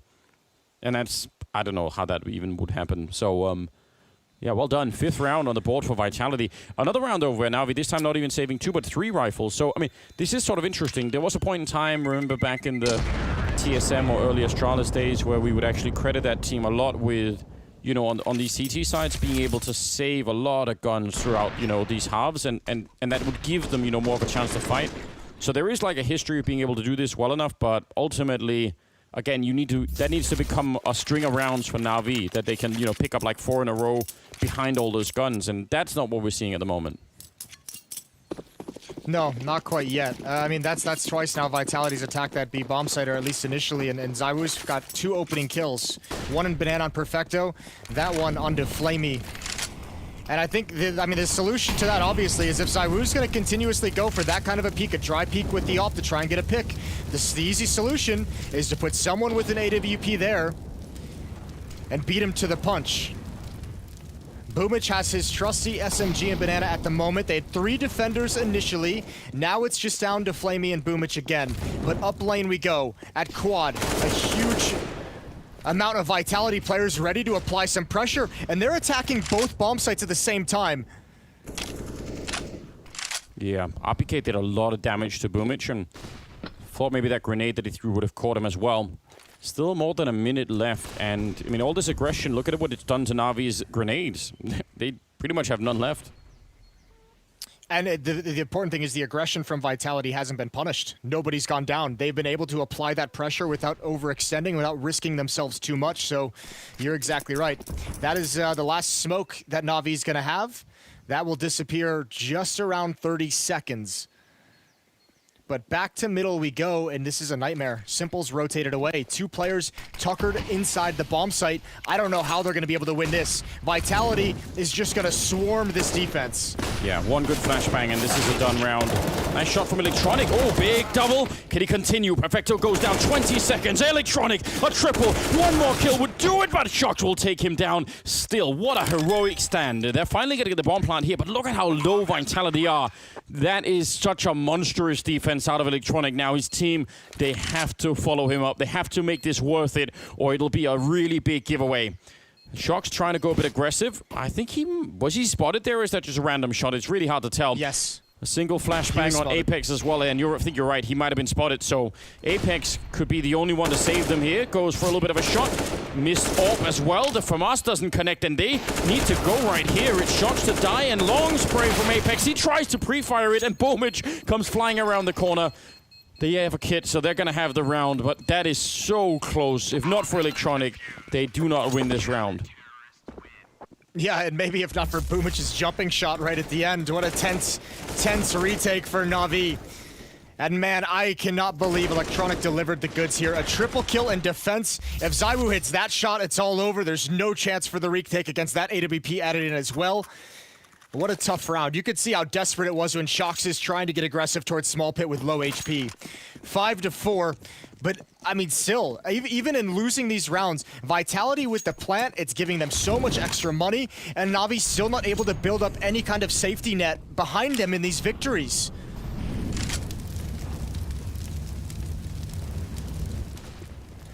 There has been 7 plants of the 9 rounds played so far, and there's another opening kill delivered. This time by RPK with the help of an Apex flashbang. That flashbang happened just as Boomage decided in his brain to just start shooting through the smoke. So he was looking straight at it and completely dead. Grenade on Flamey. Gonna be a bit annoying. Nowhere near as annoying as when the follow-up Molotovs start to rain down, and he will have to sort of run into the bomb site as they're flanking around the corner. He's going to have a good defensive grenade, and actually they just run straight through. They don't even care. Good shot from Flamey, but they're already through in construction, and he's alone in the back here. He has to get a double kill and buy time, otherwise this retake can't happen. Electronic is still over at the arch. They're not even close to doing this, and Flamey runs in. There's one pick. There's the double they needed, but Simple also went down. Nothing could go right for Na'Vi. Even if they have great individual performances here, it's still really tricky. I mean, Flamey with the triple, is it going to be enough? Electronic showing up, tapping at range, and Shox will put him right down. 6-4, and that is all of the money gone for Na'Vi. In the craziness, no one from Na'Vi saw Apex push through the spawn smokes and get that position to eliminate Simple. Excuse me. The only thing they could do in rotating, because they had an early rotation over to the B bomb site, as soon as Boomage went down, Simple and Electronic both rotated to the wrap side of the A site, so they got there quickly, but all they could do is throw those flashbangs.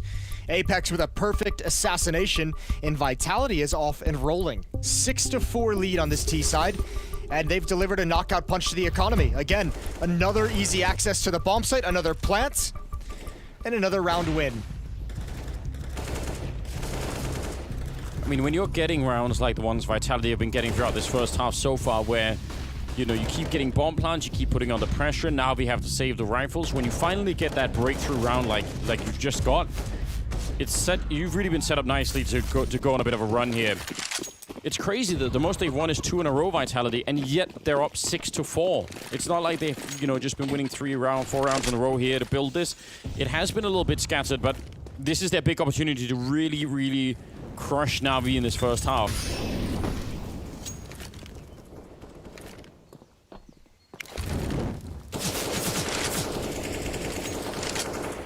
All right, Apex boosted over. Boomage again goes down blind. What a transfer up. And Apex is open to the bomb site. Another round, I mean, you can save, but it's not like you have a whole lot to you know, be happy about saving. Still in the next round, it'll be Deagles and P250s.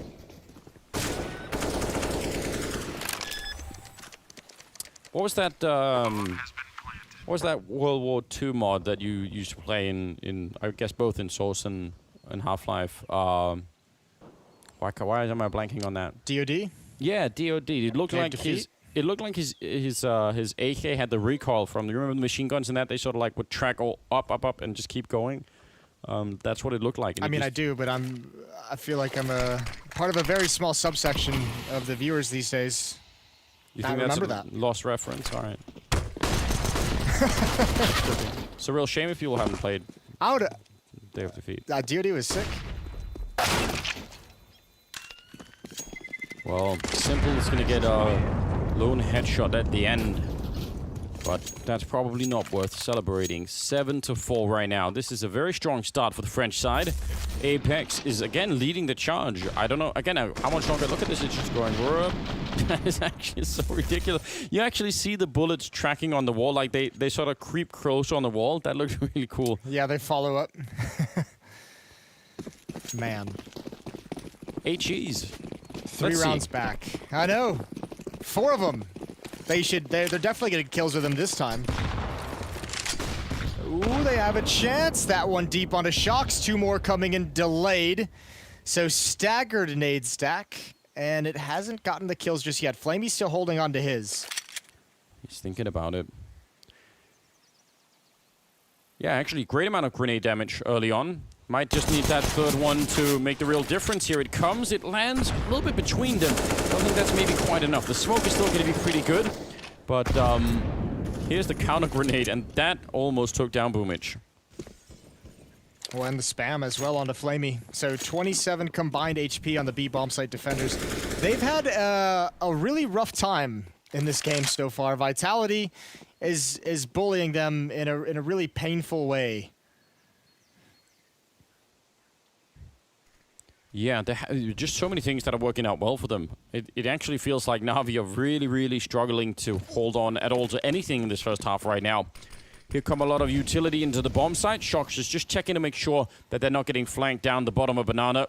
40 seconds on the clock, and yeah, once those grenades go out, I don't know, it's going to be very hard to do anything. They would have to get a magnificent amount of kills, all 3 of them pretty much defending this bomb site, because Simple and Electronic are so far away that there's no way they can get here in time, so it's unlikely, but let's give them the benefit of the doubt here.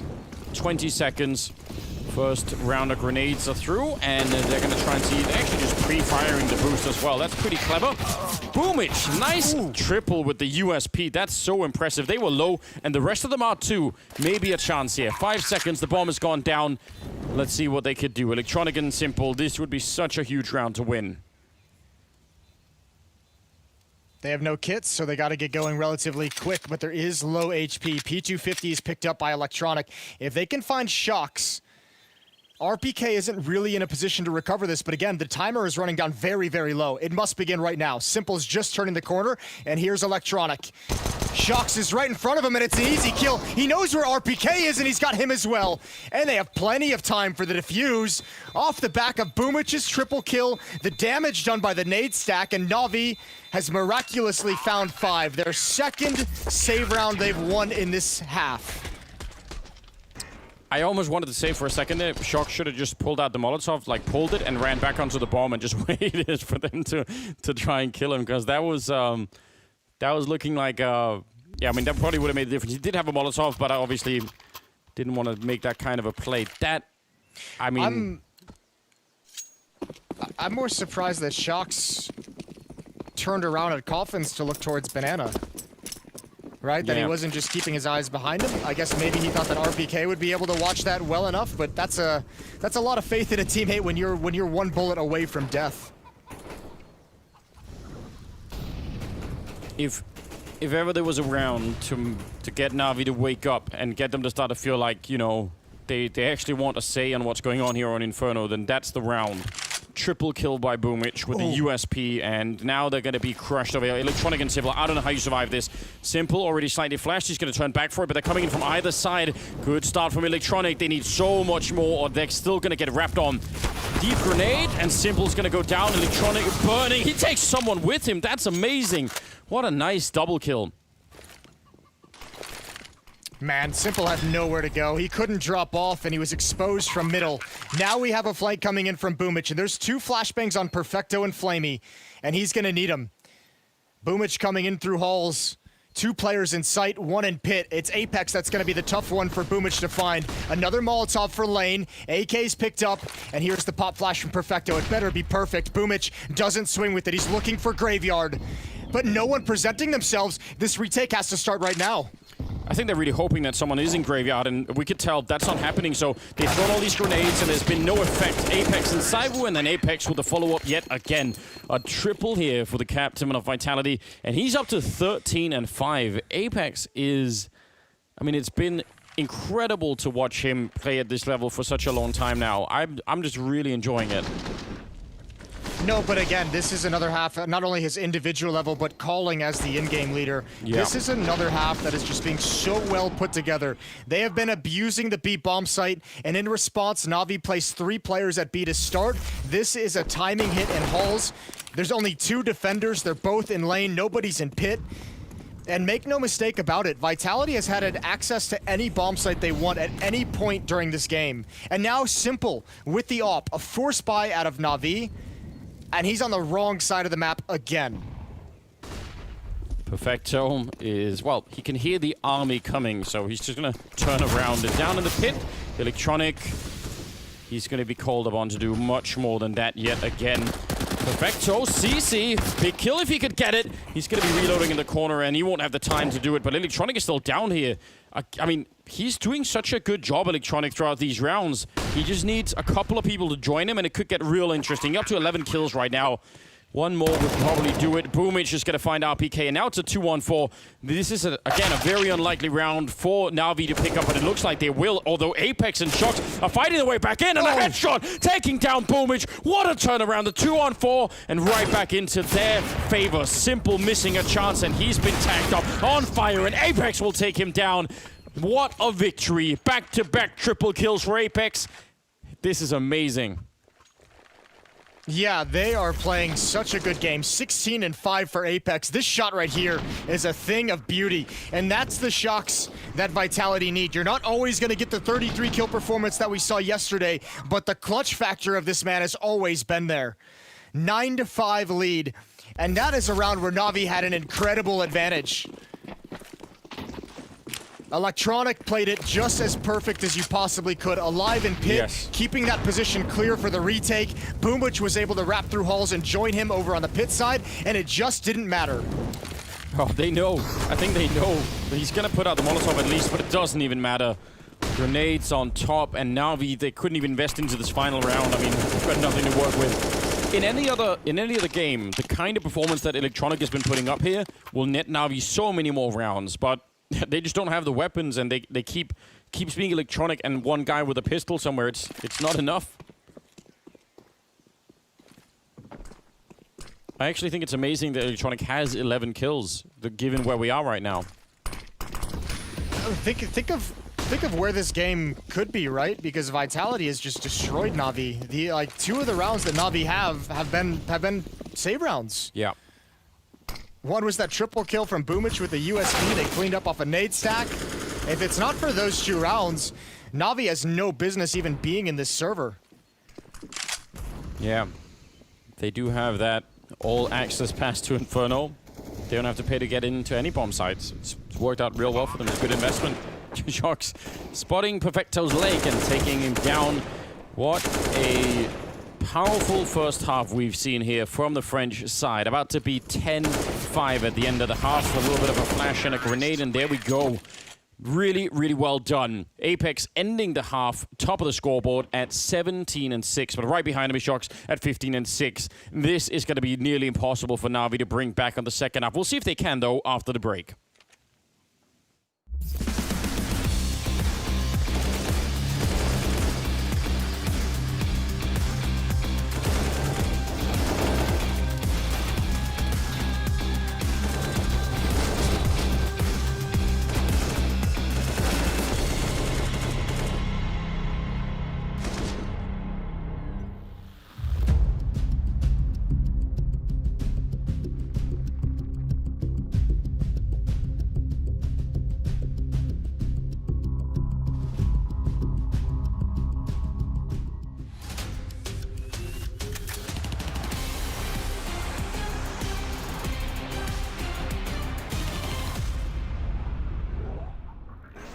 last one?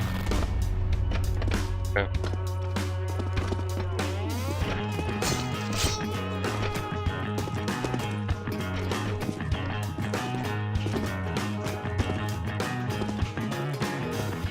No.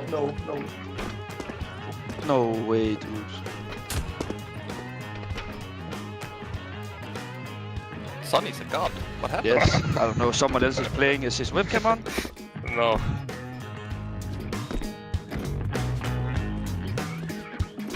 Okay, that jump is actually hard.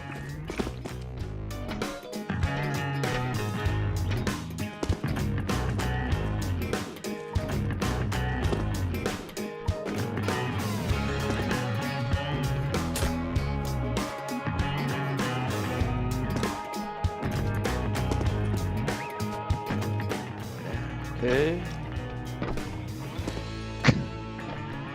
What are you trying to do? Oh. Guys, I'm still stuck, guys. Yeah, I don't know. I'm also gonna be stuck on this one. I made it.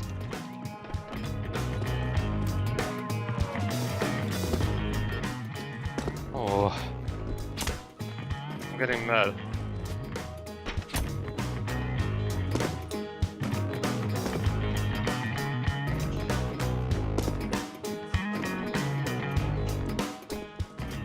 I made it, boys. I am the champ.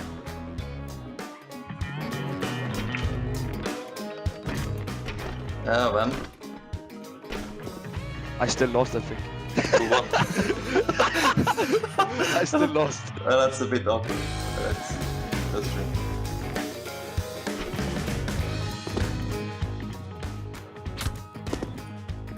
Where should I go now? Okay. Yeah, pretty close.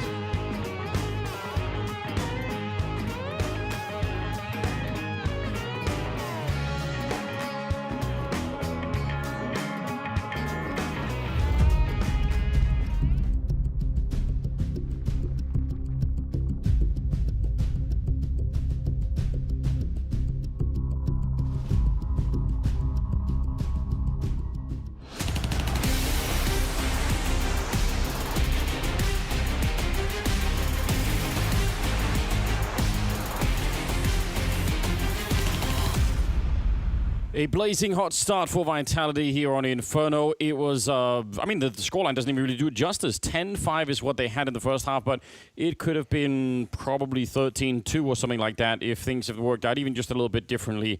Electronic tried his best to stop them, but he did not have a lot of backup, and Apex and Shox on the other side were just too good. Yeah, and I mean, there was no great resistance from the Na'Vi defense. There were 9 plants in that half for Vitality. They got access to the bomb site whenever they wanted it. I mean, 4 of the 5 rounds that Na'Vi won were defuses. So yeah, some nice retakes, some very good job in that front, but no way to actually build up any money if you're constantly losing players and have to scramble to try and get back into the bomb site. So for Na'Vi on offense, they've got a huge job to do. They have to rattle off 11 rounds. They have to grind out 11 if they want to take this in regulation. It's going to start here with the pistol round. You have utility on Boomich and Electronic. No upgraded P250. Sorry, Anders. It's Apex with armor and a CZ on the CT side. For shame. Actually, on Inferno might be one of the maps where actually I could be okay with not having the P250 because you're probably going to get close with the Glock anyway. Get over it. Yeah, or have to jump around a corner at a weird angle. Yeah. Oh, Shox. He's going to go on a mission here. Flamey is around the corner, so this is either genius or very dangerous. I think, yeah, his gun must have been spotted. Nice kill for Flamey. He definitely saw that. The tip of the USP. Now, 3 people on the B bomb side, so let's see if Na'Vi are about to make a big mistake. I think they are. Bomb's been here pretty much the whole time, and you can see how far back the 2 players in alt mid are. Cyber's going to blow up, though. They don't want to progress at all. Ooh, double nade! What a great pistol. You're exactly right. Good call. 2 nades land on Zaiwu. Now Masuta's still boosted. There's some danger still in this pistol round if he can land the shots, but they now know where he is. RPK's alone and in the open, and that's it. Na'Vi gonna get the plant. It'll be a pistol round for the T side. Do you want to know something interesting, though? I'll tell you this I would love to. while we wait. You could tell next time we go and check out Apex webcam, notice how he's actually got like a slain lion that he's wrapped around a chair or something. It looks like the North logo. Yeah, I think he's sending some sort of message in the background there saying, you know, I mean, not that I know what North are doing these days anyway, but I like it. Psychological warfare. I really enjoy just the entire feng shui of what Apex has going on and wherever he's playing. I just imagine him in like some mountain villa somewhere in France, playing these games from isolation. He's got like a baguette oven right behind him. He's, you know, as soon as he gets done with his games, he cooks up a fresh loaf of a baguette. I imagine that probably the sun is shining outside. He's got a pool out there. He's probably look at the background. That's the North logo. Look at it. It has to be. Bro, yeah, everything he's got going on there, I'm into. Yeah. Do you think there are just like people sunbathing outside? He's got like in the break between maps, he's just out there partying a little bit, and he comes back in, sits down, does his business, and yeah, I imagine. I feel like Apex is winning at life. Probably.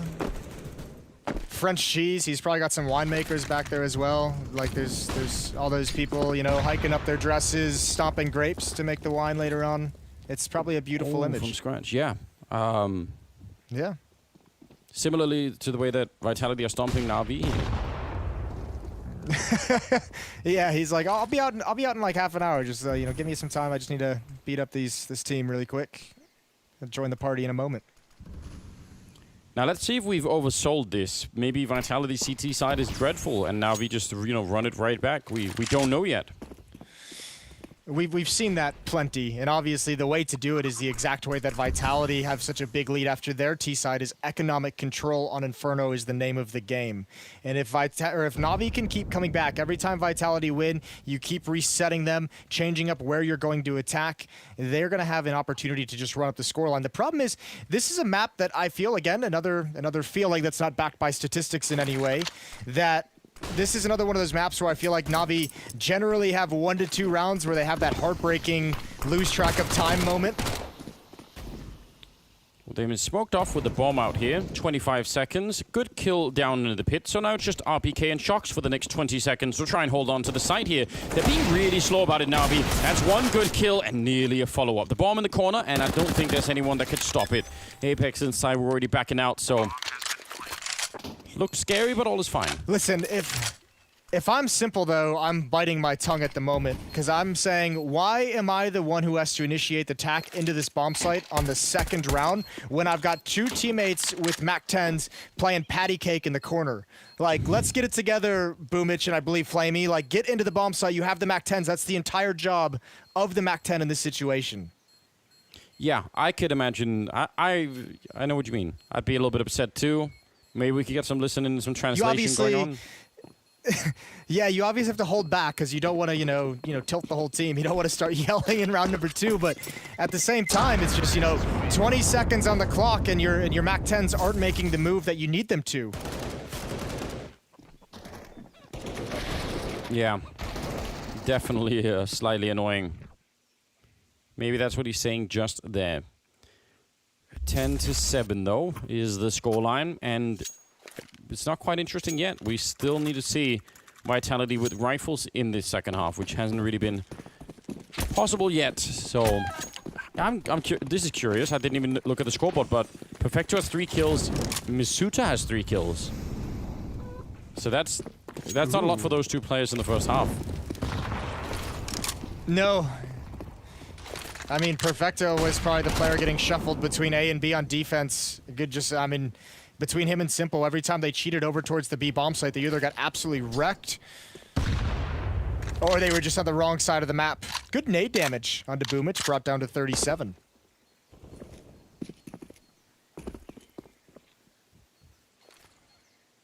Yeah, Navi you want to spend what's left of this round probably figuring out if there is a stack and how to avoid it. Sai was sitting inside of the smoke that was put up there from the Navi side. He has a flashbang, so they pretty much got 1 shot at landing that flashbang perfectly when Navi turned the corner. Not that many Molotovs on the Navi side, so I mean, it could actually get a bit interesting here. It's still obviously heavily favoring the Navi side, but it's not impossible that this could be you know, a real upsetting round.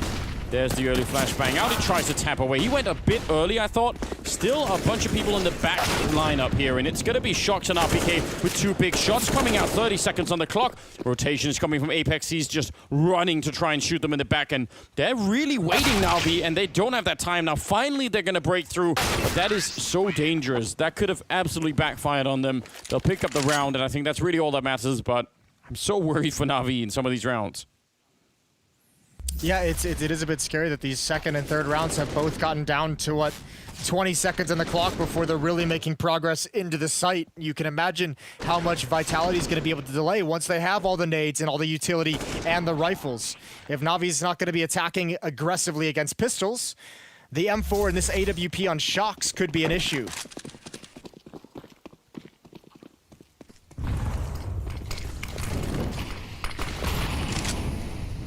8 to 10. Yeah, I think this is where it's really going to get interesting, because the pace and the confidence for Vitality on the T side was just completely unmatched by anything that was happening on the Navi side. But it's been a little minute. I mean, we had the break between the halves, and obviously 3 rounds to start off Navi with here. Maybe that's enough to get the engine up and going, and maybe they could find some of that confidence themselves. Boomage again is going to get grenaded on Banana down to 40 health. That's annoying, but it's kind of par for the course when you're that Banana lead. That tends to happen a lot.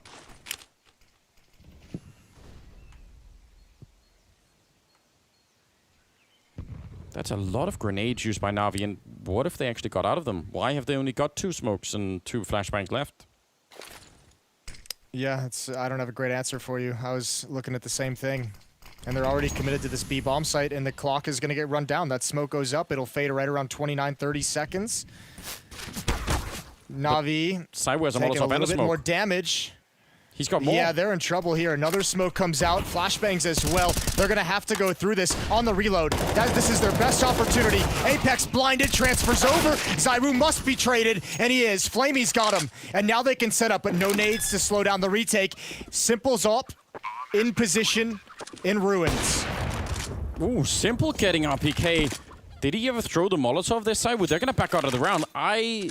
They're not going to get many more chances to defend the B-bomb side that effectively. That's actually kind of upsetting for Vitality. Yeah, well, he didn't throw the Molotov because he was spamming through the smoke and then got caught in the reload. And then he just had to fight for his life. It was too late for the Molotov.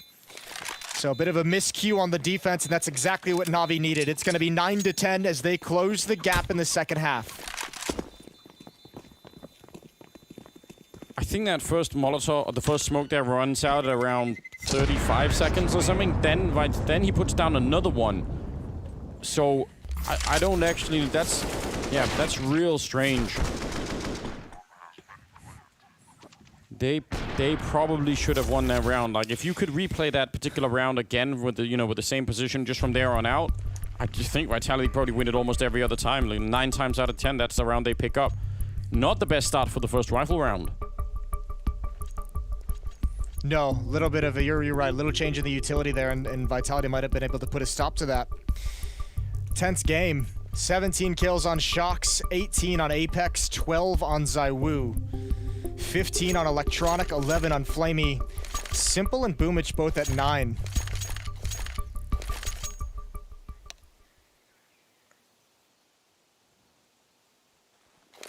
This is so interesting now, because with the rounds that are passed, and again the break between the halves, all that momentum and strength that we saw, it's a little bit of a memory now. It's a little bit further away in everyone's mind.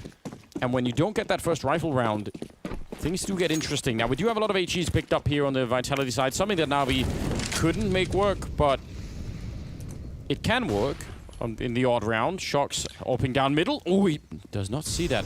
I can't believe it. That is pretty crazy. Listen, the devs talked about this game. A lot of it is going to depend on the supporting cast outside of Simple and Electronic, outside of Shox and Zywu. At the moment, the supporting cast of Navi, 26 kills. For Vitality, it's 29 kills. Just a 3-round split between those other 3 players on each side. So still pretty close and reflected in a 1-round lead. aggressive retake of top banana, but they don't actually catch anyone with the grenades. They really wanted to find someone out there they could isolate and kill, and it doesn't work out. Look at Electronic, though. He's been doing this the whole way through. He's just infiltrated the enemy lineup, and he actually looks the wrong way. What a steal. That should have been the round-winning move, and now instead he gets caught, and inside of the bomb site, RPK a little bit close. Shox not able to get the first shot in, and Cyber will go down as well. It's just a matter of finding Shox now, and they have time for it. 40 seconds, he can't get that follow-up, and Flamey will make sure that this does not get out of control for Na'Vi. I mean, I feel like Electronic got robbed. Well, I'm amazed he didn't hear ZywOo running. I'm amazed he never heard a footstep. Maybe there was some communication. Maybe he was trying to talk. But either way, ZywOo spotted him out and waited for him to turn that corner. So, 10-10. And it has been 5 rounds straight for Na'Vi. They're on fire after this round victory. Vitality have yet to put a round on the board on their defensive side. Masuta still with just the 3 kills in this map. Yeah, just the 3 kills and saving the gun out here as well. Man, this is looking like a great comeback for Na'Vi. It's 10-10. They've tied up the scoreline. They're starting to get a bit of production on board. There are actually people trying to help out Electronic, which must feel good to him. Yeah, it must be a new experience. Yeah, he's loving it. Yeah, it's not bad. I mean, yeah, they're doing it, and it's simple. I mean, I guess the saving grace for Na'Vi as well, when you think about it, is we haven't really had to say Simple's name a whole lot, and they're tied up 10-10. You're not talking about him finding opening picks with the AWP. You're not talking about his heroic sequences, his multi-kills. So, still without their all-star player, delivering a good map. Perfecto with an opening kill on Apex, and moves forward of the nade, but he's got ZywOo over at Sandbags. Nade, Molotov combination, ZywOo staying alive just barely. A lot of utility being sent out by Vitality to keep him protected, to allow him to retreat. Yeah, Perfecto, another one of those players that's had a bit of a rough game, but being able to find just 1 kill in 1 round like this, maybe especially in entry on Banana, is huge. You know, I think Vitality made a call just now. They said, if they come B, save the rifles. If they come A, maybe we win. And it looks like they're going to be saving the rifles at the moment. So I don't really mind this. I mean, you know, I guess from an action point of view, it's going to be a little bit of a letdown, but I think tactically it makes sense. Oh, especially, yeah, it makes 100% sense. Especially considering how much, as I just mentioned, the amount of nades they had to use to get ZywOo away safely. The fact that Masuta has 5k, so he can drop any weapon that Apex wants over to him. They'll have a full buy in the next round. I think this is a great call for Vitality, even if it is painful.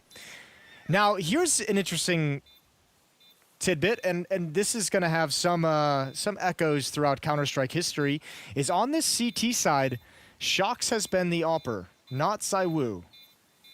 Yeah, which is, I mean, I guess it's not a dreadful thing. Maybe ZywOo's just made a call. I actually don't like doing it on this round or on this particular half. But yeah, it's definitely a bit of a change up. And they could obviously go double up, but that carries some risk on Inferno too when you're on the CT side. Well, yeah, I was thinking about the same thing, because Masuta with 8300 can drop an AWP over to ZywOo. ZywOo can pass off his M4 if need be. They have a lot of different options here for Vitality. But I don't know, it's a little bit scary that they're not able to find the solution quite yet. I'm almost kind of shocked we're not seeing a timeout out of Vitality. Maybe we'll get one at the end of freeze time.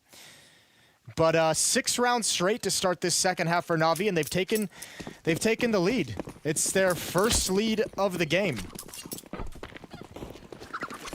Yes, it is. Good grit and determination on Na'Vi. That first half must have been real painful, and yet they just kept their heads down and kept fighting, and it's paid off right now. That's in itself, I think, kind of impressive, and it's a feature of Na'Vi that we've seen fail them in the past, where, you know, things do tend to spiral out of control, and you end up having yelling on TeamSpeak and all the rest of it, and if, you know, they don't seem to be able to recover some of those losses, but not so right now, which I think is really positive news. Well, and also, I mean, if they were on the verge of maybe breaking after the first half, obviously the start they have in the second half, you know, drives them further away from the edge.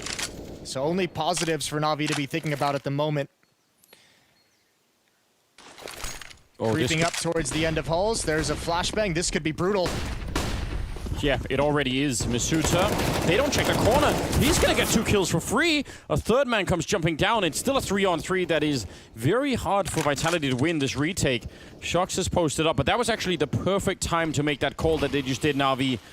Deep grenade, won't kill anyone. It's not even going to touch anyone, it seems. And there's Apex going down. And now they're at the risk of losing all of their rifles here. Vitality, I mean, it's even shocking that Masuta got those 2 kills. This could have been over 20 seconds ago.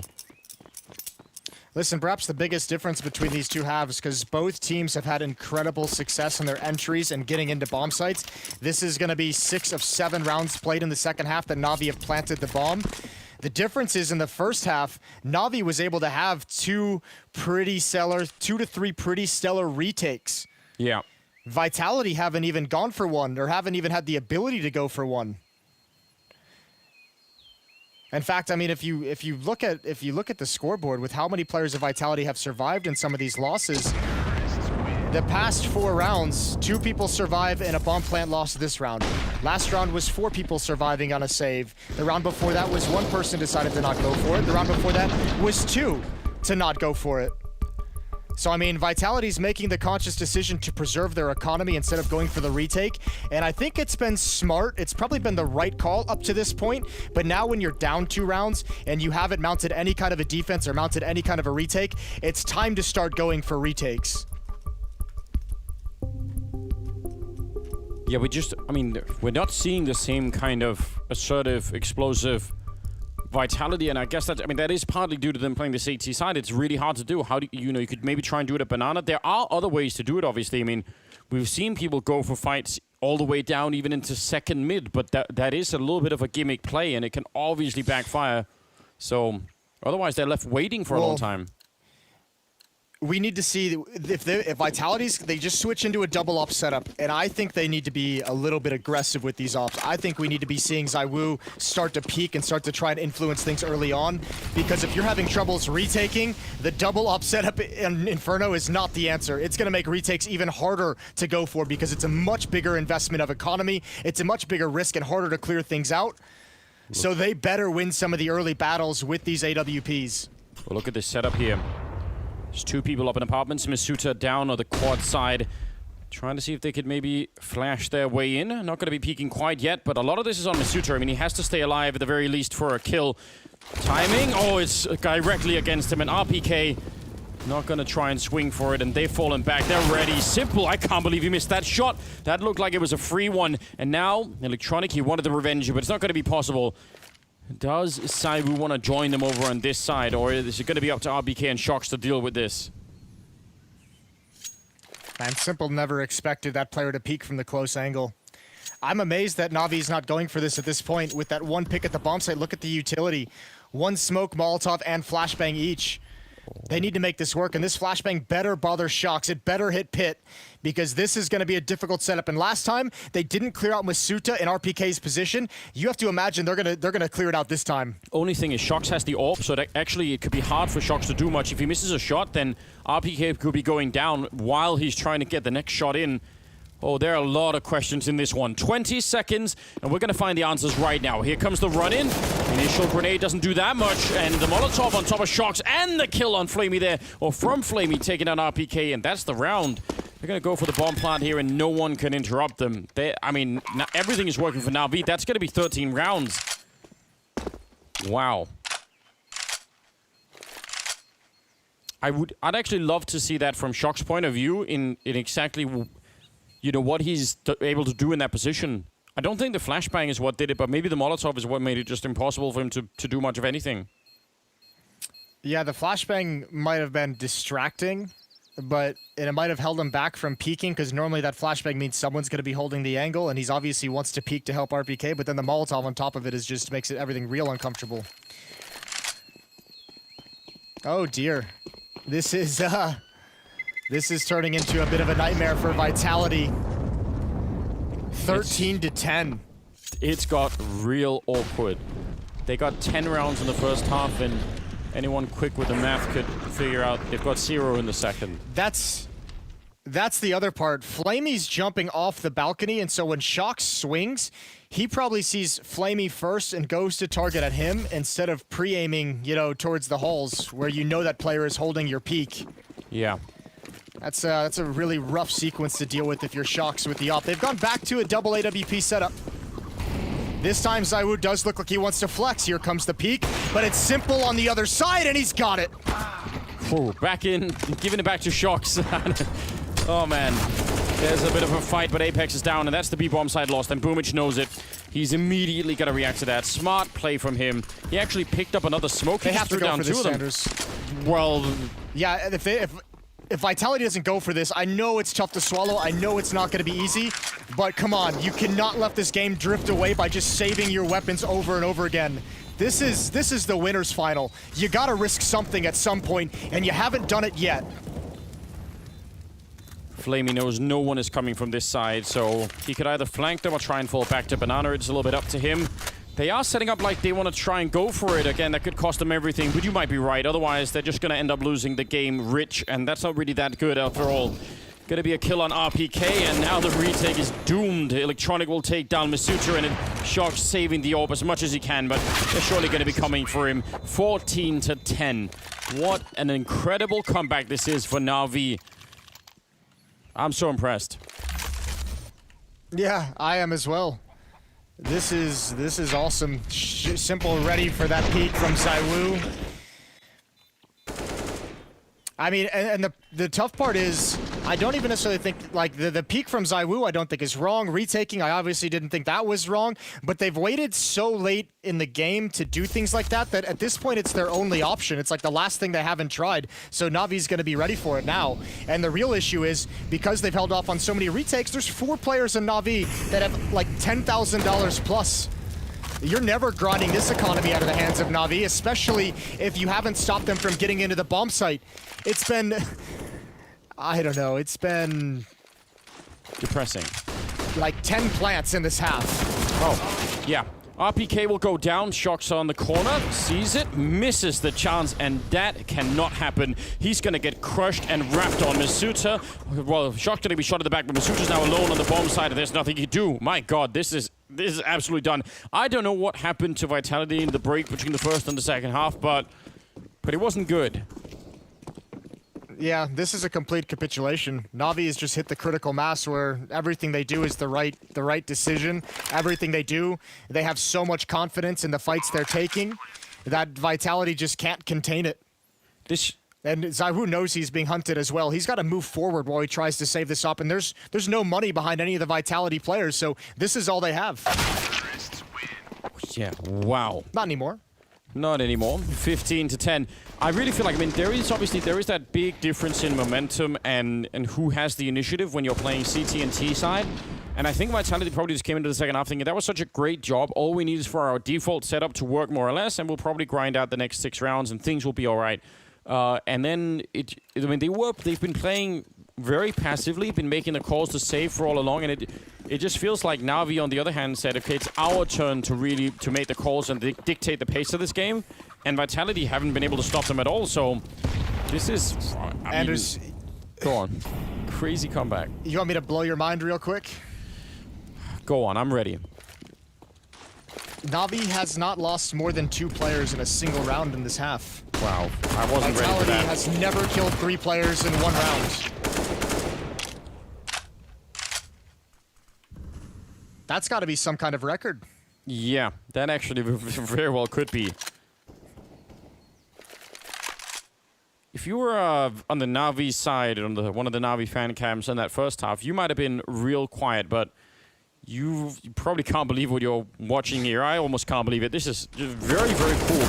Down the middle, Shock's going to get at the 1 kill there, but in the B-bomb side, alone is Apex with a FAMAS and 0 grenades. Now, there is a bit of a flank coming in. Now we have a timer on this where they need to go or they're going to get shot in the back. 45 seconds. They're sort of looking for it, and they realize, yeah, no one's been checking it. Now, Boomich, He's so exposed in this position. 40 seconds, and they're going to start to move their way in. Apex hiding in the back and waiting for some backup. Misuta coming through construction. There's the peak. I mean, it's heads-up play for Boomich. They know what's coming. They know they're boxed in, and now they're trying to fight their way out. Electronic getting the kill on Apex, and that might be it. 24 seconds here, and fighting their way back. And look at Electronic. He's running Boomich with the bomb all the way to the A side. It's not even needed. 16 to 10. They don't drop a single round in the second half here. And Navi with a crushing comeback against Vitality. That is going to be hard to recover from, ladies and gentlemen. We'll see if they can in the second map. And that's coming up after we get to talk to the analysts, so stay with us.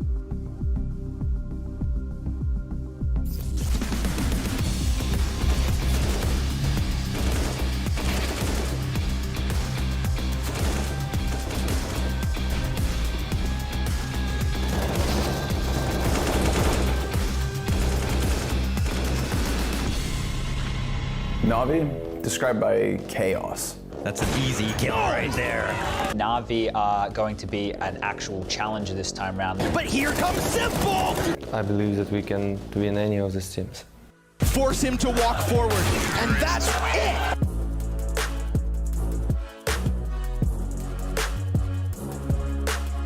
I have high hopes for them. I think that replacing Zeus was something that was inevitable. He knew he had to step away. Firepower.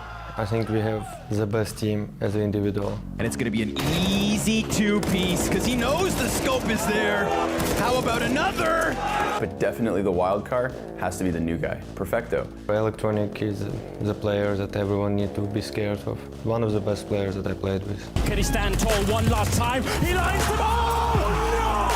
A beautiful spray! I feel like their standout characteristic for Navi is its potential. Say surprise. Everyone is tired of losing, and we just want to prove that we can win tournaments, we can challenge best team in the world. Armor. Oh! Simple. The device is lying in wait, and Simple's ready for that as well. And I think it's the most that I want, just to show everyone their place and just to play our best A+ game.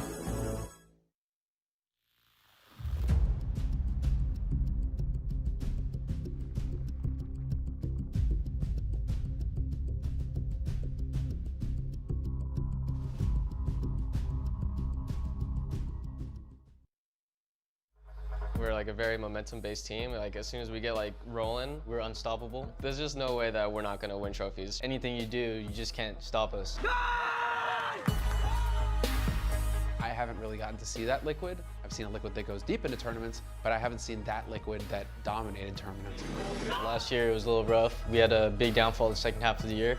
So this year we're just looking forward to have a more stable high than a really low low. They're one of those teams where we saw having time off doesn't help them. I think that Twist, like when he's going off, like he's just going off. Runs forward, grabs himself that AK, but Twist takes down. He is a monster. I think Twist is our wild card. I'm keeping an eye on him. I think that he's going to be one of the players that could really be the card that sets Liquid above the rest. Player that people need to look out for on our team is Stewie2K. I know that like all the pro scene like really respects him, but I think the like general public doesn't as much, and he's a really good player. If we had to pick out one, I think everyone has the same person in mind. I think it's going to be Leash. That's a hell of a shot. Ooh, a second. You know, looking at him from the outside in, he still has a lot more potential to grow as a player, and he still has a hunger, so I can see him being higher up in the ranks this year. It's hope. That'll be the word that I'll choose to sum up Liquid, right? That hope that they will be the ones to return and hoist the flag once again at the top of the peak. Let's go, Liquid! Blade, the map's changed around this time, but not massively much in there, right? Still the potential for Nuke, the Inferno picks coming in, but you guys take a convincing win on Inferno. What has been going on with you guys? Did you just need the pressure of being in the loser side of the bracket to make sure you can just perform to this level? Maybe, I don't know. I think anyone can be under pressure when he's one step from elimination. So, you know, we played convincing on T side, but we didn't play so convincing on City side. It was a rough start, but we managed to pull it through and played really good on T side. Now going into Overpass, right? This is a map that they don't play massive amounts of. You beat them last time around on it. So what do you need to do to keep the guys focused and ensure you just get this 2-0 clean win and stay away from any drama in close games? Yeah, the main thing now is not to lose focus, absolutely. And we have a good game plan. They have pretty good overpass, actually. They won, I think, NAP lately. Yes. But we think that it's much better to play overpass against them than Dust 2. And, well, how can you take that away from him, considering Vitality just got destroyed on Inferno, and I can see the little grin there in Sponge's corner. But it's all right. It's going to get wiped away when Vitality turn it around on Navi's map and run this series back, because I will be standing victorious at the end of the day, and Sponge will be begging for, you know, like, to change up again on the third map, on the third series. Can I change my prediction again, Coach? Can I change my prediction again? I didn't ask for it. Yesterday, you said, does anybody want to change their predictions? And I said, can I? I only asked the question, right? Now, if we want to get stuck into this game right here, there's one thing that Anders was harping on at half, right? It was 10-5. It was like, oh, how did Navi get back into this? I think that Navi are a T-sided team. I think on the CT side, they're extremely disjointed. We saw in that first half that Simple was actually getting exploited. But when they're on the T side, as soon as they're able to make space for their players, they just obliterate. And Jason pointed out something amazing in that game up until I think it was the last round. He was saying that only 2 Navi players were eliminated in each of the T rounds at most, which is, that is what we call a bit of a spanking, isn't it? Yeah, it was a pure spanking, honestly, and I'm glad we didn't have a segment between the halves, because I would have been standing here saying, hey, this is why I wanted Vitality to pick Inferno, that's amazing. I mean, we can still give props to Apex and the squad for the T side they had. I thought they were looking fresh, they had diverse strategies, they were working, the entries were here, but then you flip over and I don't even know, Senra, I don't even know. You don't even know, but the thing is that I'm turning to you for your opinion. So, Maniac, I hope we're going to be able to do a little bit better than that, because we got a second map coming up. We got a second map coming up. That's going to be overpass. I mean, to be fair, you're right. That second half for Vitality, they just got broken. And Misuda, I think, he ended with like 5 frags on the map or something pretty, you know, not to throw him under the bus, but that was like a really rough performance where some of these guys just didn't show up. RPK, nobody looks at him to be at the top of the scoreboard anymore. But I mean, we need a little bit more here. Yeah, I can give more. I can give you that, Sam. I was joking, obviously. You know me. I actually pointed out. I wanted to show you a clip, guys, to show how Vitality were completely in the dark on their city side, and this is why I want to give props to Boomage, the coach, everyone in Navi, because they kept them guessing. Just look at the radar. Shox is absolutely not in the action. It's 50 seconds, and it's poor Mizuta and RPK in a 2 versus 5 on the A side. Even if Mizuta gets away with a beautiful double kill, it's just not enough. So this right here, this action, that is the illustration of my point. Navi, they kept Vitality guessing this entire CT side. Vitality never knew what was happening, and I guarantee you, after this round here, there was a huge discussion on the TeamSpeak. Why are we losing? What are we doing wrong? How can we take banana? We don't know what's happening. That was the key for me. Vitality had never any idea. They were reactive instead of being proactive, and you have to give props to Navi because the game plan was sound, honestly. Oh boy, Boomich. This guy right here, right? We talk about him as an individual who occasionally disappoints us, sometimes completely surprises us, and other times he just seems to be a bit of an animal, right? Now, I don't know which Boomich is the most consistent. I don't know which Boomich is the one I think we're going to get all the time, but what I want is not the Boomich that went into Mirage the other day and lost control of his team starting on the T side. Now, I just said a few moments ago that I think Navi are a much better T side than they are CT side, and when they're going into overpasses, their own map choice, that's where they'll be starting. But remember what happened the other day, boys? They started out limping out one at a time. It felt like they were one step ahead of themselves. They're just like, oh, we'll just go take some duels, we'll win these fights, and that wasn't the case. They can't go for a playstyle like that again, because Vitality, they're still in this, right? They're still able to play to a decent level. I don't like overpass for them. It's not a map which I'm in love with because of their T side and the way that they kind of go for snowbally types of play. But here, there's always an opportunity, and once again, it has to just come back to the mentality for Navi. You heard it from Blade. They have to stay on top of it. They can't lose focus. What is it that Vitality can do to try and destabilize Navi here on this map, Maniac? I know I'm asking for a lot after that performance on Inferno, but I mean, you're there on TeamSpeak, you're getting a little bit of insight into the team. If there's one thing that you could take away from that first map, what would it be? Well, I think if you're a Vitality fan, what you have going for yourself right now is the fact that they were starting on the CT side. And Overpass CT side has been great for them recently, and it's been the T side that's been lackluster. So on the CT side, I want them to be proactive. I want them to go and grab information. We know Navi can be flustered on the T side, specifically when they cannot imprint the rhythm. That is their problem. We refer to Mirage, they didn't really get the first kills. They never knew when to go into that second gear. I want Vitality to do just that on Overpass. Be in their faces. Take B-hole's control, push on the A side, push Fountain, and then pull back. Make sure that Boomich is flustered, make sure that there is frustration on the side of Navi, and then with a good CT side, which to me is a sine qua non condition, we will talk about a third map. Well, in that case, that's where we're going to leave it, gentlemen. We're run out of time. It's time to get into this second map. Excuse me, second map of this series. After the break, we'll get back into the action with Anders and Moses.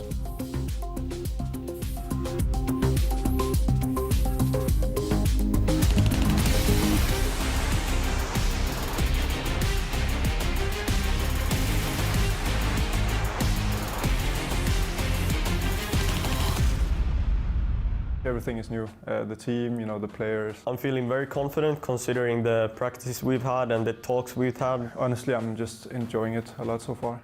For a bit of a tight time here, nicely done. Point blank finds one, gets a second, a third, looking for it, and he gets the fourth.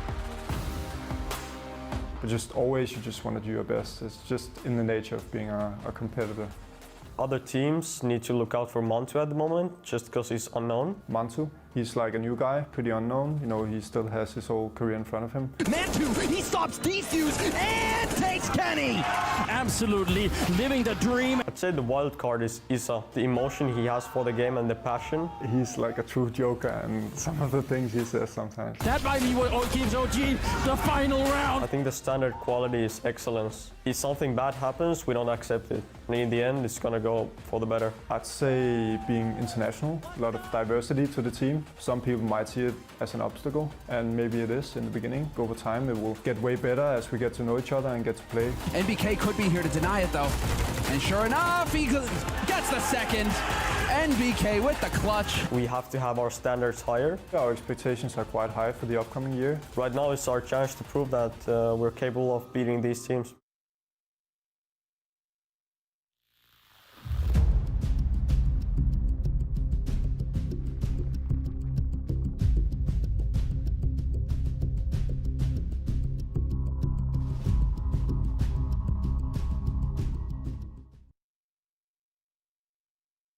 G2 is best described by a system. Their coach has gone about putting together a systematic approach to the game. Momentum. I think when we are starting to have a strong momentum into a game, it's almost impossible to beat us. We are playing like brothers, we are talking too much and everything is fine. So I would say momentum. Able to grab another kill, but he's done such a great job! Oh, what?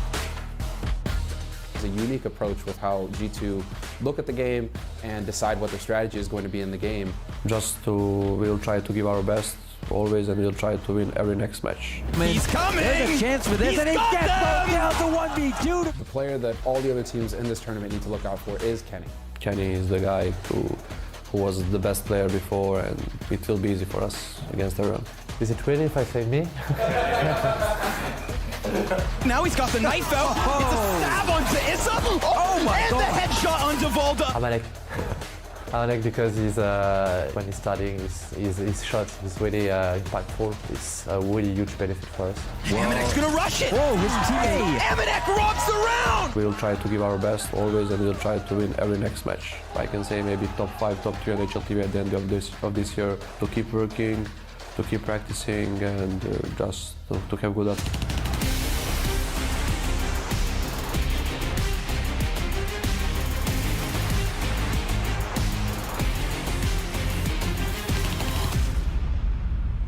Here we go, map number 2 coming up. It's going to be on Overpass, and the odds have tilted so heavily in favor of Navi. And the reason for that really is that while Vitality really were off to an amazing sprint in the beginning, they just ran out of steam, Jason, and towards the end, Navi overtook them, losing no rounds in the second half, which is rare to see.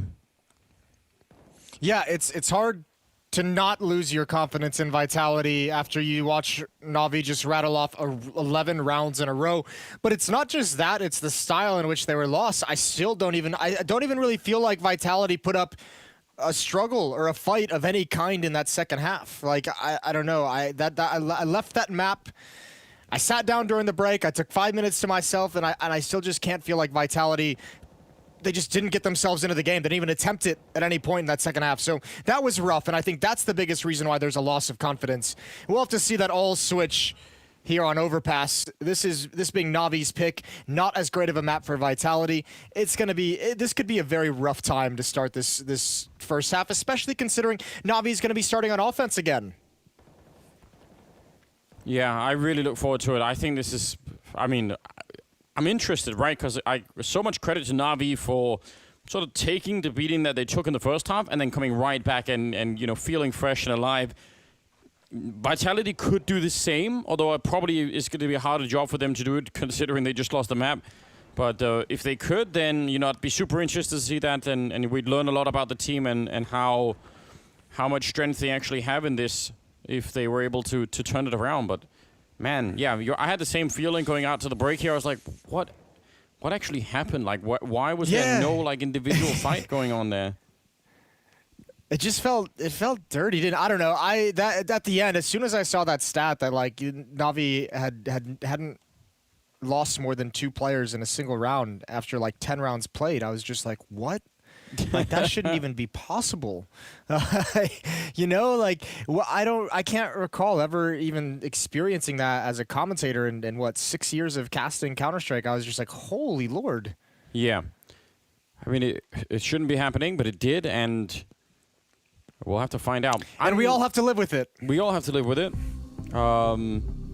Yeah, this has been an interesting day so far. First match, obviously, a huge upset. Complexity taking down FAZE, and I guess the FAZE is going to be playing the winner of this game, right? Am I wrong? Am I right?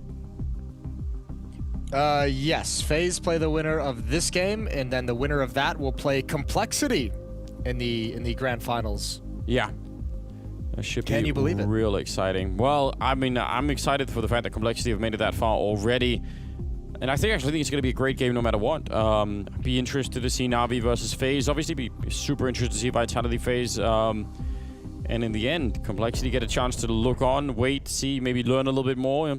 They've been doing a lot of prep work, you can tell, for their game. So might actually be a big benefit for Complexity to be sitting that one out and just observing it. Especially waiting in those finals, and the team that plays them is going to have to prepare for the matchup tomorrow and then have to go into playing Complexity. So they're going to be going in with a blank slate against the Complexity opponents, as either Navi or Vitality will be preparing for FaZe, and FaZe will be preparing for one of them. But first, we've got to find who gets to that lower bracket final. Navi, Vitality. Navi is up 1 map after demolishing Vitality on Inferno, 16-10. Yeah, Vitality on the CT side, Navi on the T side. So as you pointed out, I mean, they're going to be the ones who are going to be dictating some of the pace here. Although Overpass, unlike Inferno, is a map that does allow for a lot more moving around on the CT side. So maybe that will help out Vitality. You better hope so, because otherwise this is going to be real weird. Masucha landing a good headshot, not reloading yet. Back behind the rock, and he almost could have had that second headshot. Perfecto sees this coming and executes Sidewhoop on entry. So 4 versus 3. And he wants that P250 fight. Simple, he's ready for it. Hunts him down. Immediately trying to get the kill, but wow, they are getting picked apart. Now, they are coming where the bomb is. Apex and RPK are actually both here. This could turn around even from this 2-on-4. This could actually be a bit of a chance for Vitality to bring it back. Apex with 1 more shot, and he's got 2 more targets left. Well, the CZ and a Glock on Flamey, a 2-on-1. And man, the tough part for Vitality, they didn't even have any teamwork. That was 3 players going down immediately in 1-on-1 battles. They didn't get any teamwork until this very final fight. And Apex is going to try and do some trickery. He knows with a man down, he's going to try and wrap behind them. Will Navi expect this? If they grab the bomb and fall back into bathrooms, there's still 35 seconds, so Navi can afford to be patient and vigilant. And Apex, he's not been spotted yet. Now they know, and now the game is up. Perfecto's going to run. Apex is going to challenge. He's got to swing. He's got to win this fight. And he has. He's found Flamey. A nice headshot, and Perfecto's got no armor. But the Molotov smoke combination is going to be tough to beat. Yeah, definitely will. Oh, he's going to shoot straight away. Now, that will, I mean, maybe give it something away. Perfecto has just gone really far away. He can Molotov the bomb from here, but he has a kit. He has to throw it right now. It's already too late. Now he has to go for the shot. 1 second left, and Apex, what a huge win. He just held it down. Absolute nerves of steel. Well, it's also, on top of those nerves, it's the smart play because he picked up the kit after the engagement, after the battle. I mean, you have to imagine Perfecto never expected him to have a kit there. That's really unfortunate. Nice win from Apex, though. Yeah. His team needed that. Some kind of life. That's the first CT round they've won in this series. Oh, man. Some clamps coming out. Yeah, I mean, the problem with relying on a Molotov to stop a defuse is that you pretty much have to throw it as they're, you know, on it. If they've already been on it for a second, it's not going to kill them. They'll get the defuse in time with a kit, so... Still, yeah, close round, obviously. AKs, a Galil, and some pistols. And Navi with, again, a good shot at just bringing this back. And for Vitality to try and forget about that first map, and especially the second half of that first map, they will probably need to go on a bit of a run here. I think for them, it's mentally way more important to win a string of rounds, start to feel like this is actually, you know, working for them again. If they get reset right away, yeah, I mean, that is going to really suck, isn't it? Yeah, certainly losing the second round as well would just be so soul-crushing. And there's a real possibility it happens. 2 AK-47s and a Galil on Perfecto. Some dangerous weaponry for Navi to have on board. Electronic with 1 AK out towards long. He's looking for that peak. Shox is lucky to be alive, and Electronic doesn't want to let him get away. A double flash is going to spare Shox. And that's now Simple's turn to step up into action. He knows Shox has moved here. A dink will not slow him down either. Scout shot rings out. Half HP on 3 players from Navi. He's even ready for that. He's got the follow-up. A miss from Electronic. Oh, ZywOo just puts down Simple and Electronic, and that might have saved the day. Yeah, 10 seconds on the clock here for the bomb to try and be planted. Flamey gets the one here, and he's actually picked up the bomb in the meantime. But coming up from behind is Apex, and one bullet did it. What a close round there. Really costly for Vitality, but they managed to win it. I think in large part due to ZywOo and the scout. This shot is great. Yeah, that follow-up onto Simple is brutal. Good to see ZywOo flex a little bit early on in this map. 2-0. Navi not able to get a second plant. And they'll be back. Some pistols upgraded, though.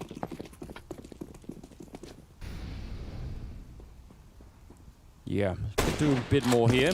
One of them is going to run in to ZywOo there at the playground.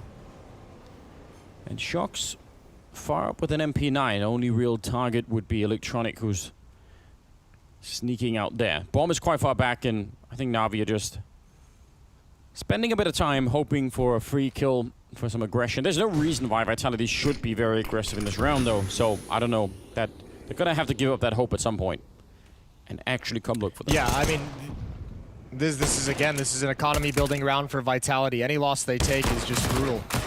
Nice flank from Shox, though. Even better awareness from Electronic. Now they have an isolated player they can go attack. It's still going to be hard to take him down. Flamey forces him back into the open, and not even the cleanup. Good drive-by from Shox, and look at this mobility. He's playing it so well. Finally does fall, but he gave himself a chance to get out of a tough spot. It's up to Simple now to provide some economic damage. Yeah, and he had a bit of an opportunity, but not really much of one. Electronic low on health, Eagle at range, and he can't do much. So, good recovery. That helps Vitality make up for the last round where it was a one-on-one. But now comes the real test. Let's see if there's a reason early on here that Navi picked the map, if we could start to get a sense for their level of preparedness going into round number 4.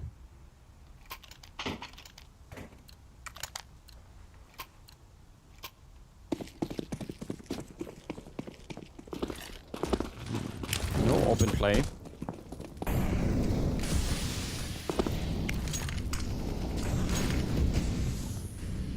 And at the moment, Shox and ZywOo being really aggressive out here. they can't really help each other out. I mean, Shox is alone, essentially, even though Sai was nearby. Oh, he's got so much information. This is going to be so rough.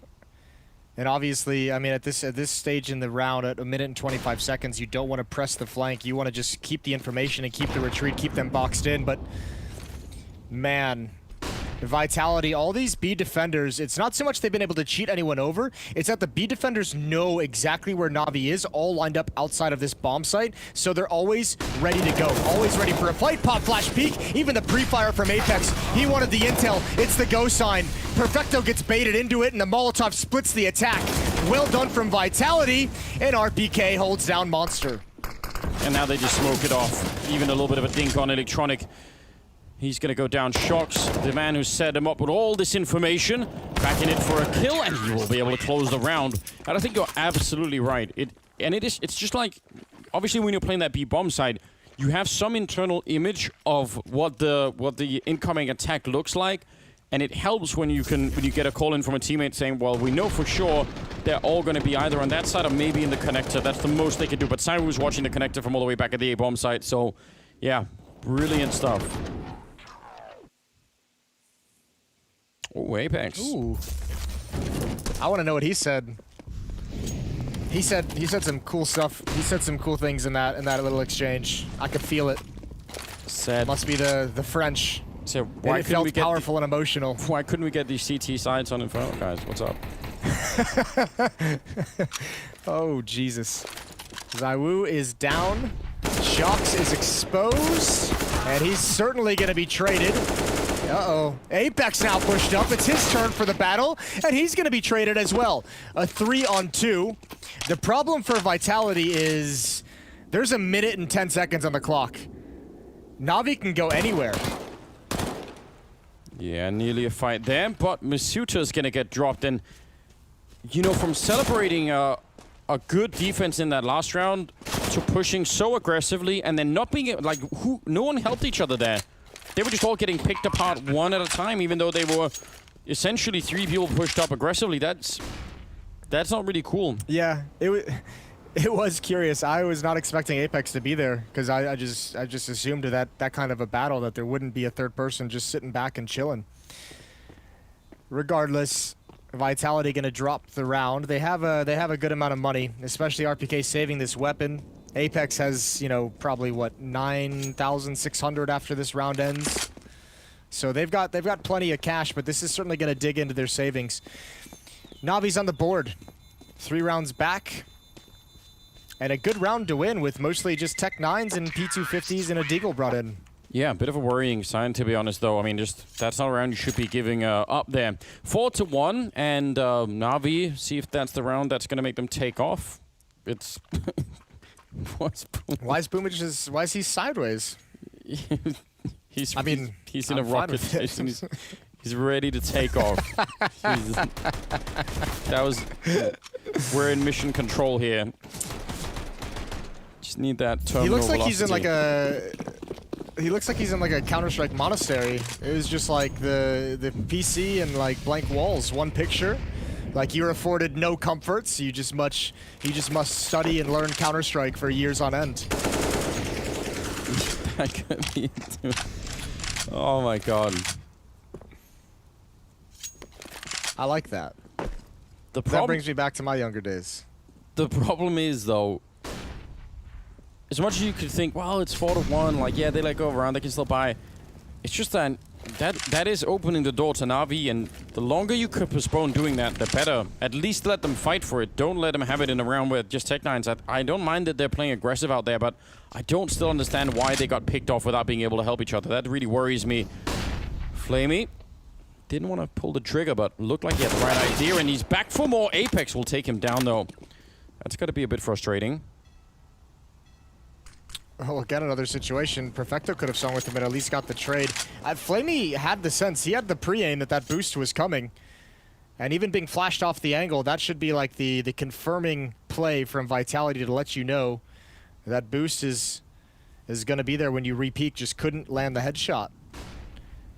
Perfecto playing a dangerous game. If he comes through this quietly, RPK is going to go down. Masuta up next, but Perfecto cannot transfer over. Simple. The next opportunity, bomb right in front of him. But he knows he's surrounded and they got to save. 15 seconds on the clock. There's just no time to work with. And Electronic being able to drop an AK-47, Flamey being able to buy himself. They'll be right back into it, but Vitality back to the winning. Yeah, that actually goes a long way to appease me. I might be thinking about forgiving them for that previous round, now that they picked this one up only losing one guy. That makes me a little bit more happy. I'm sure your forgiveness is gonna give them a lot of comfort. They're like, thank God. Yeah. Anders is a I like to think that makes a God. difference. Well, only for a minute here. Let's not call it too soon. 7th round.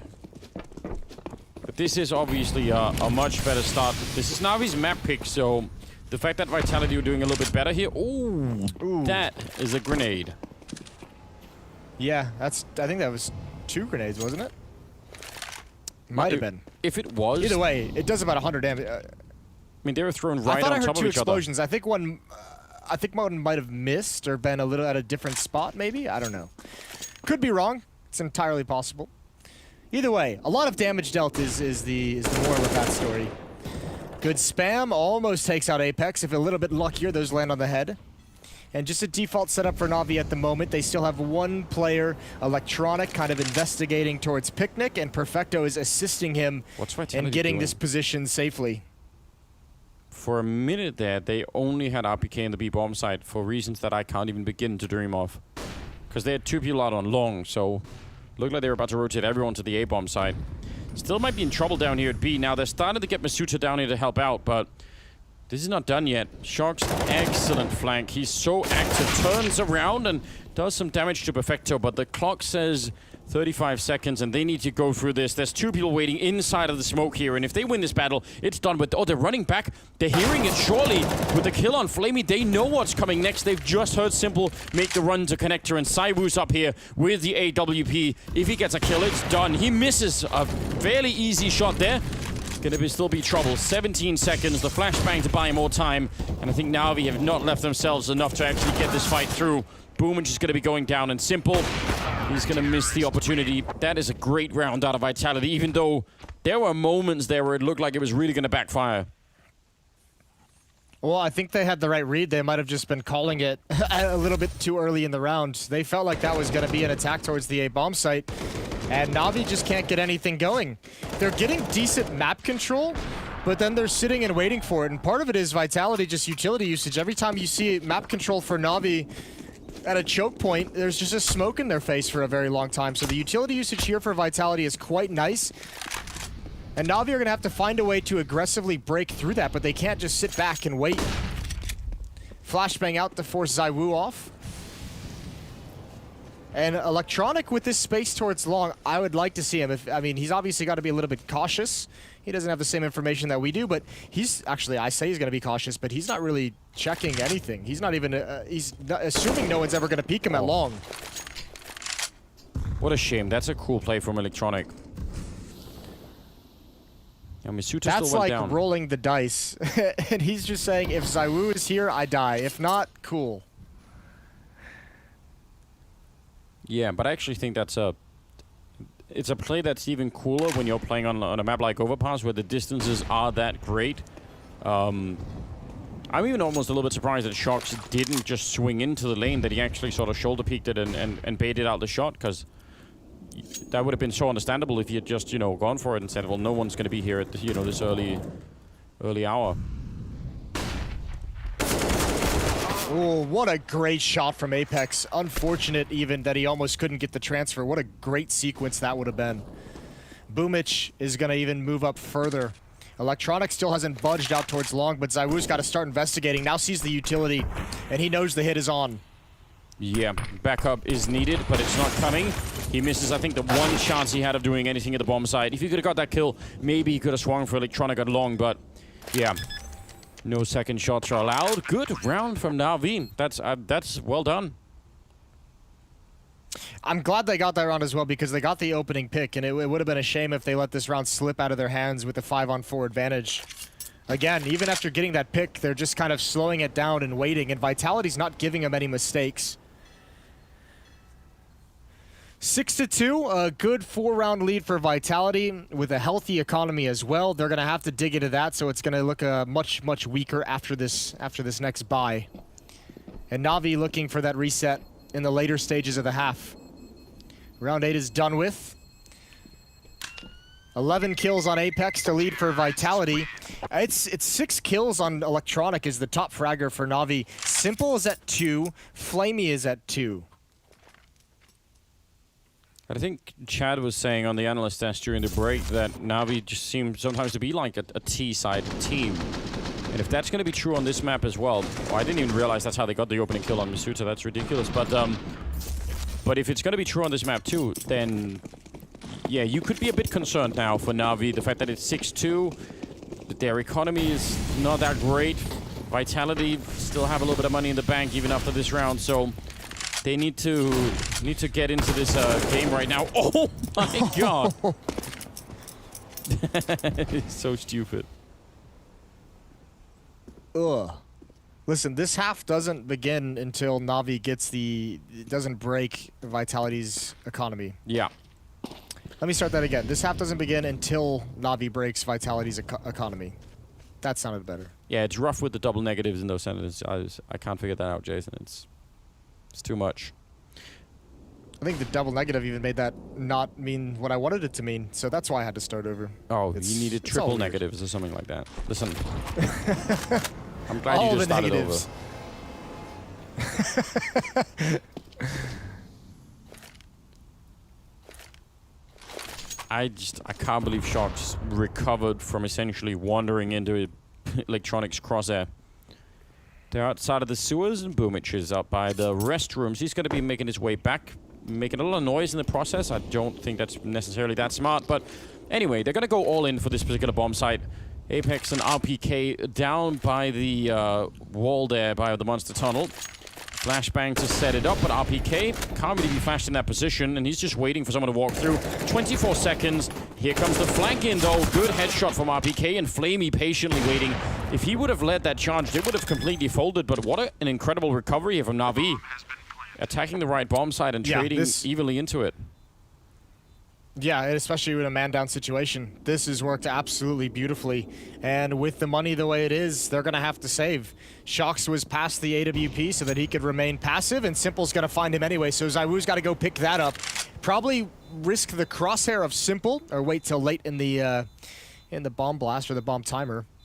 Third round for Navi, and now they're fighting back, and they're getting closer to that full-blown reset. It'll be interesting to see what Vitality do. I imagine we're going to get a timeout from Vitality in this next round, because they're going to have, what, maybe 2 to 3 rifles, but they've got to figure out exactly how they want to play this one to make sure that they can, if they want to force buy into this round. Ooh, well, he's going to get the AWP side. I don't know, maybe just have a round where you play for Saibu to be aggressive with the AWP and get kills, and then have the rest of the team make sure he doesn't lose it. Sort of, I mean, RPK could buy a little bit, drop some pistols or something. I don't know if I'd want to, I don't know. See, that's why I think there's going to be a timeout, and I'm kind of surprised we don't have it yet, because unless the Vitality just decides to full save. Some deagles picked up, but you know, there could have been, I think, you know, Zywoo could have dropped one. I think RPK could have bought his own rifle, and you could have had, you know, a 4-rifle buy.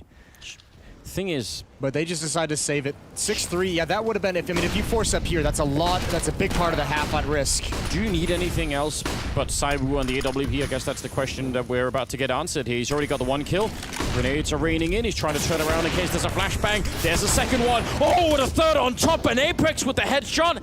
And the answer is clear. Just Saibu with the AWP is all you need. He's going to get the last 1, 2. A disgusting quad kill to steal the round away from Navi. Yeah, but that's also a very weak rush. It seemed like Navi got very surprised to see the AWP at that B bomb site, and nobody wanted to challenge. There was not a single real attempt at a trade in that push.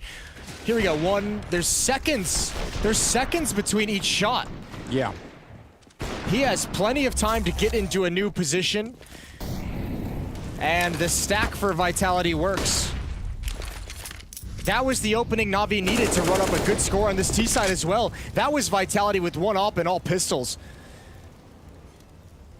Yeah, I mean, again, that's not a round they should be losing. And I agree, but there were a lot of grenades that were thrown into the bomb site, and none of them seemed to affect Cyber in any way. I think all the flashbangs landed behind him, no smoke thrower in front of him. And as you said, the spacing between them actually fighting him was long enough that he could... I think the third kill, maybe there was a chance that he was going to go down, but...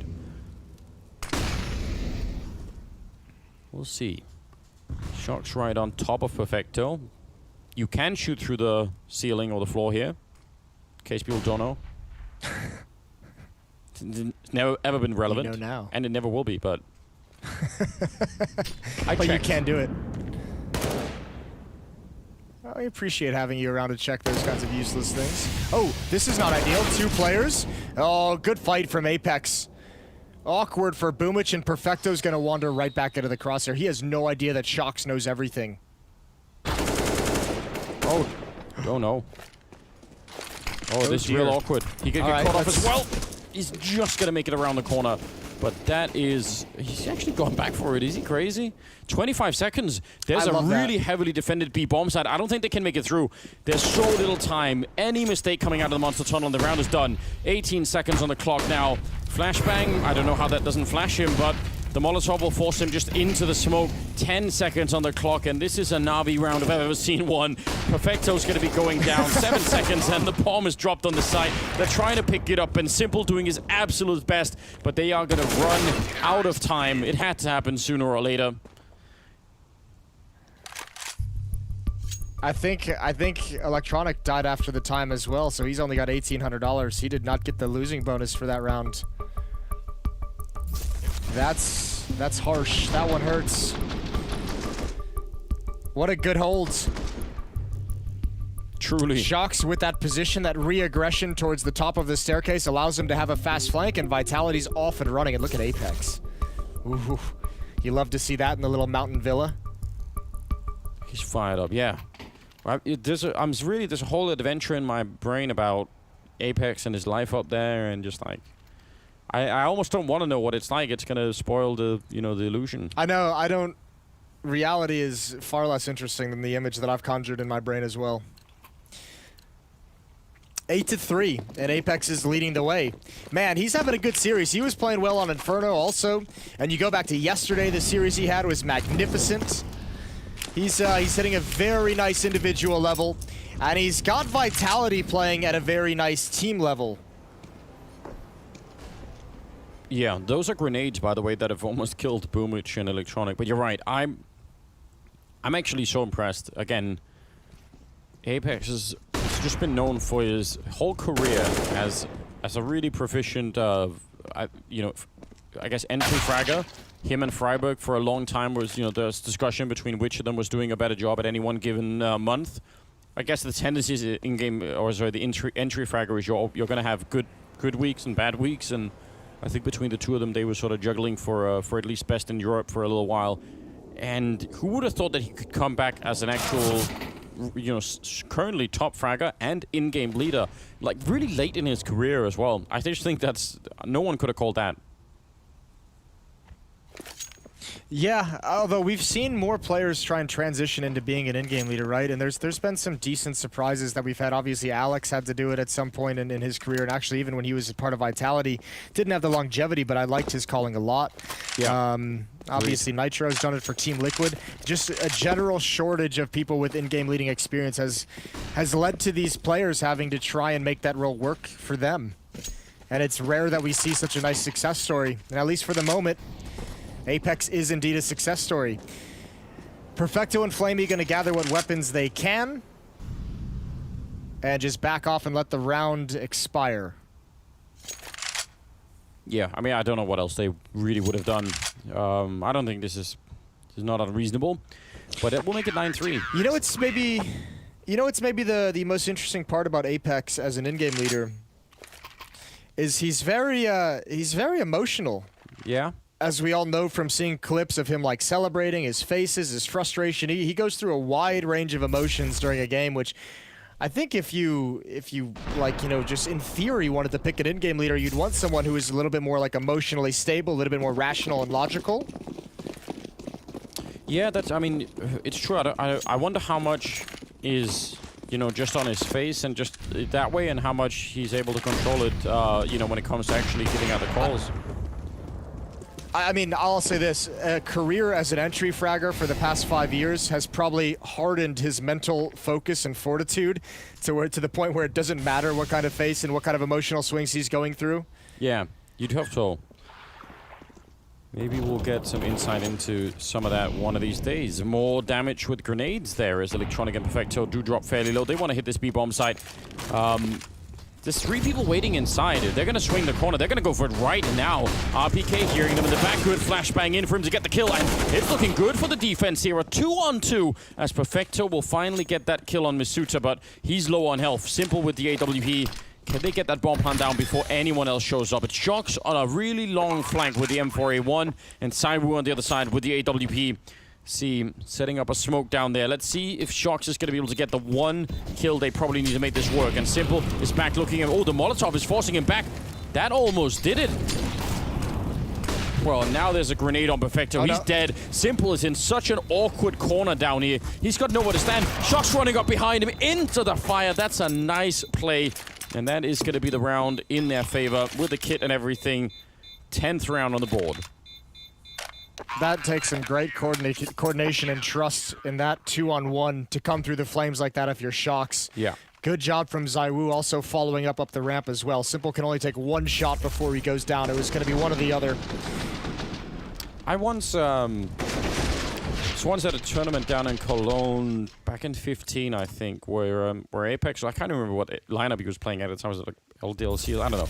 Anyway, he had a really dreadful first map, and his team went outside to talk out, and he just stayed on his own, like away from the team, just to mentally focus, and he came back and had like a really great second map. I just remember that in my mind as someone who's like really focused on individually getting back in. Now, just as we're praising him, he just get flashed and taken down, so classic. But yeah, I always thought that was interesting. Like, you know, I think he takes his own role or his own responsibility in this game pretty seriously. Yeah, he's such a cool character to talk about in the context of pressure. I remember the first actual conversation I had with him about Counter-Strike as well, over at E-League at the old W Hotel, and I remember not thinking that he would have any kind of great Counter-Strike knowledge, and when I sat and talked with him for 1 hour, it was wild. I was just like, oh my god, you actually really know what you're talking about. I didn't agree with everything, but he had a great understanding and thought process. Great double kill from Shox in bathrooms. Simple's gonna trade him off. Into a 3-on-3 we go, but look at the pressure being applied. And the question is, can Navi exploit this? They're trying to catch them on the fallback, at least one player, but they both make it back to the B-bomb site.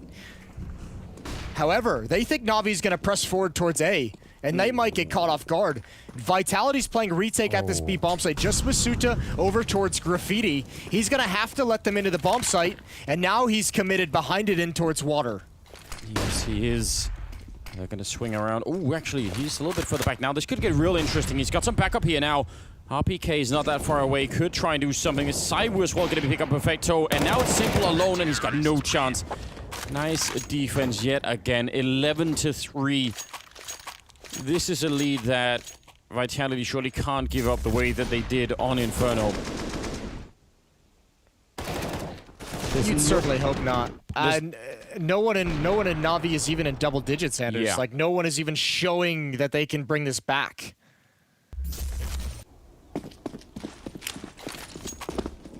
Real concerning now for Navi. Oh. Alright. Looks like they just want to hit the B-bomb side. But it hasn't really been working, but it's like, let's go. No wasting any time, rushing through. Great flashbang, but Apex, I can't believe it. He still hit 2 headshots. He should have been absolutely dead. We are going to need to see a replay. It's Misuta and RPK to follow it up, but that looked utterly impossible. It's going to be 12-3 at the end of the half in favor of Vitality. Such an amazing comeback, having just been beat pretty badly on Inferno. We'll see if they can continue this in the second half. That's coming up after the break.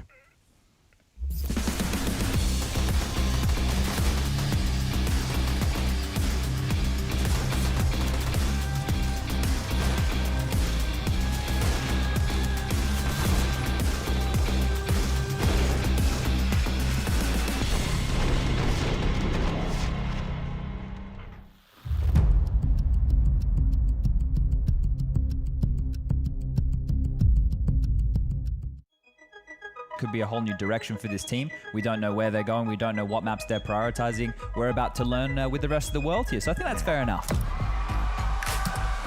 People probably underestimate how dominant they were. I'm sure statistically they probably have all the records. I don't think they'll ever be beaten, quite frankly. NIP were just an amazingly fun team to watch. It's going to be really interesting in the beginning. It's a new lineup, a lot of the younger players, less experienced players than I'm used to working with in the past. Well, now we have to see what this new NIP roster without any of the legends on it, what they're going to be capable of.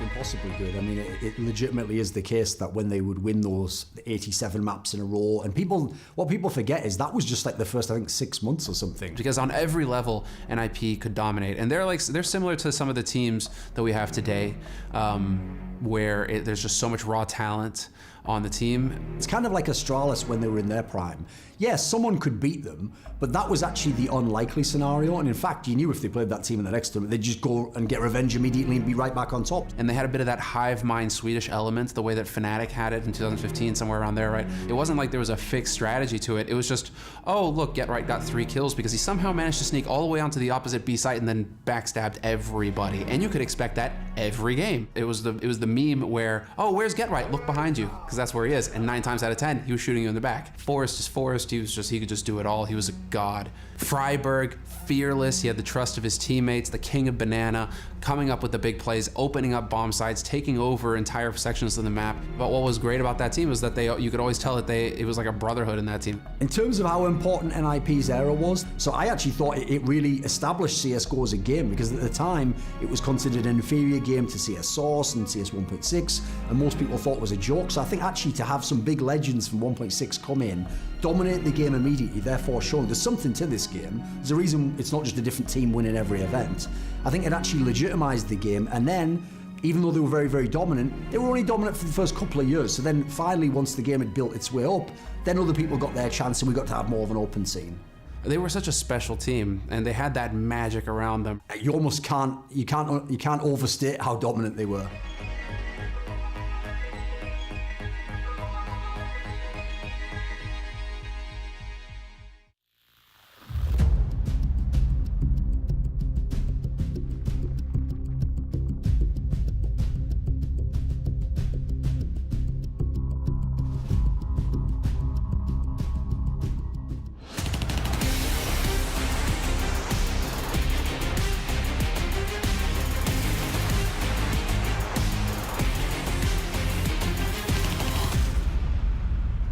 From winning no CT rounds on Inferno to winning 12 of them here on Overpass, it's Vitality with a very, very good shot at getting a third map against NAVI. I don't know where NAVI went, but it certainly wasn't on this particular map that we were going to see anything out of them. As you said, no one in double digits. They kind of all went missing, Jason. I don't see a comeback happening here. No, I don't either, but I don't see it as Navi went missing. I see it as Vitality. I mean, this is the same Vitality we had in that first half on Inferno. They came back into this and just refreshed, ready to go. A very good CT side, not a whole lot of mistakes that I noticed from Vitality. And it all started with that pistol round. The sticking of the defuse sent a message to Navi, and they never really recovered from it. Simple.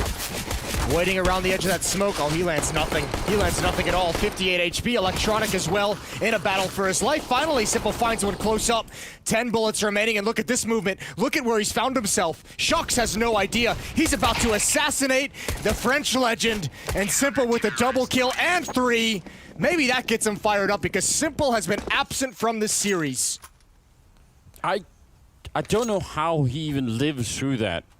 Just as they're shooting through the smoke, you would have thought he would have been dead. There was a fight out on long as well that was really awkward between Electronica and whoever it was that was out there. So this could have backfired, but what a return. Nice sequence from Simple. That at least gets them, well, that's the 4th round that they pick up. Gives them a chance here. Simple has 24 kills in this series so far in 3 halves of play. And I mean, I guess it's not awful for, the average player, but for someone who's been the best in the world for essentially, best or second best for like 3 years running, This has been a quiet day for him.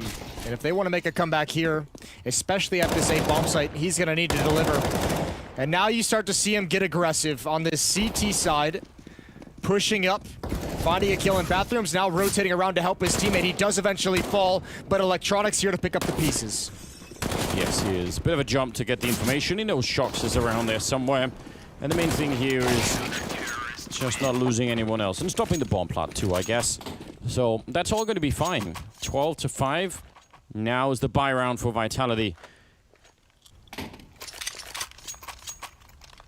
We'll see. There are so many options on this map to go for. I feel like we didn't get to see many of them out of NAVI. It was just sort of a, you know, a lot of shuffling around and then back to the B bomb side in a bunch of attacks that never really went anywhere. But I think there's a lot more you could do. I'm sure Vitality are going to show us some of it. Let's find out. I mean, a lot of it simple. Pop flash peek, 1 kill. And does he choose to fall away? He's sticking around for the follow-up, hoping to catch someone off guard, but it's 3 players of Vitality booking it down long. Let's see if Electronic is going to overpeak it if he goes to look long. Here really quickly, he does jump, so that is a safe way of doing it and get the information that they've run this whole way.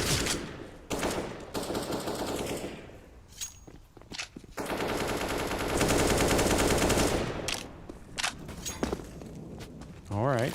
Well, that's going to slow down the round quite a bit. They probably would have loved to have...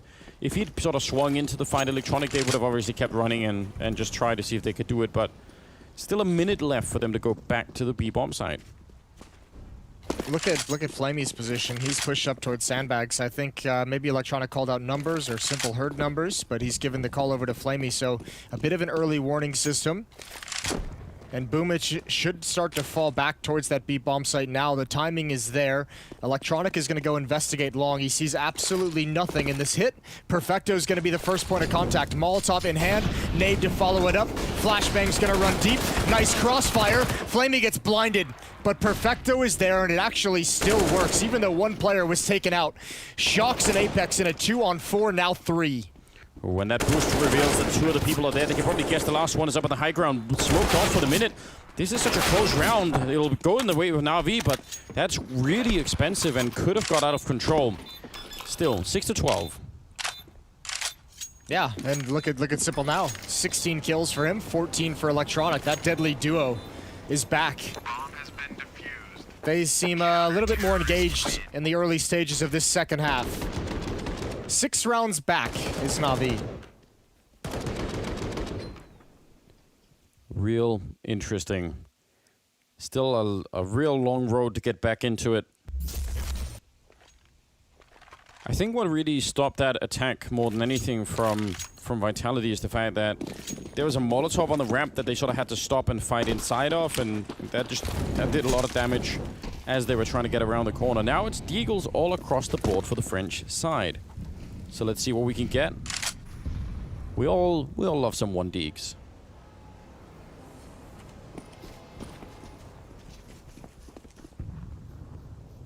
Well, Electronic going to be challenged. Ooh. First up. He's pretty quick to react. Comes back for more, and Masuta takes him down.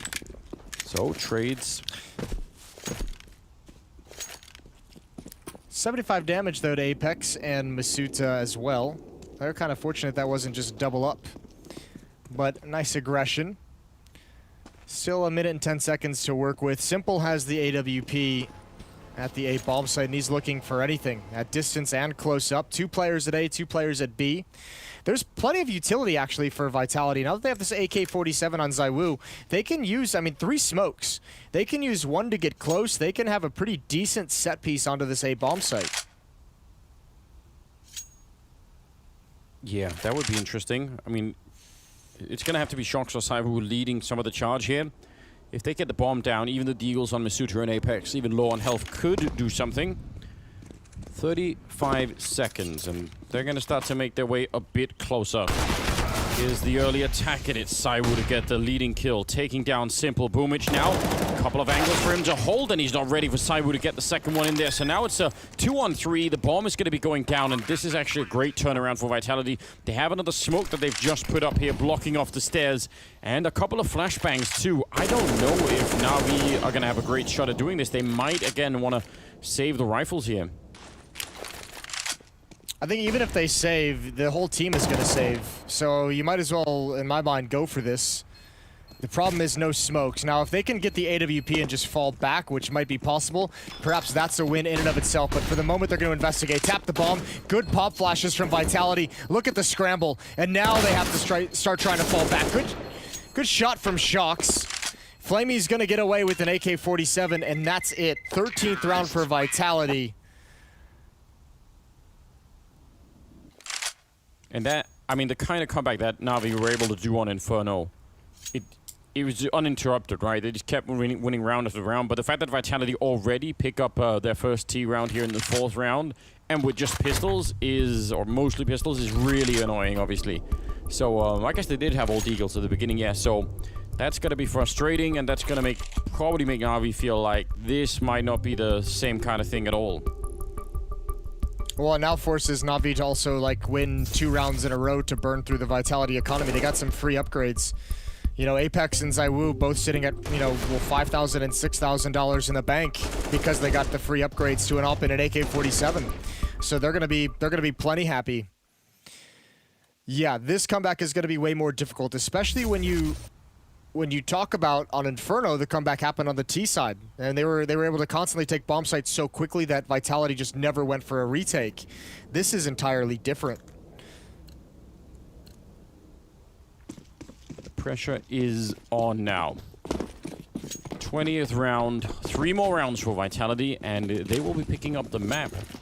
Picked by Navi, and I don't know, hasn't really been proven to me yet exactly what the plan was in picking the map. I feel like maybe they just weren't ready for Vitality to have such a good CT side. No, I mean, picking this map, they obviously definitely thought they were going to have a better T side, especially after the half they had on Inferno on the T side. They had to have just been thinking, oh, our offense is rolling, our calling is good, our entries are good. And I mean, they got stumped here. This is a really good performance out of Vitality. So far, at least. So far, so good. Navi's forced up. They have no money after this buy.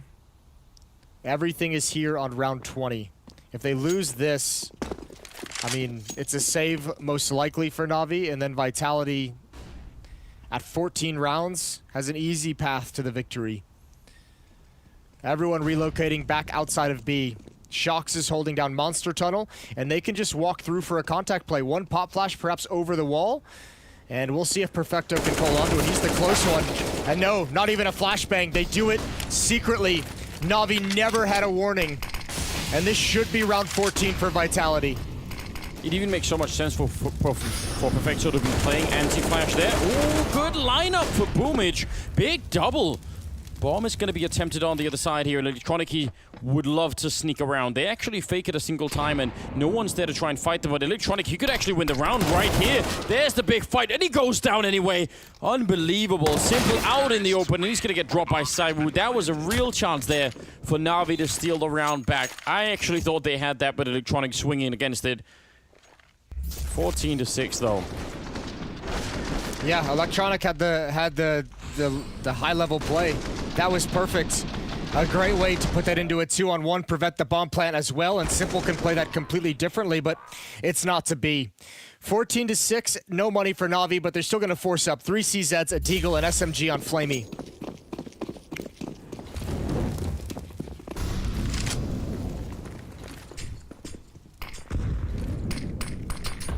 Grenade down in the tunnel. Oh, nice spray, catching a headshot on Perfecto. Shox is also holding the sewer here, so he's going to catch some of the rotation, trying to help out at that B-bomb side. Flamey, no reload allowed. And Boomage did a great job last time, but this time it's with the CZ-75, but he's not going to be able to get it done. So if he'd got the kill and stayed alive, maybe this flank from Simple could have done a bit more, but it will be a bomb plant here, and certainly it's going to be a 15th round coming in here from Vitality. This time, it seems like nothing can stop them. Don't jinx it. Nice shot from ZywOo. 15-6. 9-round lead. 9 chances to close out this second map. And take us on to Nuke, which would get very interesting. I love Nuke. We should all be happy that we're going to get a chance to see it here. All right, they're laughing now. They're having a great time. They're actually enjoying this finally. We're looking at a bit of a sad version of Vitality, but not so on this one. Oh, they just want to do it again. They want it to end right here. Good grenade, and they peek right behind it again. No warning, no flashbangs or anything. They're just dead on the ramp. Flamey first to go. Boomich next in line, and Perfecto is going to get dropped. What a knockout punch from Vitality. They are done with this map. Dude, I mean, that's not a knockout punch. That's a knockout sequence. This is 3 back-to-back-to-back rounds of that B bomb site just walking in. Apex has just delivered quite a sequence. 15-6, about to be 16-6. 2 on 5. And Electronic has an AWP. There's no kit. Simple is down. And Vitality have done it. They put together a complete game. From start to finish, this was all theirs. And what a response to Inferno. A heartbreaking loss there, a spectacular win on Overpass. And we're headed to Nuke. We'll be right back after the break with the analyst desk, and we'll see you for the third map.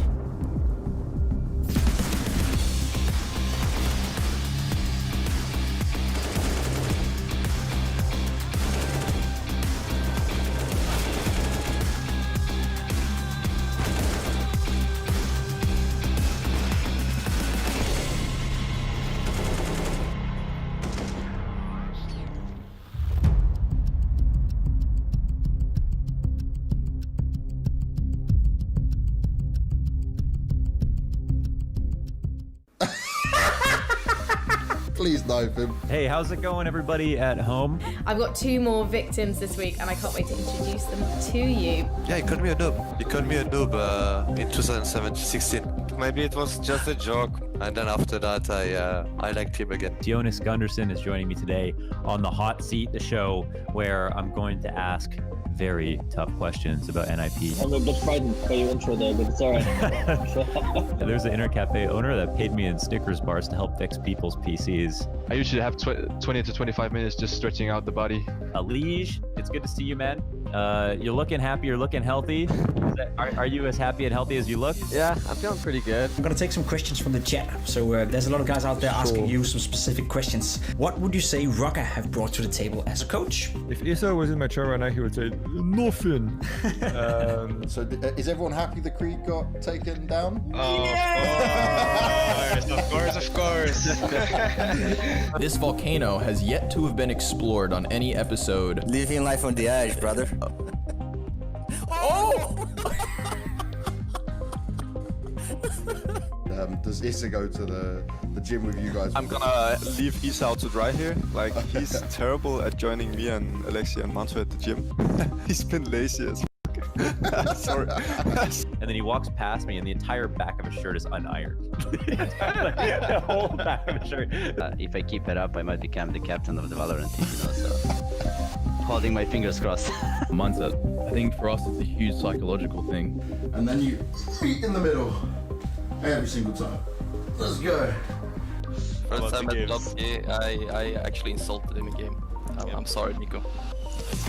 Did you call him a noob? I actually did. Okay, so I'm gonna... Actually, I go first. Okay, you can do it. I'm right behind you, man. I'm right behind you.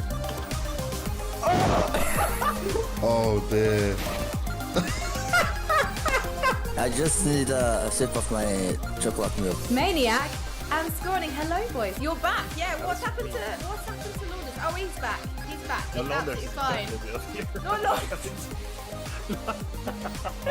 Scorning. I'm so sorry. I have forgiven you already. Oh my god, it's beautiful. That's all you needed, man. Good night. All right, see ya, dude.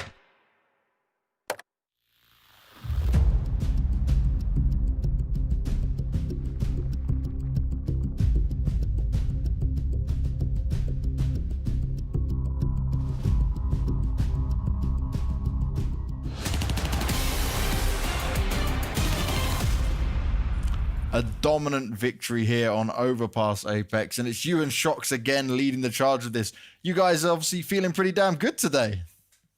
Yes, looks like it's been a while since I didn't feel that good, I'm not gonna lie, but it's good. I don't care about myself, but it's more for the team. Overpass was a good one, but yeah, the City Side Inferno, I don't want to talk about that because that was a disaster. But yeah, we woke up and now we're ready for the third map. And being ready for the third map, right? It's Nuke. This is the one you took them off on the last 2 times you faced on Nuke against each other. You guys have taken the win.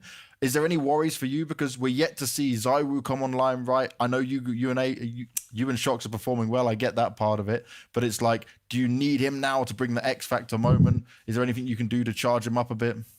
Well, I know ZywOo will wake up for the last map. I mean, it wasn't horrible for the first map, the 2 first map. It was just okay. But as it's ZywOo, we're expecting way more. But it's all right. It's a team game, and I'm happy that sometime we can play good for him. Oh, definitely so, mate. And what do you need to be careful of with Navi on this map, though? Because they have been playing Nuke quite a lot recently. Well, yeah, the Nuke improved a lot, and we know it. That's why first we didn't pick it at first. But now it's going to be a tense one. We're good on Nuke, they're good on Nuke. We just need to stop thinking about the second map we did, because it was great, but we need to focus on the last one and just give our best. And let's see what's going to happen. I just want us to show our real level. And when we do that, I know it's most likely a win. And that is the case. That's what I'm rooting for. Apex, you're going to bring it. You're going to bring it on Nuke. Vitality, they bring it back in the series, and we officially live in the opposite world or upside down world or whatever you want to call it. Chad is flipping tables, and Maniac doesn't know what to say. We're at a loss because these teams just keep winning each other's picks.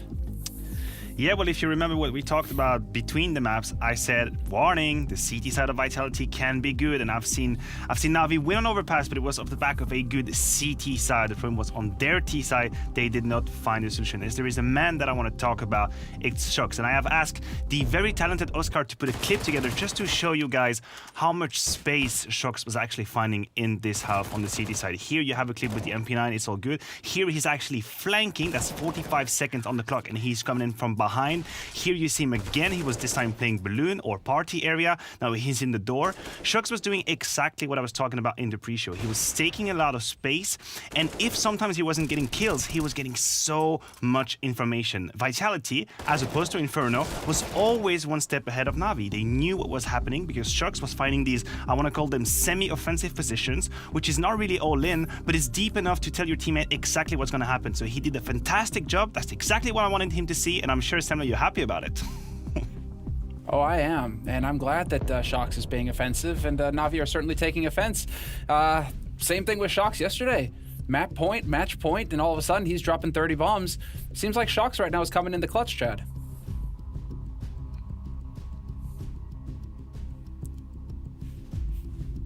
Right. Okay, no, I thought that was me for a second. No, it's not me. I think we lost Chad, are you plugged in right now? Is that a word? All right, he's plugged in. He doesn't know. Can you do a mime? Just like thumbs up. Shox is a good player. Oh, it's just you and me now, Simla. It's just you and me now. Bon, bah, on va parler en français maintenant. Vas-y, on parle en français. Let's just... what do you think then going into Nuke? Because Apex himself was saying that they just need to focus on their own game, and it kind of does feel like that now. Teams are just winning each other's maps. Nothing makes sense anymore, so the only thing you can really do is kind of focus on yourself, right? Yeah, you're right, and I think it's smack in the middle. We're in a 50-50 scenario because Navi have shown us previously in this tournament that they have the resilience to go in a third map after losing the second one. We know they can. Now, if you focus on Vitality, weirdly enough, it's going to be Shox again that's going to be tested a lot on that ramp side. We know that Navi likes to push it, and also Mizuta and RPK. They will be tested inside. There's a lot of split that are going to come in from Navi. They'll use the wall of smoke, they'll put electronic in place, obviously, but the inside will be under a lot of pressure. So RPK and Mizuta are names that we haven't really mentioned so far in this series, and that might be the time for them to wake up. I mean, we kind of mentioned Mizuta, but it wasn't in the best way. I mean, he kind of was invisible or absent, let's say, on Inferno in this series. Good for him that, I mean, it seemed like he showed a little bit more fight here in this second map, you know, get double digits, start to feel a little bit more. And so you hope that he's going to be able to give us one of those big performances going into this third map when the pressure is on, because we have seen him, hit those high numbers for Vitality. Yeah, you're right. And honestly, with these players, what I'm looking for is not only high numbers, but I'm looking at them to be able to step up when needed, even if they had a bad series. And that right here is the key to be a complete player. You could have 2 maps where you're quiet, but when the scoreline is 13-13 on the last map and you need to clutch, I need you to do it. And so far, I think mizuta has shown promises in that regard. I think he's shown that he's able to be efficient even if he's had a quiet game, because of some of the positions he played, he won't see a lot of people. That's also part of the structure, it's part of the plan. It's a little bit like TRK in that sense, sometimes you won't see a lot of people, but when you do, you need to kill them. So that's the same song for mizuta. Whenever he's gonna get tested, specifically inside, he needs to step up. I'm very curious to see how let's say prepared Vitality are for Electronic's shenanigans outside. It's something we've hit a lot here on the desk, how effective Electronic has been on Nuke at creating room for Navi to work with. I mean, whether the opponents adapt or not, it really does seem like he's at home on this map. And so, I mean, are we keeping an eye on Simple Electronic? Is it the same old story here with Navi, eyes on them, or are we looking at somebody else to step up for the CIS team? Well, I guess you can never be wrong if you talk about Simple and Electronic, right? And the matter of fact is that Electronic becomes almost like a ghost player outside, in the sense that even if he isn't here, then people fear that he is. He puts so much pressure, and the game of Navi is revolved around him, so you never know what's going to happen, and it's going to force some rotation whether or not he plays outside. Now, there's another player that we need to mention, one that I believe sometimes steps up massively on Nuke, that's Flamey. Playing that ramp area, the few times we've seen recently Navi play on Nuke, he's had some of the best performances I've seen him have in a long time. And it's going to be the same story about Vitality. Sometimes they'll draw the wall of smoke and they'll just push onto Flamey if they feel like he is alone, rather. So Flamey needs to step up, not only holding the ramp area, but also being quick enough to back up ladder heaven and give some help to his A players' teammates. So Flamey is the one that I'm looking at, but if you say Simple and Electronic, you can never be wrong. It's true. And Chad, I'm told you're back, my dude. You got 30 seconds. Quick, give it to us, Nuke. I'm glad I missed it all, because I have no idea what's happening anymore, Semler. At this point in Counter-Strike, you just roll the dice, close your eyes, and hope that somebody wins. Hope that it's over. Hope that it doesn't go overtime. That's about it going into the third map. So if you have that dice or the cards or anything at home, roll it for me. See what comes up, because your guess is as good as mine at this point. I got it. So they just need to believe in themselves. Believe in yourselves, players. Going into this last map, everything on the line, elimination match or finals. That's what's at stake, and we'll find out how it all goes down after the break.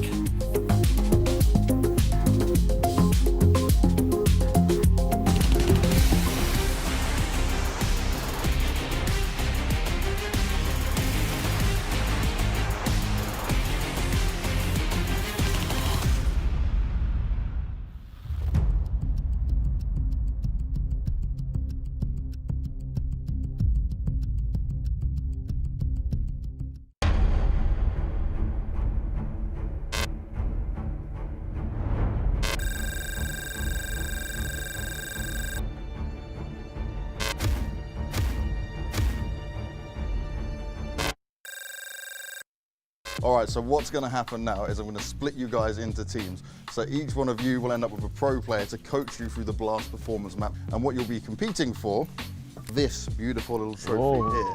Yeah, it's so amazing, isn't it? See? No money? No money, no. That's pure silver. Silver? We got for yeah. Right. We're all. done already. No, trust me, it'll definitely be worth it, guys. Who's the best out of them three? Oh, you put me on the spot. Well, ranking-wise, I think. Ranking-wise, come on this guy, yeah. It doesn't work like that. You go back over there. You got to wait for your spot. We're going to let these guys choose from the hat who they get out of you guys. Starting with you, Dupree. We're going to go with this one. Who you No, getting? that's one. I got Fredericks. Oh, he got who he wanted. Dream team. Yeah, we got Right. Rush, your turn. this one. Oh, you get to pick one. Yarmolenko? Oh, Yarmolenko? it's me. And you got the Congratulations, bro. We will win. I don't have to choose. It's not Grace, it's you. Yes. Sorry, bro. My name. All right, let's go get ready. Let's go and try that performance, man. It's training time. Okay, so if you're moving, it's not going straight, except with the pistols sometimes. But you know, it's not going forward. It's nice that you've played before. What is it? This is the mouse. Cheats, yeah? Really good one in Who do you think the best teacher is going to be? I would say Dupree's pretty calm when it comes to it. It would make a lot of sense. You'd be able to explain it pretty well. I guess. Just press your keys.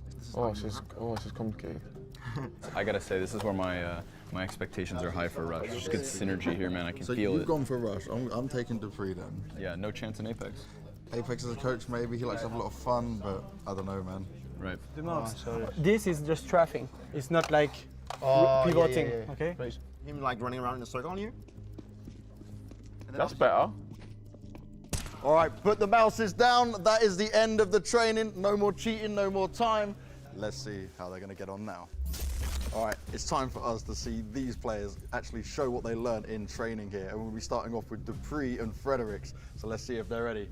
3, 2, 1, go! All right, let's get this over with.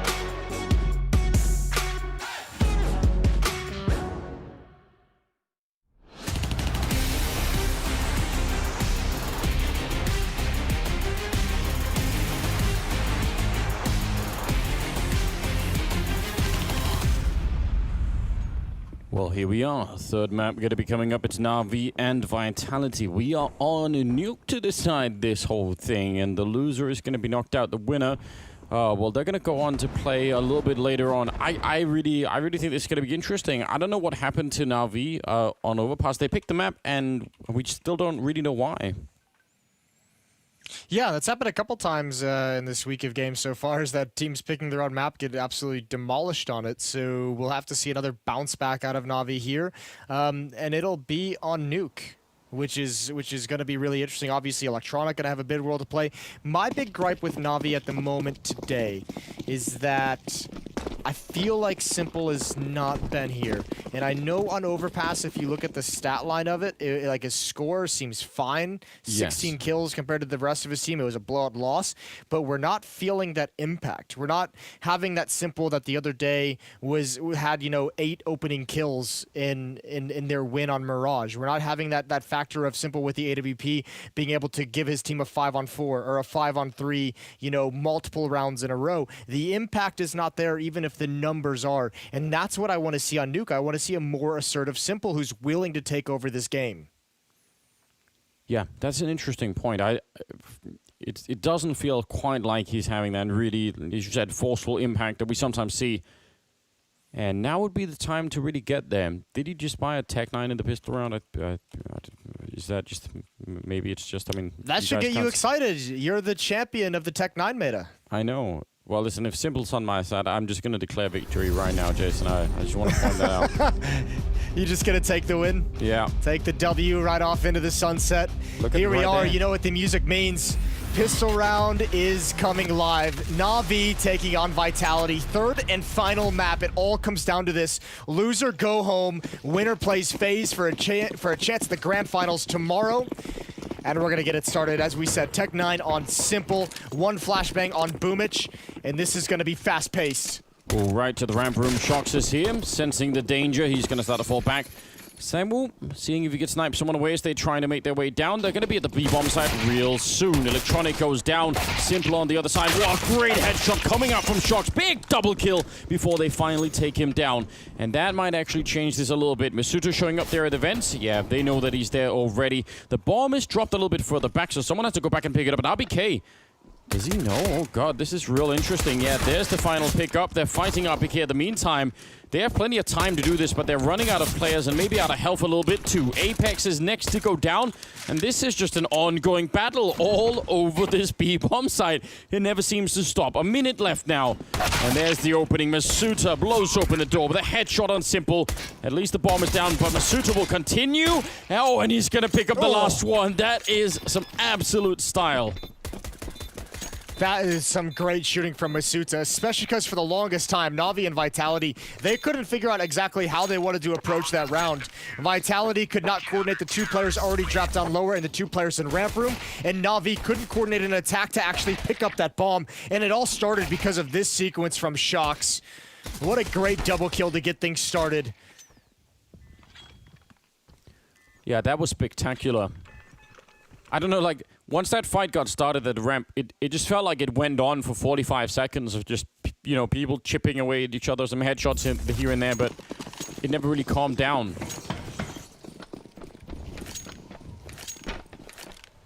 Oh, look at Saiwu. He's got the op already.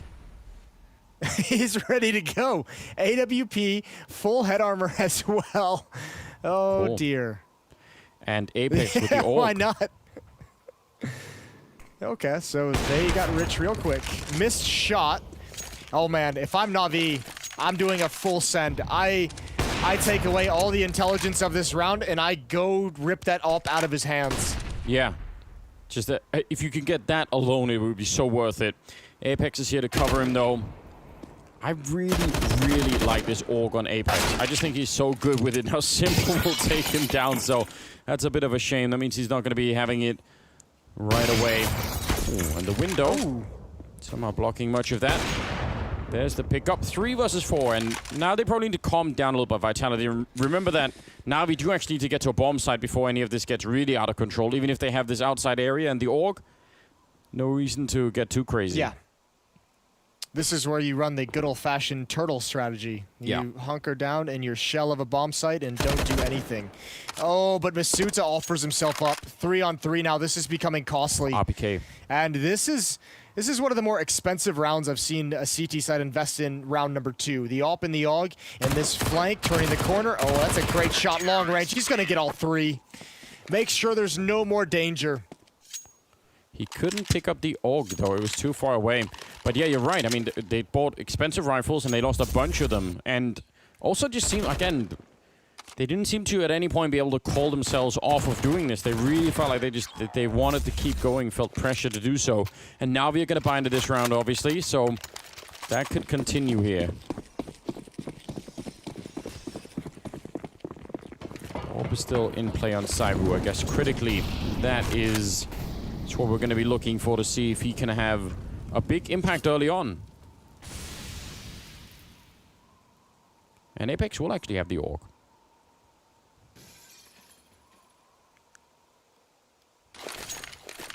He's gone back for it, his trusty weapon. Smokes outside. We saw Saiwu in round 2 miss a couple shots that he normally hits, so AWP not looking on point for the moment, but maybe it was just a one-round aberration. Electronics gonna get close up towards warehouse, looking over the smoke, looking for Saiwu, in fact. Not gonna find him there. So he successfully has control at top secret. He's used all of his utility. Remember the last time we saw Navi on this map? They kept getting Electronic into secret, and then they weren't sure what to do with it. It's like they had him there, but there was no plays being made really behind it. So hopefully Navi will fix that in the interim here. Yeah, we'll find out. They have to take Shox out of this boost. 2 flashes in, neither of them affect Shox. Molotov towards elbow. They have the space, they have the safety to clear out this boost. Flamey swings for it, needs to be a trade. Simple can't find it just yet. 62 HP, he does eventually get the headshot. It took some time, and it took some HP. But now they can put Electronic into play. He's walking up, but if he could open the door and start this attack on Apex, that would be perfect, but it's going to be the rest of them leading it, and Apex will take a quick shot there to drop Perfecto. 19 seconds. Electronic now only just about to open the door, and boom, it goes down. There was Electronic, but Apex will drop him to a brilliant triple with that AUG. I'm a real fan of it. Man, yeah, the AUG's fine on Apex. That's an awful round from Navi. Where's the attack? Where's the actual attack once you get here to ramp room? It's like everyone's actually scared to be the first one to initiate. You know, Electronic was slow playing himself in secret, fair play. There could be someone at stairs, there could be someone watching for the cross, but he was there the whole round. Once Flamey goes in first, Apex gets that kill, and he's got like 3 seconds before the second player even peeks him. and there's 20 seconds on the clock. It's like Navi gains control of ramp room with that kill on Shocks, and then everyone has to wait 10 seconds to talk it over. It's like there's a leadership by committee going on, and I don't know where the disconnect, but it's slowing everything down. It's giving defenders chances for multi-kills, and it's allowing defenses to rotate into the proper position. Yeah, I completely agree. It definitely is a bit disturbing because once you have the ramp room and you have a guy that's already down on the B side from the secret stairs, that should be like a one big crunch, right? You should be able to just lock in whoever's defending there and take them out. And if Electronic had been aggressive in that stance at Secret Stairs, he might have even just had a free kill as Apex was in the middle of the ramp. Yeah. He might have just been able to open the door and be like, oh look, that's the backside. That's a free kill. And then all of a sudden you have the bomb site and you have the round. But it almost feels like there's some level of hesitance out of Navi that we're not getting from other teams. Shox has found a first kill, ZywOo with another one. And there's Boomich wrapping from behind and now aggressing through the smoke.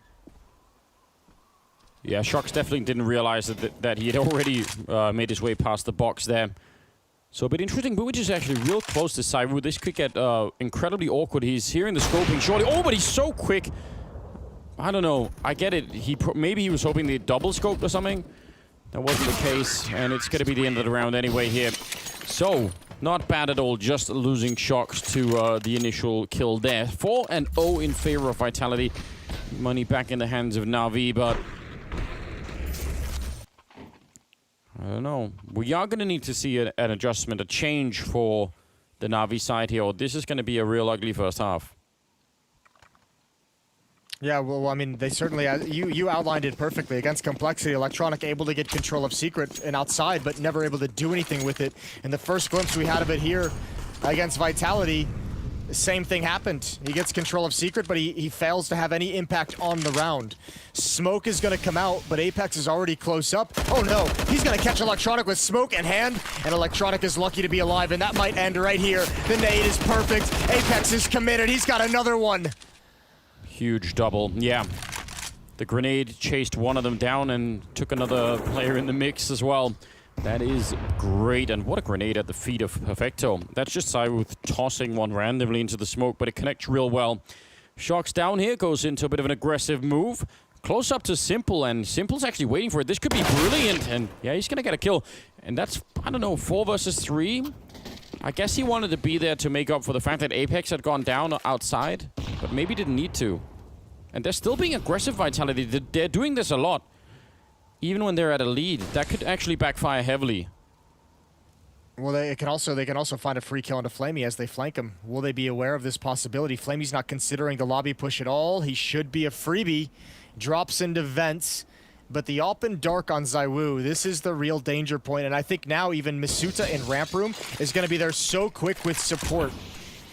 Even a Molotov remaining for ZywOo. He could drop it towards door and it'd be all over, but he's got the op out. He flicks over, sees the door, not prepared. He launches into the sky. But this is, once again, just taking so long. RPK's able to get into position, and Simple's too low to plant the bomb. Flamey's got to cover him, and he's not ready for the door opening.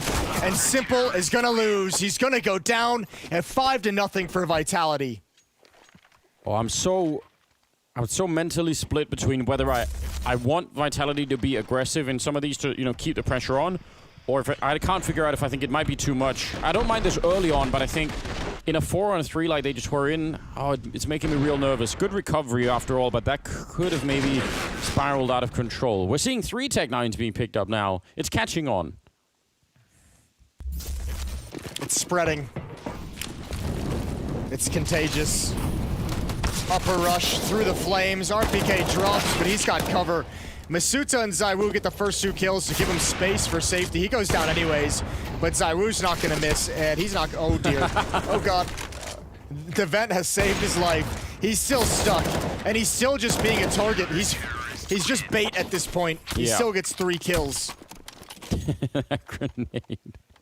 That was close.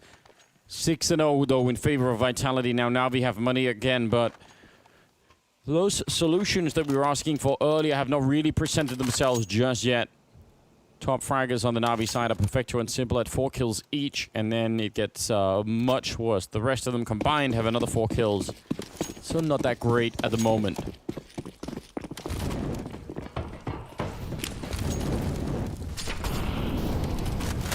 All right, well, Flamey blinded and cover of smoke. He's gone right past Shocks. This is awkward. Oh no, Shocks, did he not hear that? He didn't hear that hit Flamey, but Flamey still has no idea. Oh, that's wild. And Shocks still comes out on top. Yeah, that could have gone a bunch of different ways. Molotov to try and put some pressure on Apex, but it's going to be spreading, and he's very late to put that out. I can't believe he's alive. So I think he was waiting and saying, no, it's probably not. Oh, it is spreading. Oh, dear.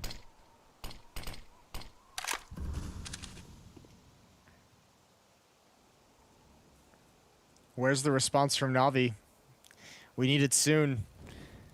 The money's likely going to start growing. A 5-on-4 for Vitality. And ZywOo's parked himself in CT spawn, so he's watching for the flank. That frees up the rest of the defense to move around the map. They're taking control of lobby just like last round. They see absolutely no one here. Apex is going to be down below. With that information, Shocks is going to move down below.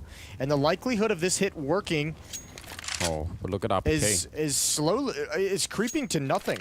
They've just checked out all of lobby. They know no one is there. There's 25 seconds, Navi. Why? The time... It's still a factor. It's still important. You must get to the bomb site before it runs out. 15 seconds. They're finally doing it, but it's real late here. 10 seconds on the clock as they make their way onto the site with the bomb, and Simple will get the kill. Boomich with 7 seconds left, opening the door, and no bomb plant is allowed, and that's the end of it. Shocks just has to stay alive, and he will. This is so devastating. It's so silly at this point. I'm losing. I don't have any other way to describe it anymore. I can't do it. Everything even went right. They got 2 kills. Everything that possibly could have gone right in that round for Navi entering the bomb site at 12 seconds went right, and they still lose the round because there's just no time to overcome anything. And here's the other issue. With the round taking that long, there's a reason Vitality is pushing into lobby because... nice double from ZywOo. They're just shitting all over Navi at this point. A triple kill. ZywOo's just a god. If it takes this long for Navi to decide to hit a bomb site, Vitality is of course going to go get all the information. They're going to be prepared for a 15-second hit at the lower bomb site. Yeah. My god. Well, I don't know. I don't even know what's happening anymore. 7-0. A triple kill with the AWP to begin the round with. This is such a ridiculous beginning. I don't know. It's uncanny, some of the series we've seen Navi in, where it's like they have a limit. It's like they can only put one complete map together. It's happened in the series they lost against Complexity. It was a dominant first map, and then nothing on the next 2. Here again.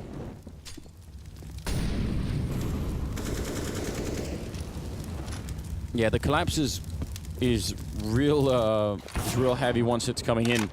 4th kill for ZywOo with the AWP, and he'll go down eventually, but it doesn't really matter. They'll save the AWP, and they're up 8-0 with... oh, God. He didn't even care that he got hit in the face with a Molotov. That is such a cool triple kill. Look at the flames everywhere as well. All right, well, it's time for Navi to dig deep.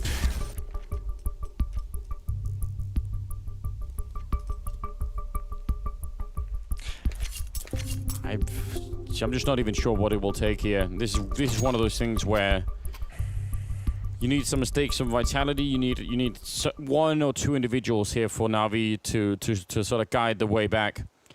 You'd have to be looking at Simple and Electronic right now. They're at 4 and 5 kills, not doing terribly badly in that sense, but you need individual rounds here. Something that can really get the team back in focus.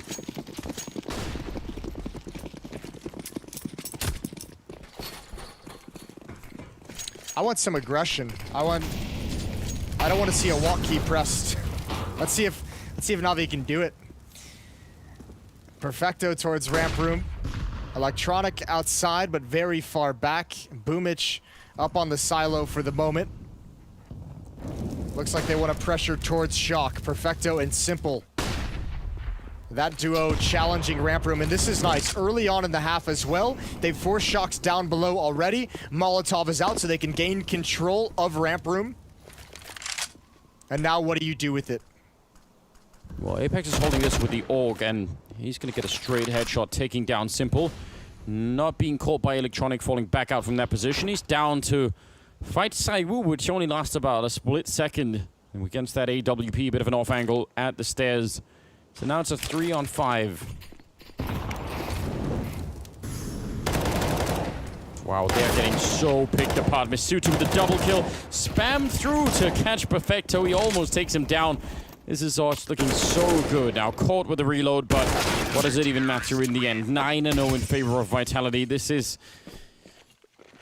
I don't know, seems like Navi have just vacated the server almost. Yeah, this is one of the uglier T-sides we've seen at Blast Premier. I mean, let's look at the first 3 kills. We just saw those 2. The first one from Zaiwu. Second one player walking out Squeak with no utility, with no one to trade. The first kill of the round was Simple in ramp room, walking towards underneath heaven, just peeking elbow, walking into it with no utility and no teammate there to trade. I mean, you're not giving, it feels like Navi's not giving themselves a chance to even fight for this map. Yeah. Well, that's the problem, right? Because, you know, if they win the pistol in the second half or something like that and start to make a comeback, you're gonna have that feeling of like, why didn't we just do a little bit on the first half, even just anything to give us the opportunity? Dude, the way this half is going, that's not even gonna be a thought in their mind. This is looking like they're not even gonna be able to do anything for they're not gonna have a chance to get involved in this game. Absolute shutdown. Apex back at it again. Doing a fine job with the double kill in the round. When you think about it too, I mean, I mentioned that, you know, it seems like Navi and some of their series are only allowed to have one good map. They haven't even had one good map in this series. The first half of Inferno was not very good as well. It was only the second half where they just wiped it clean. They got battered. Vitality's like gotta almost be scratching their head and be like, how the hell did we let this team take us to a third map? Yeah, that's a good point, actually. Sort of looking back at it, you start to feel like maybe that wasn't the awesome sign that it did for a minute look like it could have been. Pretty good headshot from Simple with the Deagle. He's got the AWP, but he's in a very, very tricky position, obviously. Yeah, caught out in the middle of it. It's not really his fault. Triple for Apex and a 10th round on the board. You know who's the real victim here, Jason? Us? Maniac.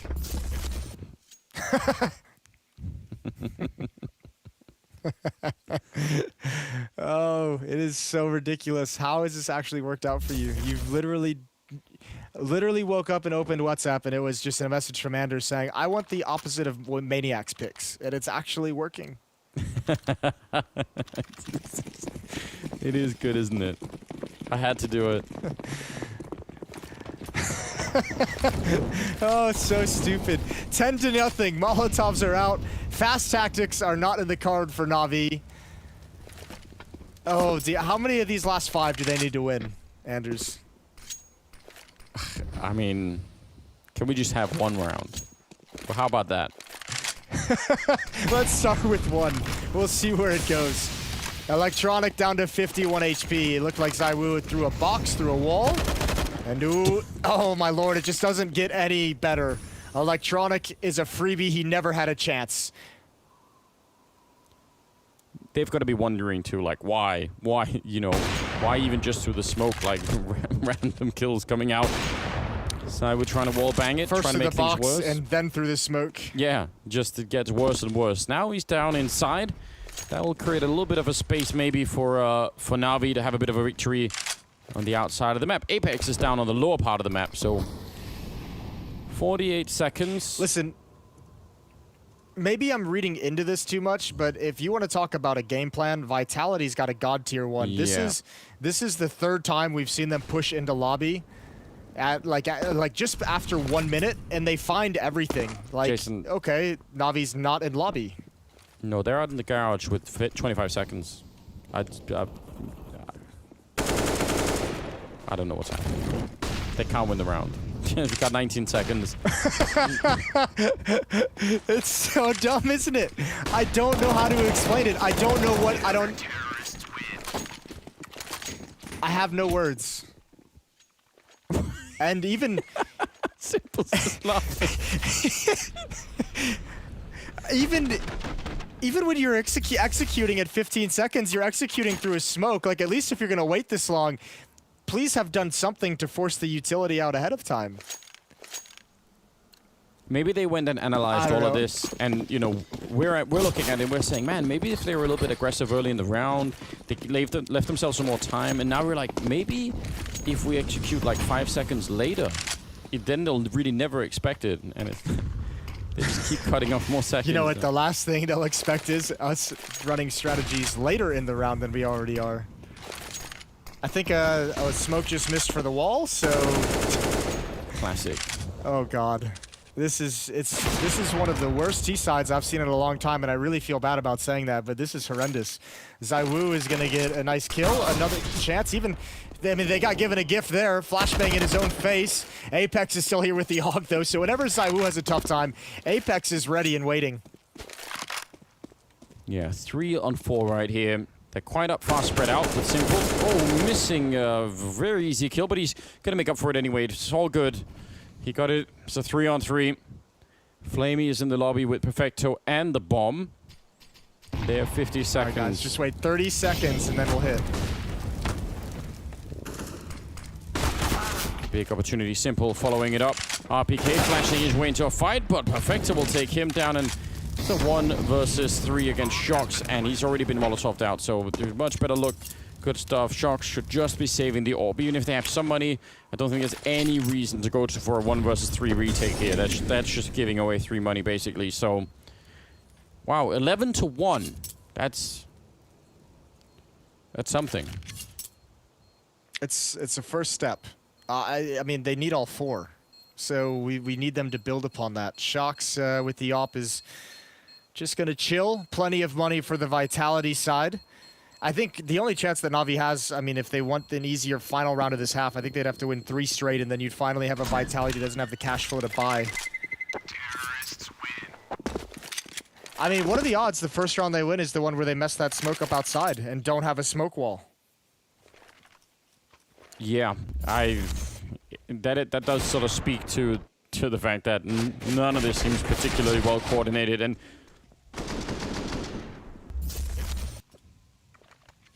couple of people they catch out there, which is good news. But here we are, 13th round coming up. Navi with 1 on the board. They've set themselves up for a truly spectacular comeback again. If they can make it work, then you know we'll all be impressed and mystified at the same time, perhaps. Molotov's out across the board. Electronic gonna slowly cross the secret. All right, he's gotten in this position. Perfecto Simple, heading towards ramp room. But ZywOo's already here. Shox is tucked into the corner to the right. This is going to be a tough part of the map to take. ZywOo's just shifted away, so there's a moment of opportunity as Shox pushes in towards radio room. Oh, and they thought they may have already cleared that out, but he goes in afterwards. Simple could have easily gone down to that fight, but he's at 30 health. So now, I don't know. Just Apex downstairs, going to be coming up the ramp. Boomich with a nice flank from heaven, and that's going to be a kill, but that's the bomb down. Cyber with the CSGO 75, 45 seconds still. He's going to keep going and taking down Flamey, and Boomich and Electronic, they have really no health left to continue this fight. They are so dead. That'll be a 12th round for Vitality, so yeah, all explodes in Navi's face right after that 1 round. Yeah, they can't build upon it. They can buy again. Flamey and Simple over 6K. Electronic at 4,800. They have to buy, even if they didn't have all that money. The question is who's going to provide an opening for him. This is a great round. The swap to the AK-47. Follow-up headshot. ZywOo just being such a beast. 15 kills on ZywOo, 14 on Apex. That was a good meme phase for shots. The stress and then the instant relief. If you try and jump around this corner, you might be dead. He's not gonna make the jump. 14th round, and this is just such a disaster for Navi. It's hard to even really comprehend what is going on here. Yeah, and it's not even like domination out of ZywOo. The first two maps, Apex has 42 kills, Shox has 41 kills. Those two guys have been playing so well all day long. You add ZywOo into the mix, and you can obviously see why Navi's having some issues. 3 players outside for the Navi attack. Flamey waiting outside ramp room.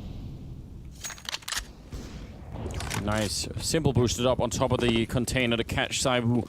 And I mean, this is one of the tools they had, is Simple with the orbs. I think that's a call that he just makes, and you know what, let me go and fight him, and if that works, we'll get somewhere.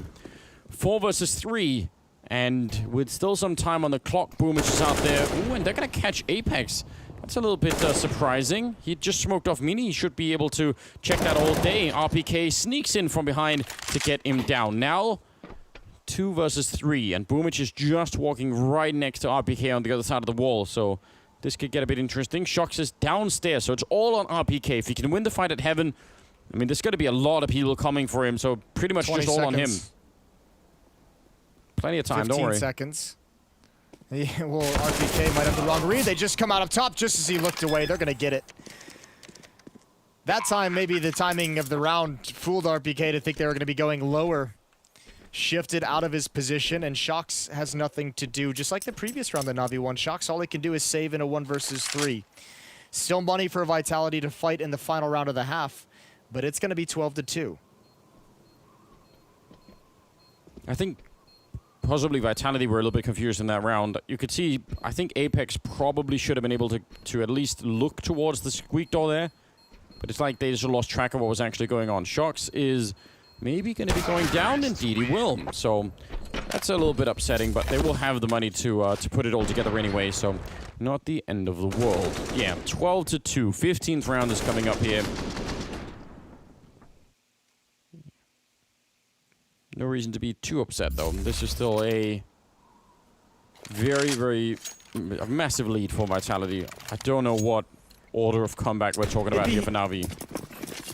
Yeah, it'd be hard to squander this one if you're Vitality going into the second half, especially the way that you've played now. I mean, the first half of Inferno, the first half of this map, it'd be hard to give that one up. Even all of Overpass was spectacular as well. You really only had one bad half of Counter-Strike today. You would have to put in a lot of effort to lose it, in fact. You have to have a strategy. Yeah, you have to try. Yeah. What's going on? He threw the Molotov into the fence and it just did nothing. I'm so confused. He was confused. I know. It's fine. I'm confused. I've been confused this whole half. Boomich on the roof outside. Apex is in garage. Masuta at the secret stairs. Well, they've done good damage to Shox. That's a start. Apex is back out here with the AUG. And the bomb is quite far back on Flamey. Not that that's necessarily a problem yet or anything. Perfecto's got some good ramp control. They've set themselves up nice enough here, Navi, to be able to do something in the round. One good opening kill could definitely set them off to a path for a third round, potentially. Apex is checking outside and really seeing no one, but that's a bit of false information. They are going to be out there. It's just a question of timing, and he could be walking into certain death here. Yeah. Oh, I can't believe it. Boomich almost seeing him. This is so unreal. And finally, they're going to catch him. So now, surely, they're going to go 22 seconds left. Perfecto flanking around the backside, who's also up here, and he's going to make his way up the ladder. 16 seconds. Stop laughing, Jason. This is their time. Great spray down from the heavens, and now Masutra and Shox going to be run. They can't really get close to the bomb plant, unfortunately, but it's 5 seconds left. Again, it's slightly mental. The only thing more shocking than them running down the clock to that level is the fact that they hadn't taken any damage and they hadn't been spotted by anyone on the map for that entire round. I actually don't know how Vitality avoided them that whole way. 12-3 is your score at half, and Navi scraped together 3 of the final 4 rounds. it's desperate times. Looks like Vitality is going to take this series, but we'll see if Na'Vi have one more comeback in them. We'll find out after the break. Stay tuned.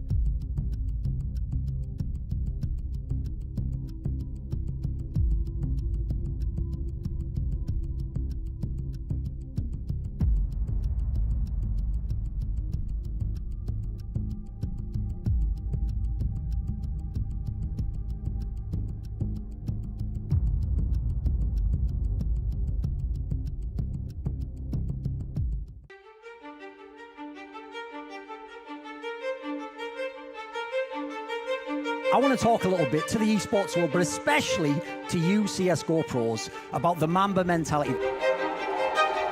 I'm sick and tired of some of the things, some of the talking points that are coming out of these pro players. Like people saying, oh, well, I won a major, so what is there left for me to accomplish? Think it through. 2 majors, 3 majors. How about being the best you can be? If you could win 5 majors, if you could set the record, go ahead and go for that. That's what the Mamba mentality is about. It's about pursuing greatness. It's about building a legacy for yourself. It's about actually trying to be the best you can be, whatever level you're on.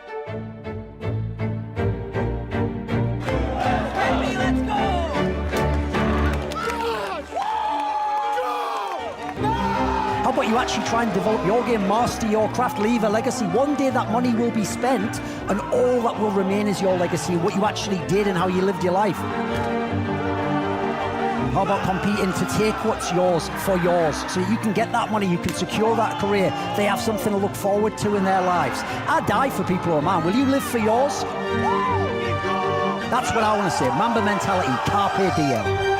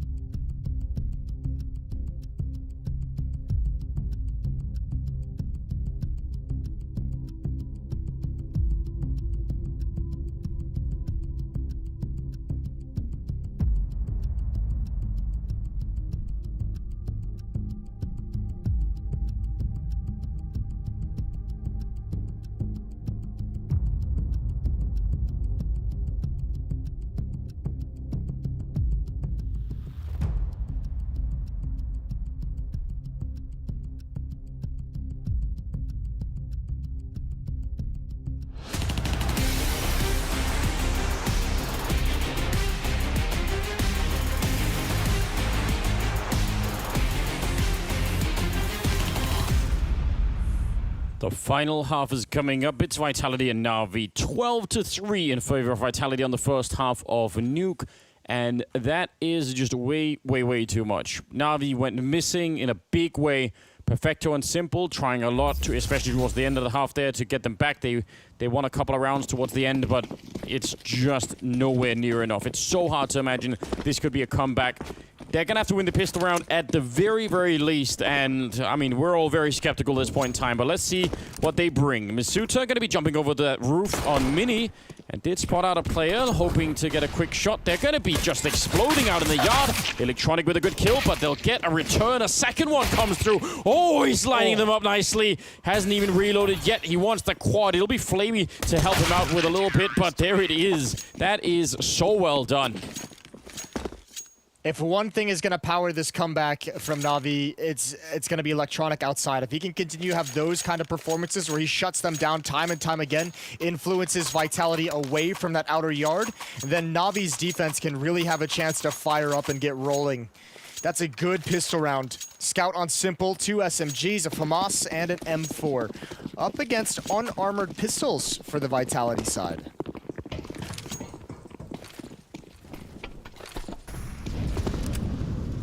Yeah, so no real threat in this round. Could be a chance for Navi to enjoy just a little bit of a victory here. They ended the first half winning 2 in a row. They could be starting this one winning another 2 in a row here, and that's something. Even if it's against pistols. Especially when you only got... Yeah, well, I mean, when you get 3 rounds in the first half, like, anything is going to make you feel a little bit better.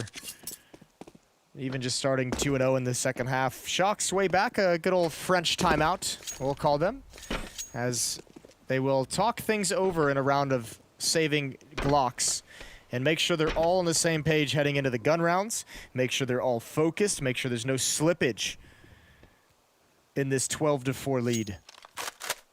Maybe they are having sort of a theoretical discussion, like, guys, if we wanted to try and lose this, what would be the best way to do it? Oh, come on, at least do a French accent. Listen, I would, but... Give us a French accent, Anders. No, I can't. I wouldn't dare. You know, it's too risky. Could be used against me later on, Jason. I'm working with Maniac. He's right out back. He's French for all intents and purposes. Might as well be. Boomich with a... I'm sure he appreciates that. Listen, he's been hanging around French Counter-Strike for too long. Can't escape now. Yeah, he's trapped. He's got no other options. We've really picked on Maniac quite a bit today. I feel... I know. I mean, not bad. No. But just, you know, an observation mostly. Just pointing it out. Keeping it... I think it's funny by now. I enjoy it. The anti-Maniac strategy has been working pretty well. Ooh, but Simple, not bad. Taking down RPK early on. Oh, and he's going to be running in, executing one player out in the open is Perfecto and Electronic, and they could be in a lot of trouble, and technically they will be. This is a power punch into the A-bomb side. The fight will continue. It may not be done. Simple's the last one left. He's got, a grenade. He's going to throw it down. Oh, what a win! They were just softened up enough, and a quad kill for Simple. And boy, did he need that nade. That was going to be a tough clutch otherwise. Vitality bunched up at the default plant spot. Otherwise, this is a great hit. Vitality do a good job of trading into position, but just enough is done between the Flames, the SMG. What a battle. Navi just 6 rounds away now, and the plant is denied, so not enough money for Vitality. That was amazing. That's the sort of stuff that'll get you a little bit fired up. I mean, Navi need it. They need it so badly right now. So yeah, get Simple in there with the AWP. Get some double nades. Start to get Electronic fired up. These things, they all matter. Again, it's a very, very long road back. But if they want us to start believing in it, and if they want them for themselves to start believing in it, then these are the elements that you need to actually incorporate.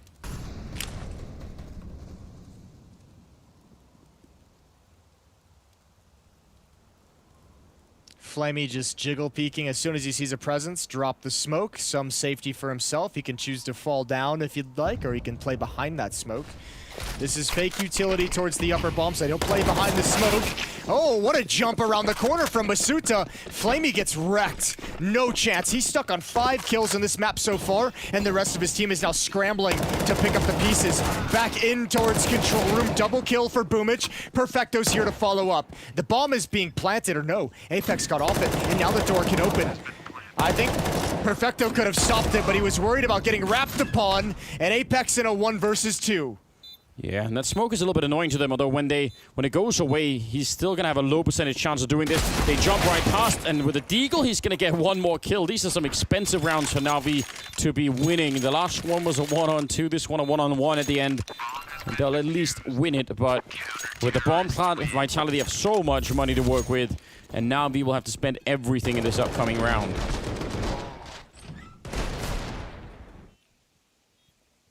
Yeah, I don't think Navi can afford a reset at this stage in the game yet. I don't think they have enough rounds on the board to really feel comfortable getting their economy demolished. I mean, it'll never be comfortable, right? But if you can close the gap to 10-12 and get reset there, you still feel like you're within striking distance. I think that would be a big blow to morale if Navi have to spend 1 or 2 rounds not being able to battle and fight back. It's been 4 straight to start this second half for Navi. And if I'm honest, I mean, even just by eye test, they're looking a little bit more tuned in than they did in the first half. They look a bit more focused. Oh, no doubt. I mean, you could tell there's a difference. I imagine they had a pretty serious conversation in the minutes between the halves here. Because the one thing is, you know, maybe losing a best of 3, but you don't want to go out in that fashion, right? You don't want to go out in a way where it just feels like, wow, we really just did nothing on most of the halves that were played in the game. That just feels unacceptable. Electronic, good damage on the side. They're going to try and see if they can explode into the bomb site. Yet again, a good trade on Perfecto. But Flamey's up here, and Boomich is doing a lot of damage. And this time, they're going to get shot down with only Perfecto dropping. Good, nice defense. And suddenly it's 8-12. Still money on the Vitality side, but they're running these rounds back fairly quickly. Starting the second half with a 5-round block of wins here. That's 5 rounds in a row. That's amazing. Yeah, that actually is pretty impressive. Well done from Navi. Now 7 rounds stretching back to the first half, and 8 of the last 9 rounds go to Navi as well. That's a really good hold of the upper bomb site. Vitality calling it early timeout. Again, AKs are going to be picked up. They've got plenty of cash for it. Full losing bonus is in their favor. And after these buys, they still have so much money behind it, so there's going to be buys pretty much every round. Navi's going to be in a really tough grind. This is the hardest kind of comeback to make. 16 kills on Simple. It's 18 on Perfecto, the young gun of Navi, leading the way. Well, we did also see Vitality sort of go missing earlier, and if it happens again, who knows what is going to actually be occurring in this game. Cywu's got the kill already on Electronic, and Vent Diving is Apex. So this is so much control. It's a 4-on-5, but the fact that Apex is down there with no one else at all from the Navi side on the lower part of the map, he could spend a lot of time working this, trying to find another kill, or maybe just set up and wait for his team to show up. I don't think they know that he's downstairs, oddly enough. Nobody is indicating that they have any idea. Like, Flamey would be in a completely different position if they knew someone was downstairs. Oh, he could get flanked, and yeah, Boomich slowly creeping in towards the vent. Apex is able to get a freebie. Again, Perfecto called upon. Oh, but he misses the first shot. It took way too long. There was a real chance, and while Simple is alive, there's still one, but Vitality send him packing. And Flamey must save this gun, and actually, I mean, I don't know. Down 4 rounds, he might try and go for this if he can find Apex. If Apex comes up the vent, this could be a real chance for Flamey. Yeah, I'd say go for it. I mean, they don't really have the money to lose this round. They got to have to find some way to rally the team. Why not a 1-on-3? It's as good as anything else, really. Doesn't see anyone crossing, so that's incredibly unfortunate. I guess, yeah, that's what makes the choice for him. That is a little bit of bad luck. I think if he was going to go for that 1 versus 3, he would have had to make his play earlier. When that much time has passed and you haven't tried to get involved in the action, that's when like alarm bells start splitting for Vitality. That's when someone is like, okay, I need to watch the flank. Apex is saying, I'm in the vents. I'll be able to peek towards Squeak Door, make sure no one's coming that direction, stay hidden from Mini. So Vitality could have had all the options to cover all the entrances for Flamey. 8-13, still a bit of a buffer. Navi have plenty of money to buy in the next round. I don't think Simple will be able to have the AWP, but they should have 4 rifles. Yeah, which is, again, pretty great news. Actually, it looked like Apex was about to fail that spray shooting straight up, which that would have been horrifying. Also, yeah, but you can fail that spray for like 3 seconds and still get the kill, right? I feel like you've got a pretty there's a lot of forgiveness in that battle. Well, here we go. First round on the board on the second half for Vitality. If they win this next one, that might be the map in a in a pretty quick fashion, given the state of Navi's economy. If they don't, though, I mean, it's actually going to start to get kind of interesting. We're going to have to start taking it a bit more seriously as well. If Navi get up to 9-13, yeah, this is suddenly a real game, even in spite of the odds, you'd have to say. Yep, you're right, entirely. Smoke wall is up, 4 players gonna cross. Electronic is down below. Problem with this is Boomich is gonna be the next rotator, which would leave a Deagle all on his own. I almost feel like you have to leave Simple alone in ramp room so those 2 players can be dynamic. Maybe Flamey can drop down as soon as Electronic spots somebody. The real fear is that Deagle, if they ever try and reconvene back to the upper bomb site. Indication should be coming in, a jumping Electronic spots everything, but vents are open if Vitality want to utilize it. Well, and Electronic is still down here alone. He is going to need some backup pretty soon now. There's a little bit, yeah, Flamey showing up at the ramp. That's going to help out. 38 seconds, which is going to buy them time, and they have grenades left here on the Vitality side. They can block out a lot of this. They saw Electronic earlier. They're going to grenade him and jump down on top. This is a great take.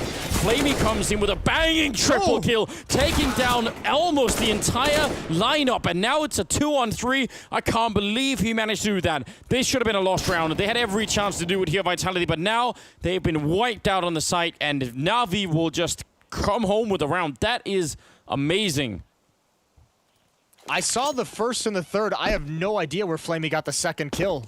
Did he just like get someone through smoke while being fortunate? What a crazy sequence. What a potentially series-saving play from Flamey. I agree. This is huge. Yeah, so he just continues right that's behind. Filthy.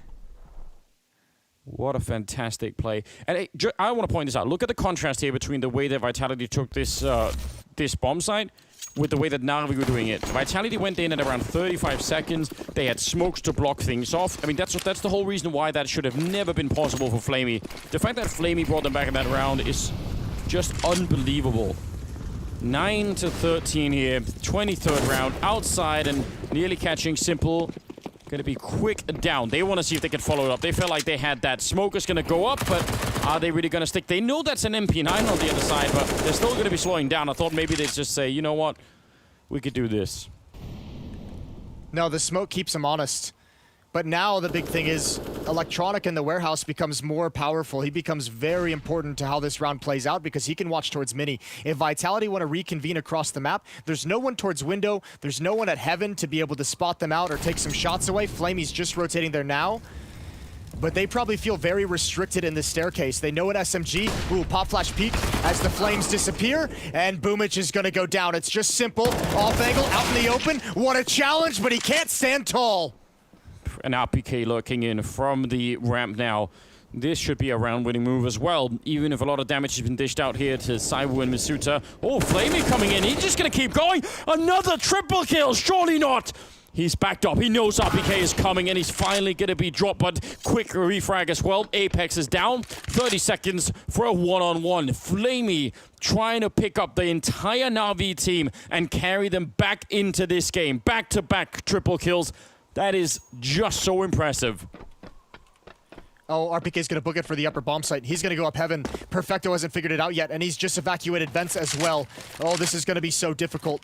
He's got to start figuring it out. RPK just landing on the ground now. Plant is underway. There's the nade, and Perfecto sees everything. He knows he's been duped. What an incredible amount of responsibility on this young man's shoulders.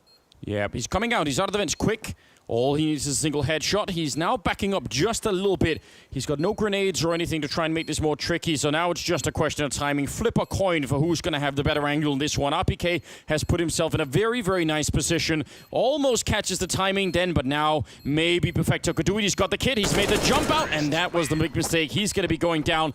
RPK for a triple in reverse, and for everything that he did there, Flamey, it is just not enough. I'm so impressed, though. That's very hard to do what Flamey's been doing the last 2 rounds here. Oh, God, they walked into that I mean, shot. this is... yeah, I mean, let's be honest. That's how almost the first sequence should have played out. It was a great triple kill from Flamey, but still so many advantages for Vitality. So you see it again. This hit from Vitality so effective that even the miracle that Flamey provides is not, you can't replicate it. Even as good as a triple kill is in that scenario, so hard to steal back-to-back rounds in that fashion. 14-9, and that does terrible things to the Navi economy. It's technical timeout, as you could tell. But in a second, when it continues, they are not going to have really anything to work with. Oh, man. I don't know. I think we've made our opinions pretty clear about Navi and how they go missing and how that's a problem, I mean, now and in the future. But Vitality also, I mean, with the kind of lead that they had, you'd want them to get back earlier in this game, right? It's a 12-3 first half. And they let go of a fair few rounds early on before they really start getting back into this. Yeah, but this should be, I mean, I don't know what Navi decides to do during this tech pause. I would imagine they're thinking about it at the moment. Boomich has just come back into the server, but there's no money. Perfecto has the most cash at 3,600. Boomich and Electronic are sitting at 2K. Flamey's at 2,300. I don't know what Navi thinks they're going to be able to buy, but what a difficult decision to make at 9-14. Yeah, and truly. they're going to force up here. So they're all in on this round. And I guess now you can have that, we can kind of, theorize about that conversation of saying, man, if Navi had just had 2 more rounds in that first half. Yeah. Yeah, just a couple of more things going their way. Yeah, it is close. 9-14 is not such a bad scoreline, but when you have no economy, you're buying an auto shotgun and an M4 and a little bit more to try and see if you can bring this back online. If they win this round, though, yeah, I mean, there's a chance. There is a way. I can't blame them for even trying to force up into this round. I don't know what the better choice would have been.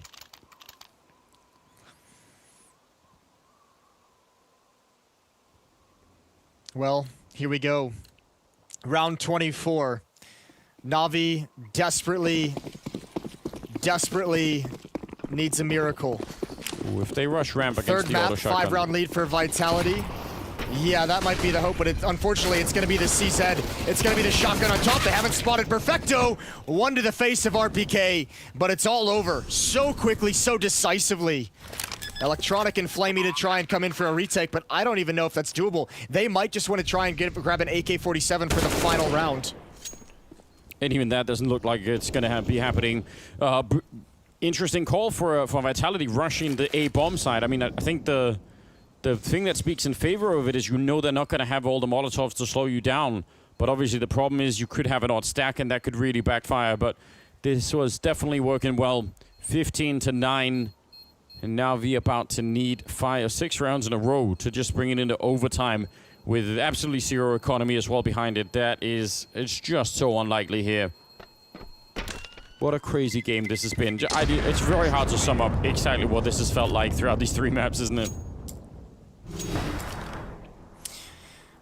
I don't know. If I had to sum it up, I guess I would just say it leaves you wanting more.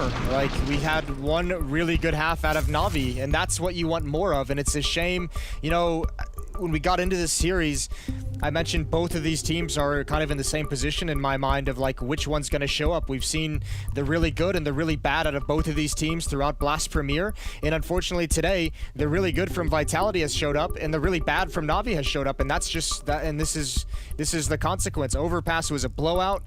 This map, despite a late somewhat comeback, has been a blowout based off that first half from Navi. I don't know. Navi's still a really painful team to be a fan of, I would imagine. My heart goes out to all of you Navi fans. Shout out to Banks. He's probably off crying in a corner somewhere. Very, very likely at the moment. Yeah, it's a wild roller coaster. Let's get him ride. back on cam. Yesterday we had him in the Navi jersey flexing after the prediction win. Let's get him today in Navi jersey, tears streaking down his face. Sobbing. Yeah. Yeah. Well, you may get your wish later on. We'll have to find out. 25th round here. You see the MP9, the pistols, and it doesn't inspire a lot of confidence, does it? No rush to the A-bomb side this time for Vitality. Instead, setting up in the lobby. Shocks holding outside and making sure there are no crazy flanks coming in. And why not wait? Why not let them use whatever smokes they had early on? If they had a Molotov, that's probably going to be gone in a couple of seconds too. So while you're doing that, you could just wait and set it all up.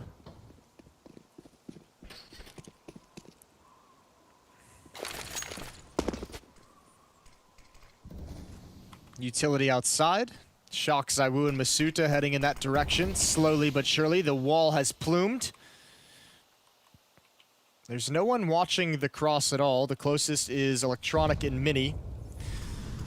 Boomich is already downstairs.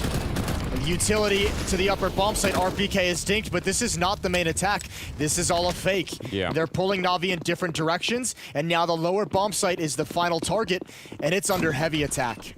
Yeah, Boomich saw it, but I'm pretty sure they saw him as well. He's alone. Just now on the ramp, Flamey, but it doesn't have the tool that he had last time to get that triple. He's going to get one anyway. Great kills here. 3-for-1 trade in favor of Navi. And now just 10 seconds. The bomb is being planted right now, but it's going to be a kill right afterwards. And they win the round. Very unlikely circumstances. A team ace coming out here for Navi to get 10 on the board. Yeah, they got in a position just at the perfect moment. Nice recovery from Navi. Still a long way to go, but they've got to be happy about the 3 picked up AK-47s. Unfortunately, they've got another buy or 2 to burn through for Vitality.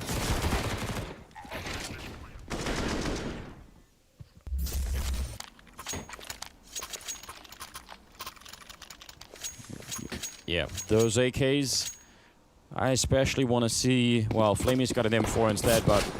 See if Flamey could save them another time. He's a bit of a hero right now. Perfecto also, obviously, honorable mentions. 22 kills. He's actually ahead of everybody in the game right now, which is even hard to believe. Now they're going to go for it. A-side attack. Flashbang early on Boomich, but he could see everything. Perfecto. Big double kill. And Vitality not doing anything at all in this round. That is a nice hold. It's going to get Navi to 11 rounds here, as they will take the final kill. A triple, a quad, in fact, on Perfecto, pushing him all the way up to 26. Yeah, he's been a beast in this game, and that's nicely done from Navi. They don't flinch. There's an execute out of Vitality. They wait a few seconds for the counter utility to disappear, and the follow-up execute is pretty dangerous, but the first 2 kills go the way of Navi and kind of remove the teeth from that attack. 4 rounds back now. And Vitality is going to descend to Deagle and Armor on a couple players, or just Deagles on 4 players, and to Apex with an AK-47. But they're a little bit low on funds. They just have more breathing room to play with. This rest of this game, 4 more rounds for Navi must be mistake-free.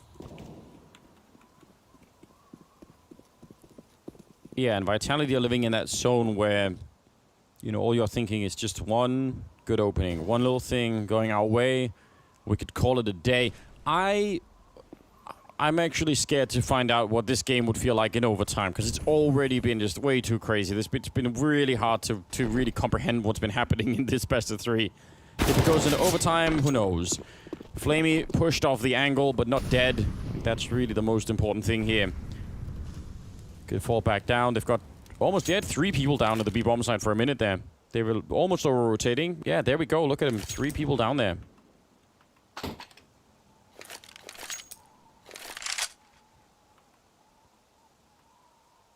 If they get the entry... is going to lead the way, though.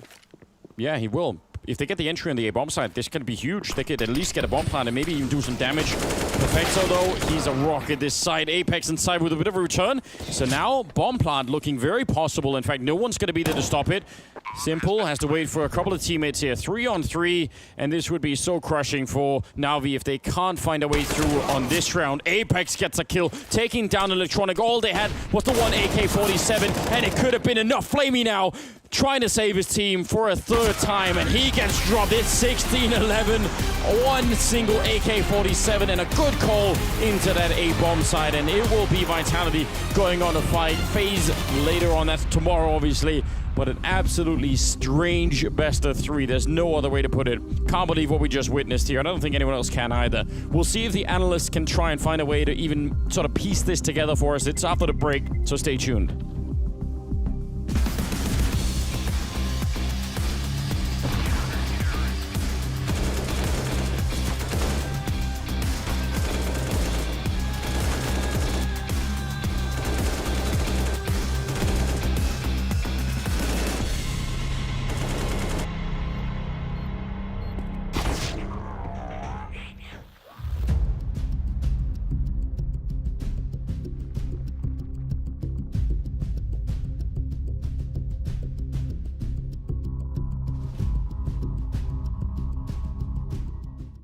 You got to draw a line somewhere, I guess. Only good for that 1 week. NBK is going to be in for a bit of a tight time here. Nicely done. Point blank finds one, gets a second, a third, looking for it, and he gets the fourth as well. French CS. So they'll have to wait that one out. Clearly G2 looking to just split this B site at the 30-second mark, but a D from JKS. Corner. And Kenny's going to just have to hit some heads. He's anxious for them, and it's just the first. He's able to fall back. He's got to put his weapon back together. And he will. It's a good time flashbang, but he knows the magazine's low. Now he's got the knife out. It's a stab onto Issa. Oh my God. And the headshot onto Valda. Hunter's going to help him out from pit, so Alexi B is all alone in a 1 versus 5. Nobody gets out from porch. Nobody gets footing close to that site. And it all goes around Kenny S. Wow. Alexi, the 1-on-3, you'd think he's got no chance. One player back default, one in the pit. It's one of the most dangerous crossfires, even when you have 5 alive. Saw they struggled in that situation. Headshot through the wall. Alexi's out of the round. What a round from Kenny S, though. He's getting back around ramp. He needs clean kills, and he takes down Kenny. Follows up onto Hunter. Wow. 3 frags from him. Let's see if they can get out mid. Again, smoke spam. Great timing coming out of the CTs. OG throwing Alexi B forward, only able to grab another kill, but he's done such a great job. Oh, what? Nexa robs it back. 3 kills, but here comes Valda on the flank, hot on the heels of the mid play. 2v2, and he dodges the op. Kenny sprints into the B side. Yeah? Yeah, wants to get some exits here. Ruin the ratio. Oh my God. He's gonna get them both. Oh, Kenny's gonna die to the bomb. So he's got to come out with a wicked Kenny peek, and it's just gonna feed. I mean, we say Mantu shouldn't get all 3, but Mantu also had 100 HP, and the door's open. Amanek's gonna rush it. Whoa, his teammate it's not there. planted. Oh, 3 seconds. Cover that. There's no way. Amanek robs the round. Close the door. Has to form a miracle to be able to win that. Oh, Once but again, running into the blender versus Fur. Hunter, top of the hut. Finally. Oh, good trade comes out, but Nexa looks to pick up the pieces. 2 up versus 1. Alexi only Mac 10 in hand. Better guns all over the place if he can find them. Don't know how close, though. And Kenny is now moving in for the kill. Interesting, though, to make it a 1v1. He drops off, and Alexi, he loves to take this fight. We saw how patient he was. In this moment, Jax pops up behind him, pops his hat right off.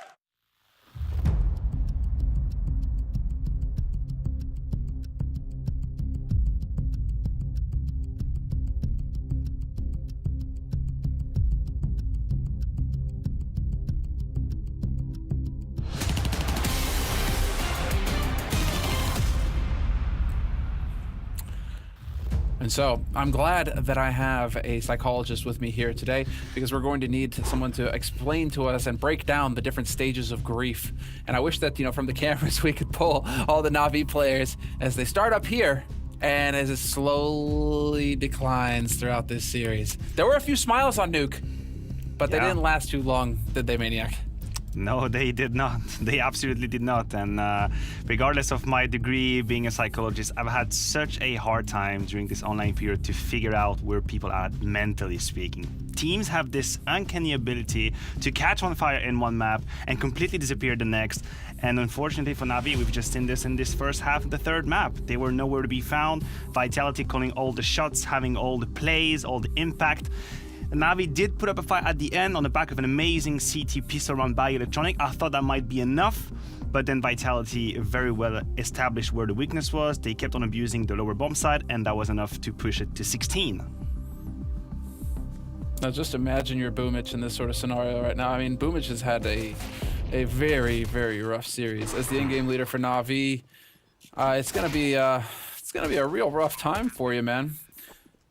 Things have just not gone your way whatsoever this entire series long, and I wonder if that's just trying to corral, get the players on the same page when things start going against them. Navi, is he able to get that leadership going, or is it just a lack of individual performance? The problem is, when I'm listening to Navi, obviously, I cannot understand the content of what they're saying. I can only get the tone, I can get the vibe of it, I can get who is talking and when. And I do feel like Boomich is trying his best to keep control on the troops, right? But there seemed to be, I want to say, dissatisfaction all across the board sometimes as to what he's calling, all the reactions that I hear. But the problem is, in that game, truthfully, is that at the end, it was a tactical defeat. Vitality tactically defeated Navi when they realized that they were a little bit shy on the lower rotation. They abused it time and time again. So if you're Boomich, there's no other way to say that you've been outplayed, at least in the last few rounds. That's well, I mean, it certainly isn't going to help if your teammates aren't buying it. That's kind of like a Kerrigan thing, you know, where it's just they just start not listening, and how are you supposed to lead? How are you supposed to play at that point? That's a real struggle. I mean, was that something you were able to pick up from Vitality's TeamSpeak as well? That they were picking apart Na'Vi, they were figuring it out. Yeah, like I say, I mean, on the CT side, things pretty much went smoothly for Vitality. Everything they were trying to do was working. So I know, and we know, and we've established at the test that they have this ability to snowball a site. I think Apex is really good as an in-game leader when Shux chimes in as well. From the other side of the map, they together have a very good understanding of the map in general and how to abuse it. So they've done it beautifully on the CT side.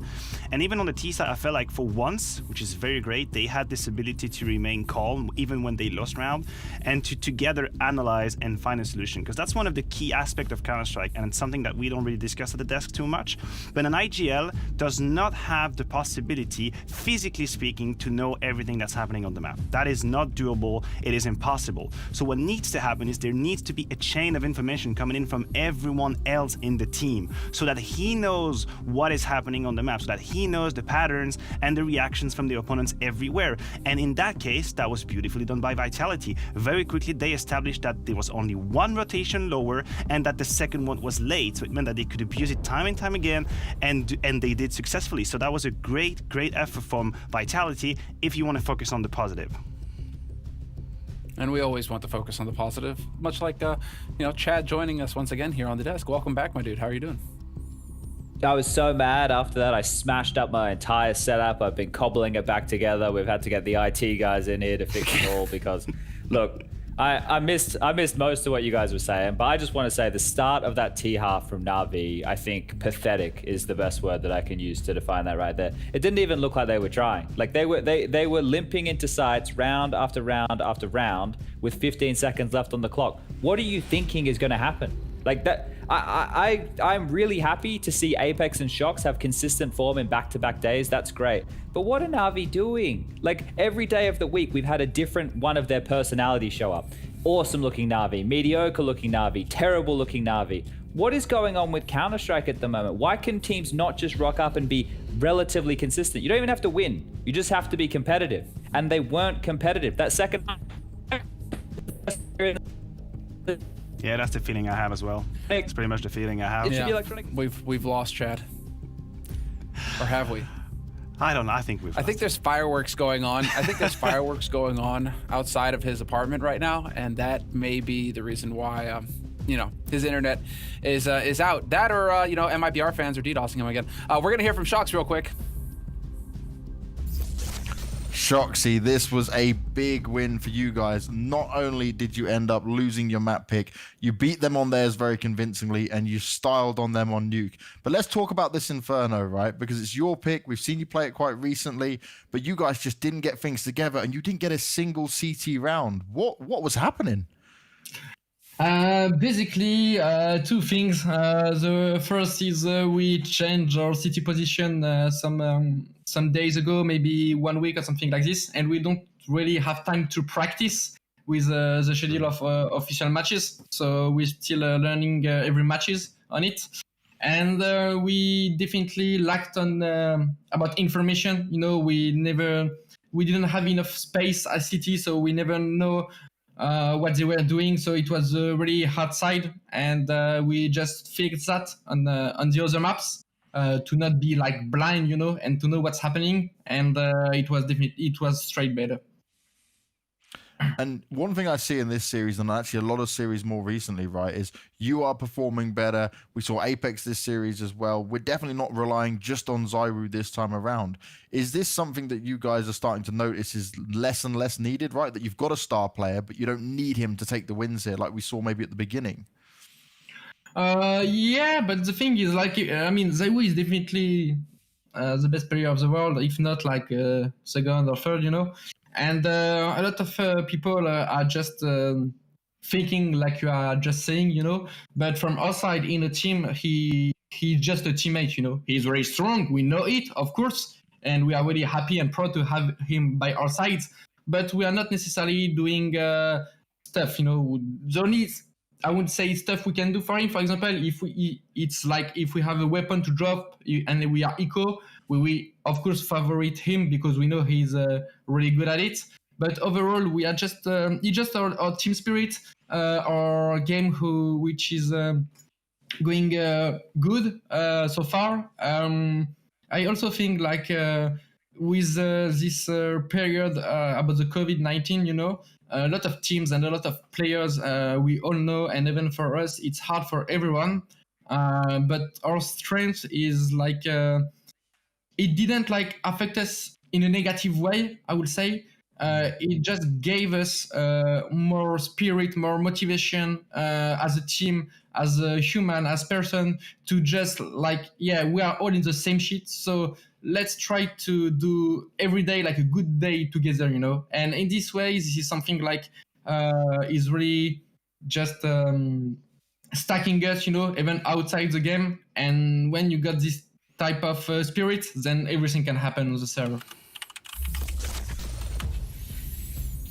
And so, I mean, that's obviously admirable, you know, that in times of duress, you try to rally together, you try to be better human beings. You should try to be doing that every day. And, well, there we go. What I'm wondering is what that is, like, what is your take on them not trying to prioritize ZywOo? I mean, I get the whole idea of a team and everybody's equal in a team. But when you have legitimately, you know, like a Beethoven on your team, maybe you should be giving him the piano and not trying to have everybody play the piano at the same time. You know, I don't know, like, does that make any sense to you, Maniac? I get your sense, obviously, and you know that I've played with Kenny's when he was prime, so we at that time definitely picked up the phase. Yeah, you literally built the team around him. Yeah, exactly. So one of the problems that arise when you do that is that some other players, and I include myself in that scheme, is that they might be under the wrong assumption that they don't have to deliver so much. So I think it's a good thing to have everyone understand that they, at any given time, in any given round, should be able to win the round for the team. And so I think it's a philosophy that you have to put together when you create the game plan and make everyone know that it's not because it's ZywOo that will do 3 kills that they're going to win the round, because it's extremely dangerous to go into a game thinking or waiting that your teammate to your right or your left will make the difference. The best way and the most healthy way to go about Counter-Strike is to always think of how you can make the difference. How can you push your team 1 centimeter forward? So I can understand that in that regard. Oh, I see. This is an aspect that I hadn't considered. Well, I think we would love to spend a bit more time discussing that, because that is actually a very interesting topic, especially now that you brought up Kenny and the old Titan. Those were wild times. But we do have to keep going with the show, and so brackets here from Europe. This was NAVI getting eliminated, as you can see in the lower bracket final, 2-1, and Team Vitality 1 step closer to the grand final. And, well, a huge payout. $335,000 to the first place team, $500,000 total on the line here for the European teams competing at Blast Premier. And so that is a monster amount. And you can see, there it is, NAVI out in 4th. 20,000 to their name. They're going to be feeling just a little bit sour. But this is what's coming up next. North American brackets, Furia versus Evil Geniuses in NA. It's going to be monster, and they're obviously fighting to get revenge on MIBR. Both of these teams now have been knocked down to the lower bracket by MIBR, and so MIBR, you know, they've got their number, Maniac. They do, and I don't know if we can attribute that to the period of time we're in, but it is so special, so unique to see in both brackets. Complexity once for EU in the grand final, and MIBR in the NA grand final, just waiting to know who they will play against.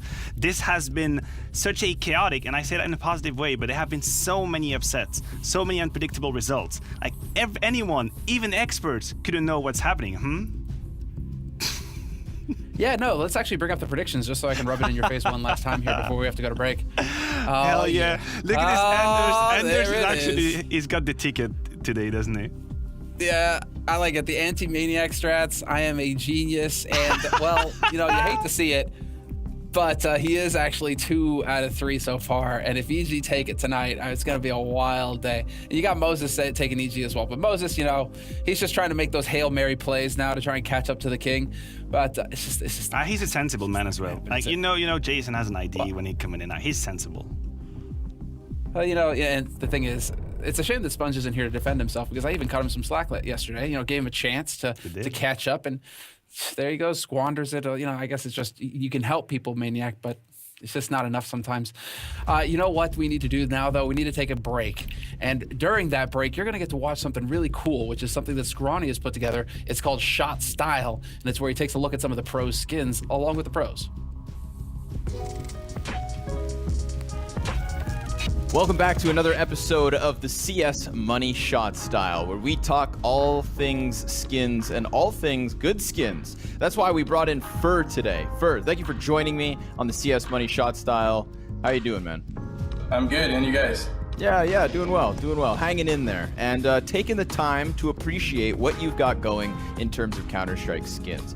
I want to start it off with the gloves, man, because the gloves, they're the basis of everything. You've got 2 pairs of gloves, both hand wraps, one blue, one red.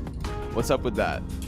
Actually, I like to combine the colors, to be honest, and so SCT, I like to use the blue color, so that's why I have the Cobalt Skulls. I like the hand wraps because of the style. The other one I use as T-side is a hand wraps as well because of the style. And this time I'm using the Slaughter because like it's red, and as T-side I like to combine with red. And that's why I'm using this one. We know you've got swagger outside of the server, so it makes sense that you've got some inside too, because I've noticed you've got 2 knives you like to play. One being your classic knife Crimson Web, which is obviously the red, the black, goes excellently with those Slaughter hand wraps. You play that on the T side, and it's the throwback, you know, the new classic. But dude, that Doppler, butterfly knife Doppler, full sapphire, that's got to be one of the sickest butterfly knives in the game. Yeah, I do agree. I mean, the one that I like most is butterfly. Like all butterflies, I think is like the prettier. And cool. So let's start with the classic knife, right? I mean, the classic knife, it's the classic knife. So what I have to say, right? It's like one of the really beautiful knives. And as I'm using ST side, I'm using the Crimson Web because it's red as well, so I can combine the colors. So I'm just like, I really like this knife and I'm using it.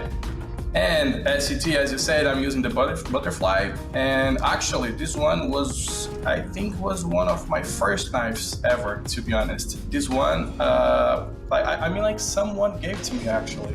I don't know if it was like an ex-girlfriend or something like that, but they gave it to me and I'm using since that day. So yeah, it's pretty nice. I feel, you don't sell that wedding ring, man. You keep that. You keep it nice and shiny, nice and clean. Yeah, I do. Yeah, that Doppler's something special. I think that's really the crown jewel of your inventory first. So even for somebody who's not the biggest skin fanatic, you get my respect because you've got that full sapphire butterfly. It's a beautiful piece. And I just want to say thank you, man. Thank you for taking time out of your day to join us on the CS Money Shot Style. Thank you for being you, Fur, and thanks for keeping it so cool inside and outside of the server. Thank you, guys. It was my pleasure.